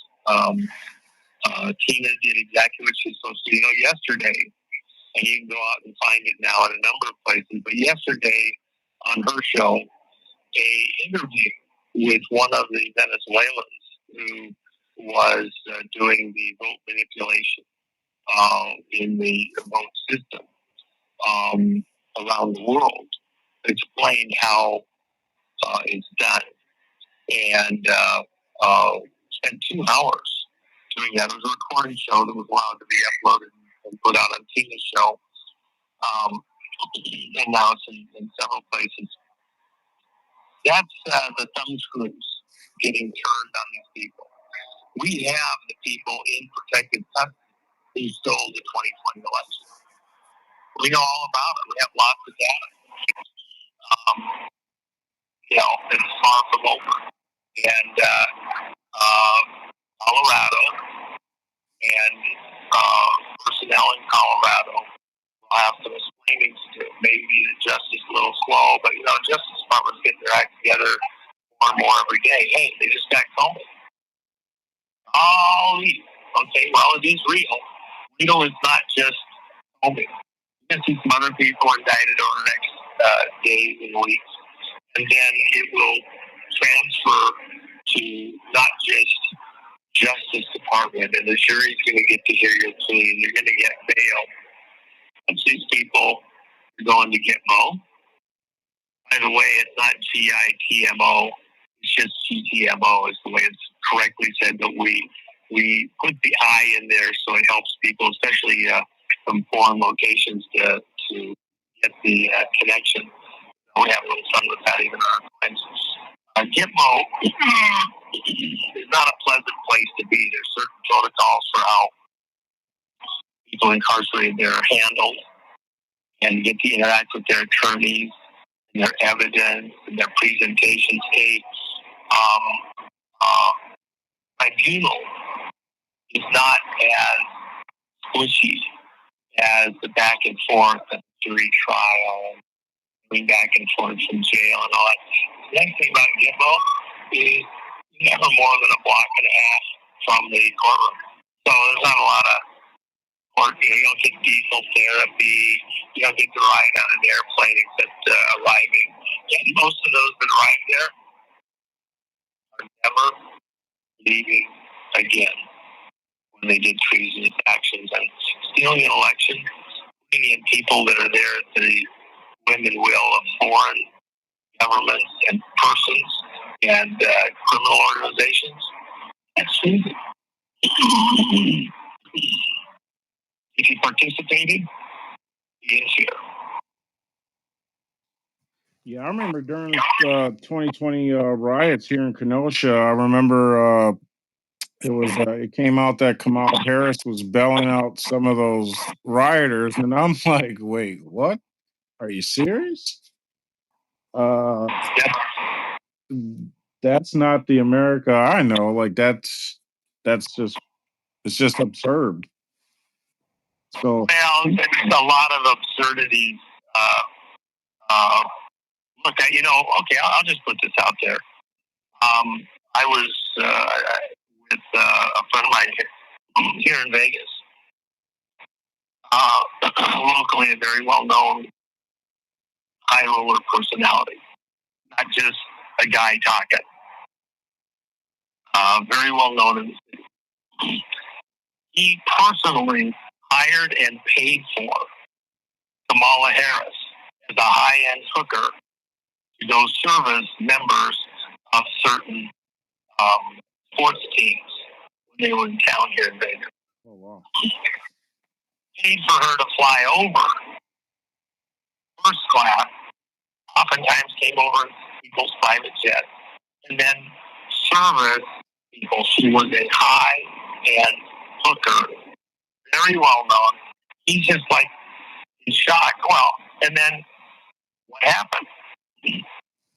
Ask her boyfriend that she lived with for a number of years. Ask other people around her. And that was going to be that, was going to be the president, let alone the vice president. Seriously. Have those attitudes actually changed much? Headbanger Harris. That kind of stuff up. The people that want to run America with stolen elections, people that they put into office, they want people who are weak, who are vulnerable, who have issues, to manage us because they're puppeteered so that we can be puppeteered to go where they want us to go. So they don't want strong people, powerful people. They want weak people that they can control by offices. Look at Biden himself. President Trump with a wall of all the presidents, 50 presidents along the wall. The United States, by the way, you had people before Washington.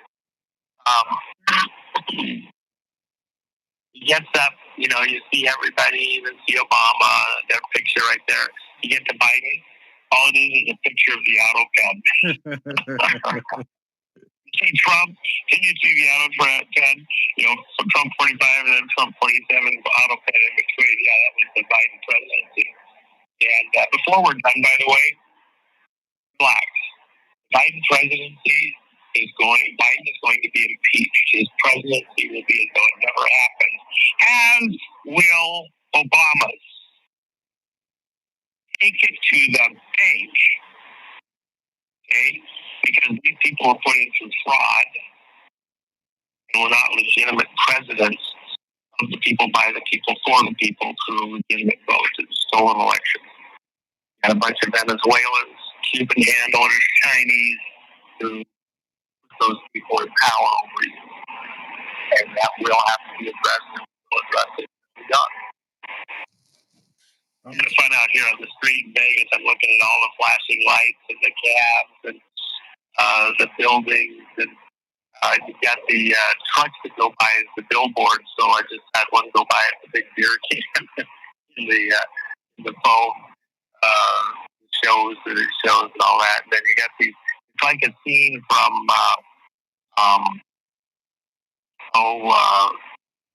one of the big movies, I forget the name of it now, where you have these billboards that are, many stories tall, and they have all the advertising like that. And you have to steer just out of sight from me here at this level. It's up in my room. It's just amazing shows that it does with the light shows on it. That's just, I wish I was showing it to you on video. It's just, No, that's fine. So my wife will be in Vegas for work next month. yeah. I don't get that lucky though. Yeah. But you know what? With what I noticed when I was the other day, I started keying in on these shooters. So we had 3 shooters: the one in Butler, the one with Charlie, and the one in Dallas at the ICE agents. They're all 3 on a roof, and 2 of them we have heard that they engraved on the bullets. The one in Butler, I don't remember if I heard about him engraving on the bullets. Is that like? I don't remember on that one that there was anything engraved on. Yeah, I don't remember that, and it's like it almost seems like if these are some. This is just my opinion. I don't know, but it almost seems like if these are sleeper cells being activated. Well, I don't know that it's in sleeper cells. You have people that are within the programming from an MK Ultra type of a perspective of certain groups of people, and it's very disturbing, very tenuous what's going on here. You have people that are mentally, psychologically troubled. And let me just go a little bit further on this. I'm very concerned about what we see within the Charlie Kirk assassination. There's a lot of stuff there that is not, cannot be. Doesn't add up, doesn't make sense. And it's becoming very, very clear. Now, one thing you have to remember in a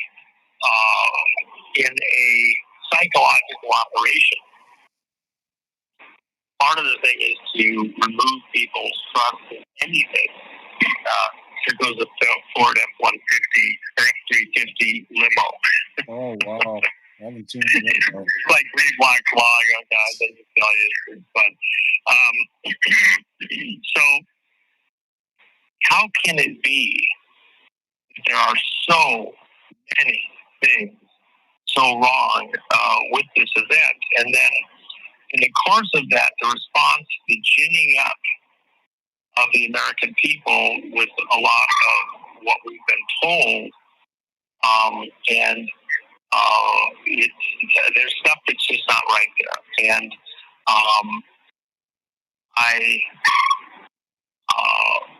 I'm concerned for us as patriots that our patriotism is being played upon over and over and over, not just in this latest event, but in any number of these events. And we have to be careful. Remember back to 9/11.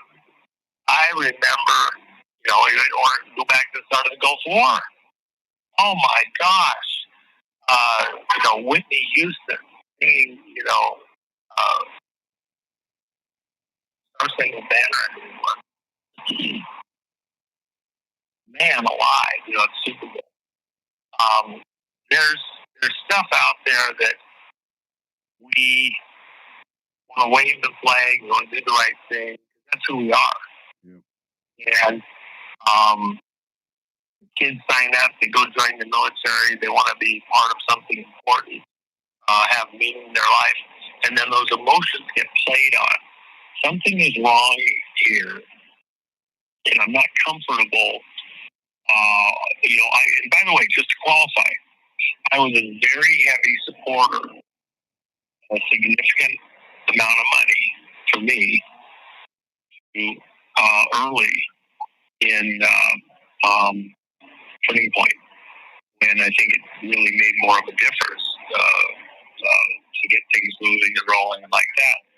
I had withdrawn that support. I wasn't saying anything publicly. I don't think I said one word publicly, but behind the scenes, I had important conversations Charlie personally because you want to hear what I had to say. But I made it known very directly that I felt a bit burned when they were going for this early voting, and I felt that they were getting horrible advice and promoting something that was totally inappropriate with promoting the early vote. And but my style isn't to go out and do that. Is to have a private conversation and explain why, so they understood and think again. Even President Trump had said one day, vote. Okay, none of this early voting, which gives the bad guys a chance to cook the vote. And by the way, in that interview that was over at Tina's channel, I talked about using that information from the early vote to get some of the information they need to cook up the algorithms like that to steal the vote. So we know for a bunch of reasons that's a risk to an honest election. And I made that very clear. People that were pushing that inside were not wanting that conversation to happen and were making sure that people like me weren't getting the right places while I was able to pull rates and get very high in the right places. And, it was kind of, after the election, maybe it was and I knew that. They were committed to a particular position. And I said, I'm not. I can't support you on this, and I can't have anybody else support you on this, and I think it's wrong. And although I didn't point them out specifically, I did make note of in numerous broadcasts. One-day vote, 10 count paper ballot, no transporting of votes from the place where they're voted, counted where cast, without putting it in a police car, fire engine, or grandma's knitting basket. Okay, no central vote counting centers where they can cook the books. President Trump gets it. He's been briefed on everything. Tulsi Gabbard got briefed, and all of the people over there at Homeland Security and like that. They understand what the problem is, and more people have been briefed by the very people directly with interpreters exactly how they did it. Nobody's punched holes in the information thus far. So, and it's a very large number of people. Even last summer, certain generals briefed, and then a little bit later, certain technologists briefed. Most of them were like, "Oh my gosh, on the election." They understood exactly what was going on while those people were still out of the country before we brought them into the U.S. after Trump was inaugurated. So, with all of that in mind, the early vote issue, Charlie is so good. His presentations will live with us for a very, very, very, very long time, thankfully. And he's so articulate, he's so precise, he does amazing presentations on Patriot issues, Christian issues. But on that one, he was wrong, and seriously wrong. And I hope that the organization, I don't think that they will leave that perspective easily, but they need to. Early vote is part of the problem. Comprehensions are getting stolen because someone is putting into it. So. Yeah, early voting, you're giving them a head start to cook the numbers. I mean, I'm totally with it. I didn't understand that myself, and I remember as a kid, election day, and you wake up and you know who the new president is, and 2020, I'm like, what the hell happened here? 3 months down. I don't know if you heard, I've got a check going overhead and fly right over the top of it here in Vegas. Plus the other thing is so funny, when you have these upper rooms, the Trump is, 60-power floors, tallest building in Vegas other than it's tallest place where you can stay in the building in Vegas.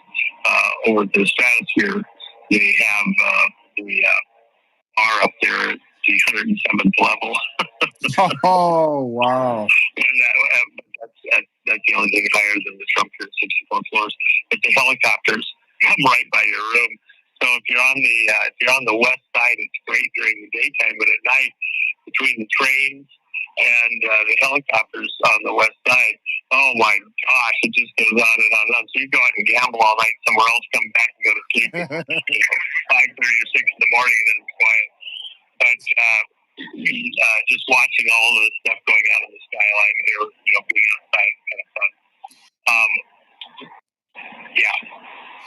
Yeah, it brings, as you mentioned, 107th level. That reminds me of Kamala's book, 107. And I'm like, wait, what the hell? What?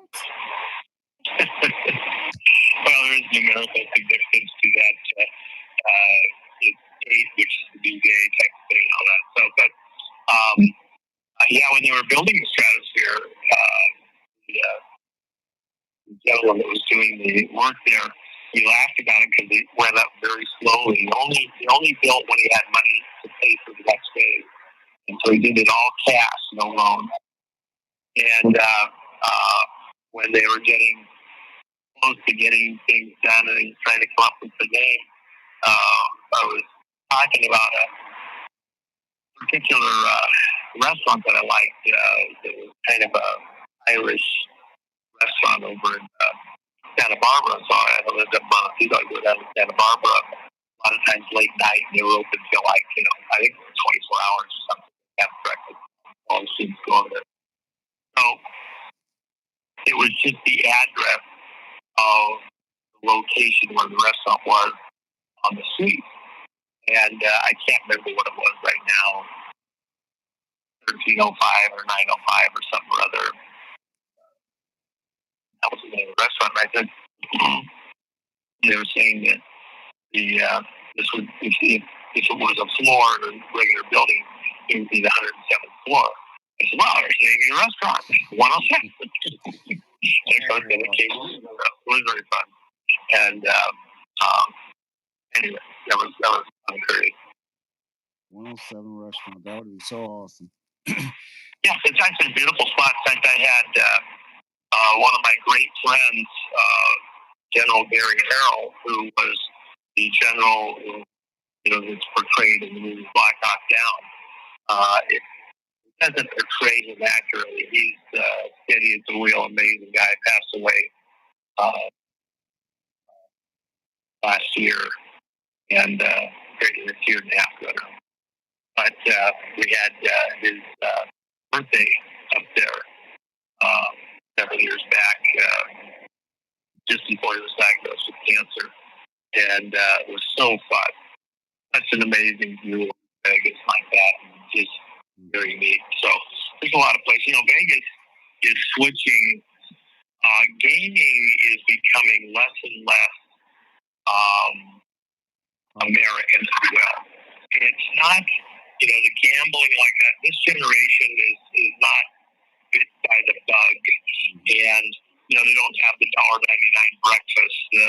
The big stars that used to be here to draw people in to gamble with a really reasonable, first-class, amazing show. My gosh, the price of tickets for shows is just outer space. It's unbelievable. And food, rooms, things like that. The deals are not quite as cheap as they used to be. And so the gaming's gone down. The type of people that come here has changed radically. And it's going from a gaming city where events happen, the big computer conferences, the car stuff.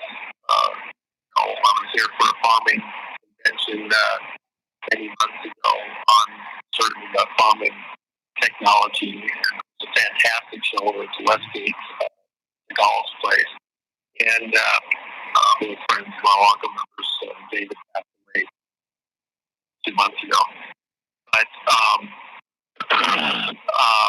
it's switching from a gaming city that has conferences and conventions to and events, like the sporting events, to an event city that also has gaming. Remember, across the country, when Vegas was red hot, you didn't have the Indian casinos. There was not anywhere close to what they are today.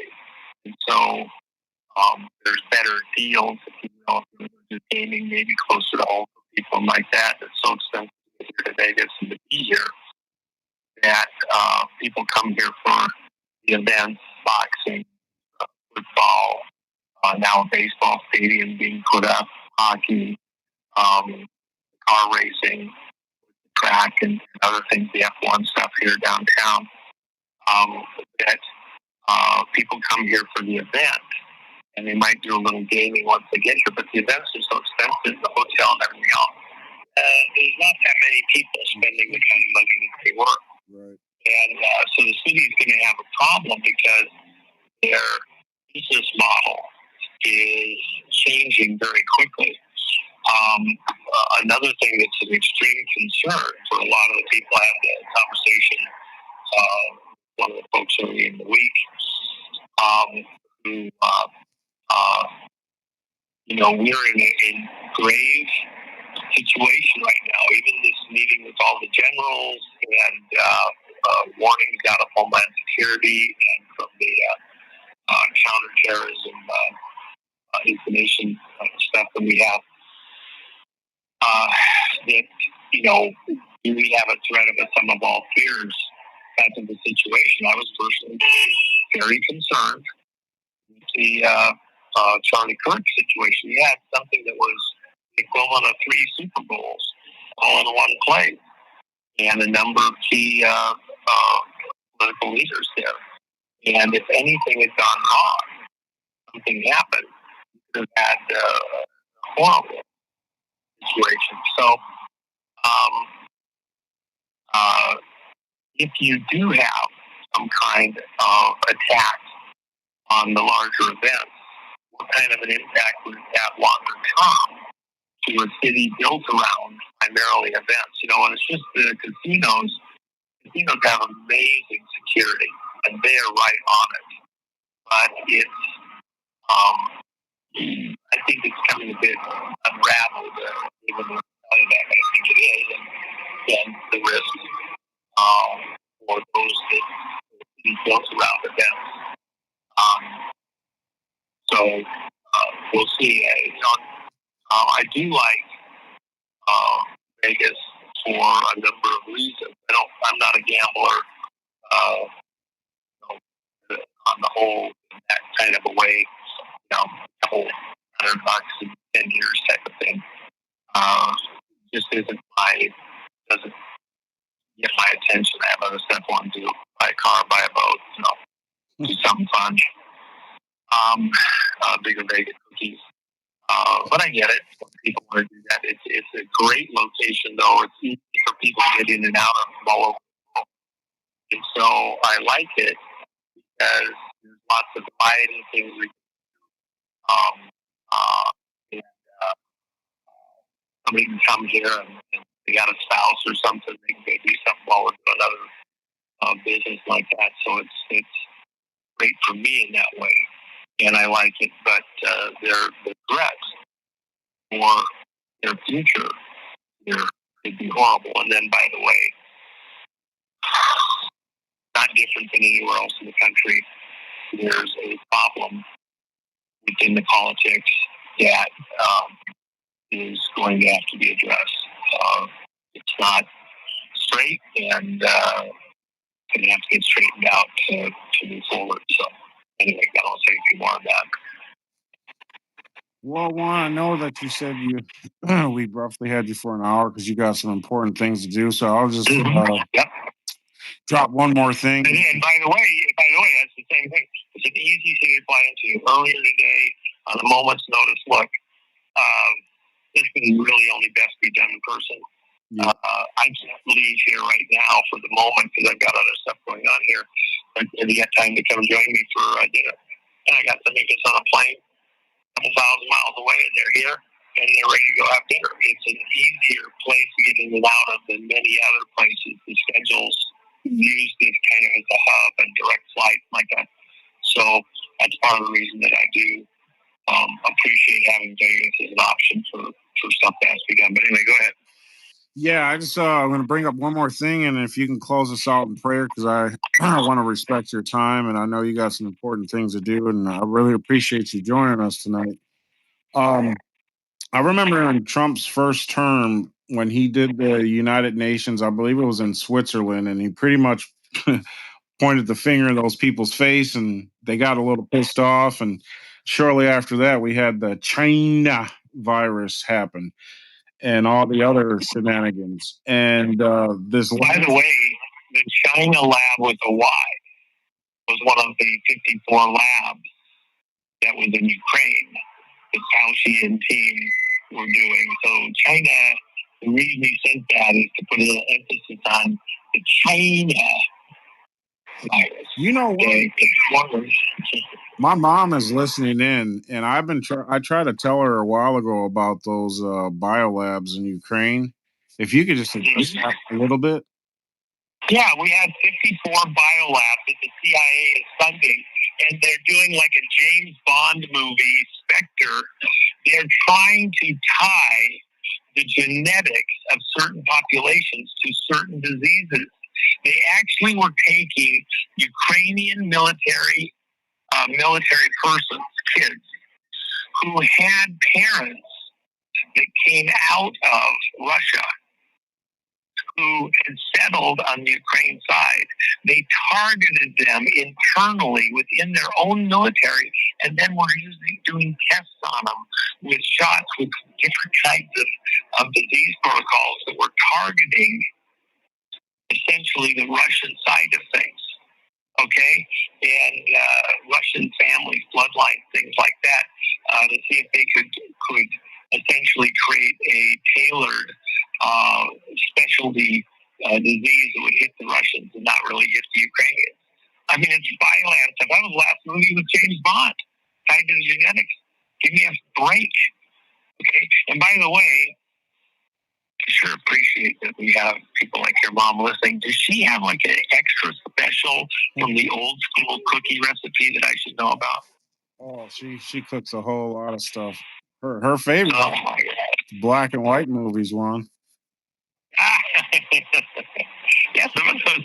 Jen prefers that. You know, I gotta have shoot them up and something exploded and noise, and I can practically smell the exhaust from all the hot rods going down the street. But Jen wants to watch the black and white, so I'm okay. Yeah, oh yeah, it's great. Oh, it's wonderful. Yeah, it's great. I learned to like several of them from watching it with my mom, and I'll tell you what, if you can't sleep, you turn that on, you turn the volume real low, it'll help you get some sleep.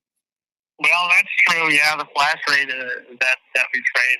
At this point, actually, I'm so tired. I rarely get to watch anything for more than a couple minutes, and I'm out. Or I never even turn it on because I have so many things going, and I have so much to catch up on, and I have to really throttle my time pretty hard. But I've got someone that flew a long ways to be here with me. Let me just say this.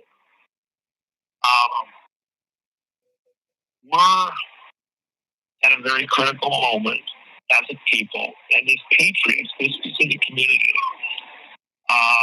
There's people that would like to play on our patriotism and then capture it and redirect it for their purposes.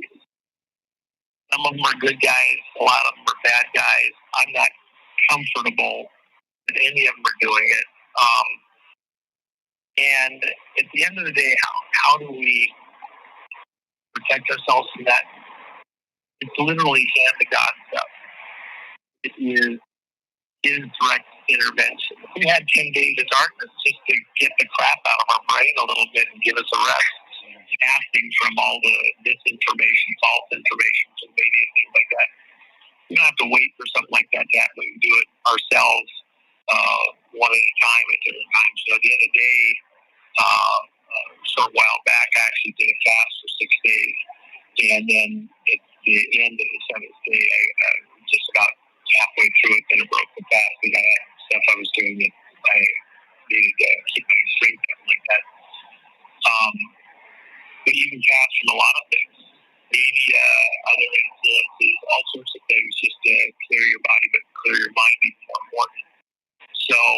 we're in this rarefied air moment. People are trying to capture the way we think and do and operate, even the way we view each other.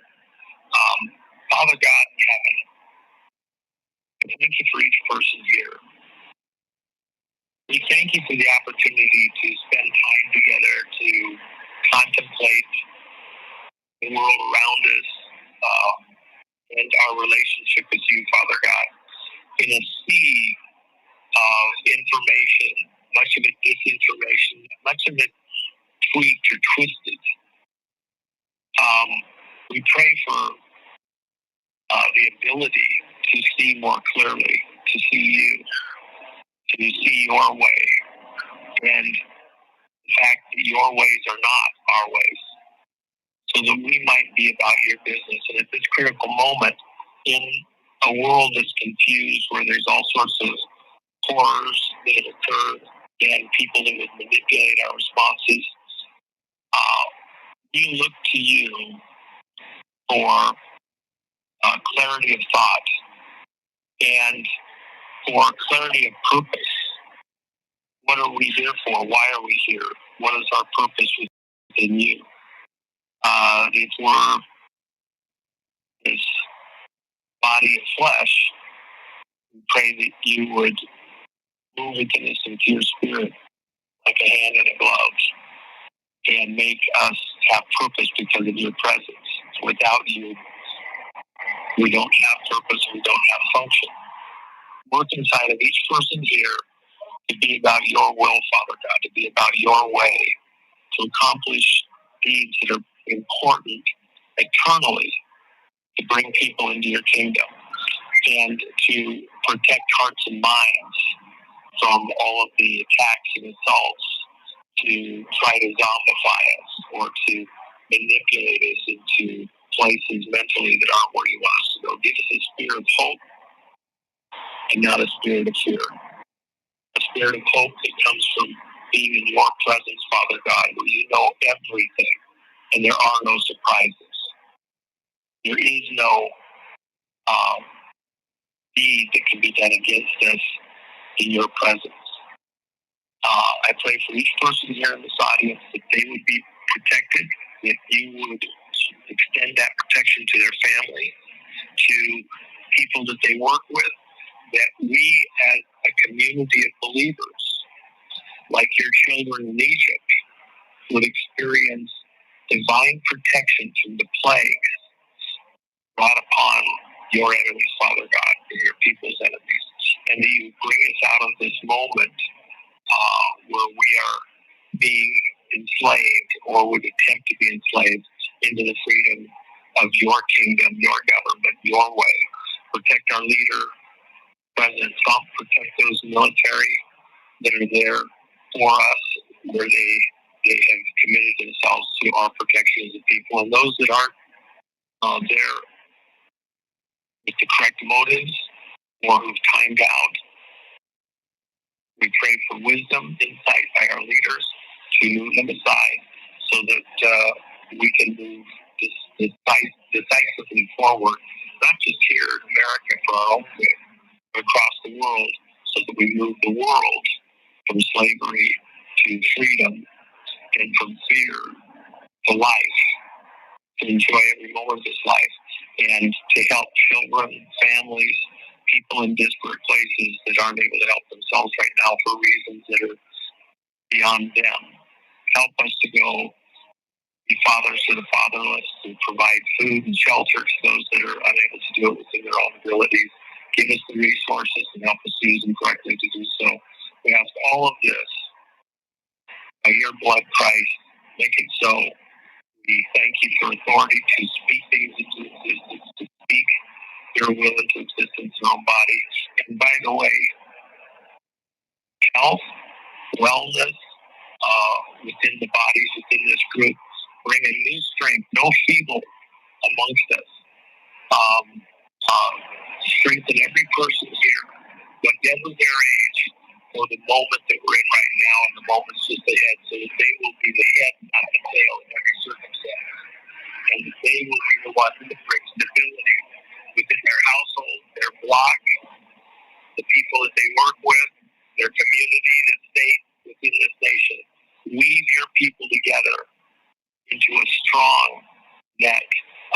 security and stability in the midst of all this confusion and bring us through on the far side with everyone in this group a beautiful story to tell.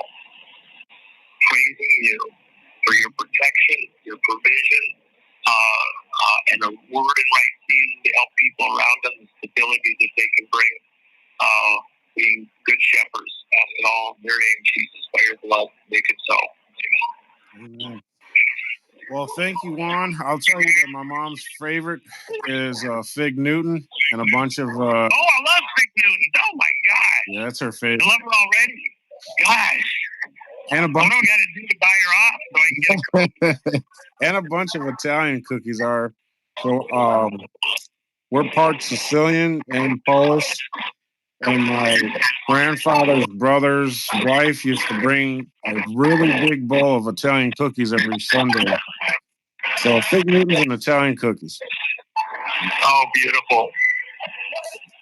Okay. Appreciate you, Juan. All right. And I will talk to you folks again soon, and appreciate you having me on. Most definitely. Have a good night. All right. Thanks, folks. Nice. There you have it, everybody. 107. It was a blessing for him. Oh, wow. It's one. Wow. I'm going to take a screenshot. I'm going to share this screenshot over on our Telegram. It's 107 right there on the clock up top. That's pretty interesting. So there you have it, 107. I was glad to bring them to you guys. We'll schedule one on again. I thought it was a good time to bring them on. There's a lot of information that's draining us. It's almost like drip, drip, flood. It's starting to hit the flood part a little bit. And it's always a pleasure to have Juan on. He's been one of those credible sources. It's been a blessing. It's a heaven sent. There's not too many great ones out there. I would say, our discernment has figured that out. It's a blessing, and thank you guys for joining us. And with that, we'll be shutting her down. And God bless you. God bless your family. God bless America, Donald Trump, and 107. All righty, Patriots, there you have it. So you saw Derek Johnson on the America Revival of America podcast, Jenny Jareed, and of course 107 on the Christian Conservative Patriot Network. Good channel. Don't see him very much. I'm hoping everything's still a go to have Juan on October 7th, which again is not only my 40th birthday, but the anniversary of the attack in Israel, which is what I'm really hoping to talk about with him. So other than that, guys, I am so tired. It's been a long day. I think I need to take a day off this weekend. I don't know if it'll be tomorrow or Sunday or either of them yet, but just see what life brings us. Nonetheless, I've had fun hanging out with you guys. Another Friday, a lot more fun. You guys rock, the best patriots out there. Never ever underestimate this audience. You guys rock. Well, with that, I wish you guys the best. I hope you have a fun night. Get some sleep. And I'll see you all tomorrow. I love you, Patriots. Pray a little. Pray for the world. We got chaos coming, and you need God on our side. You need the prayers going. Don't forget. I love you guys. God bless you.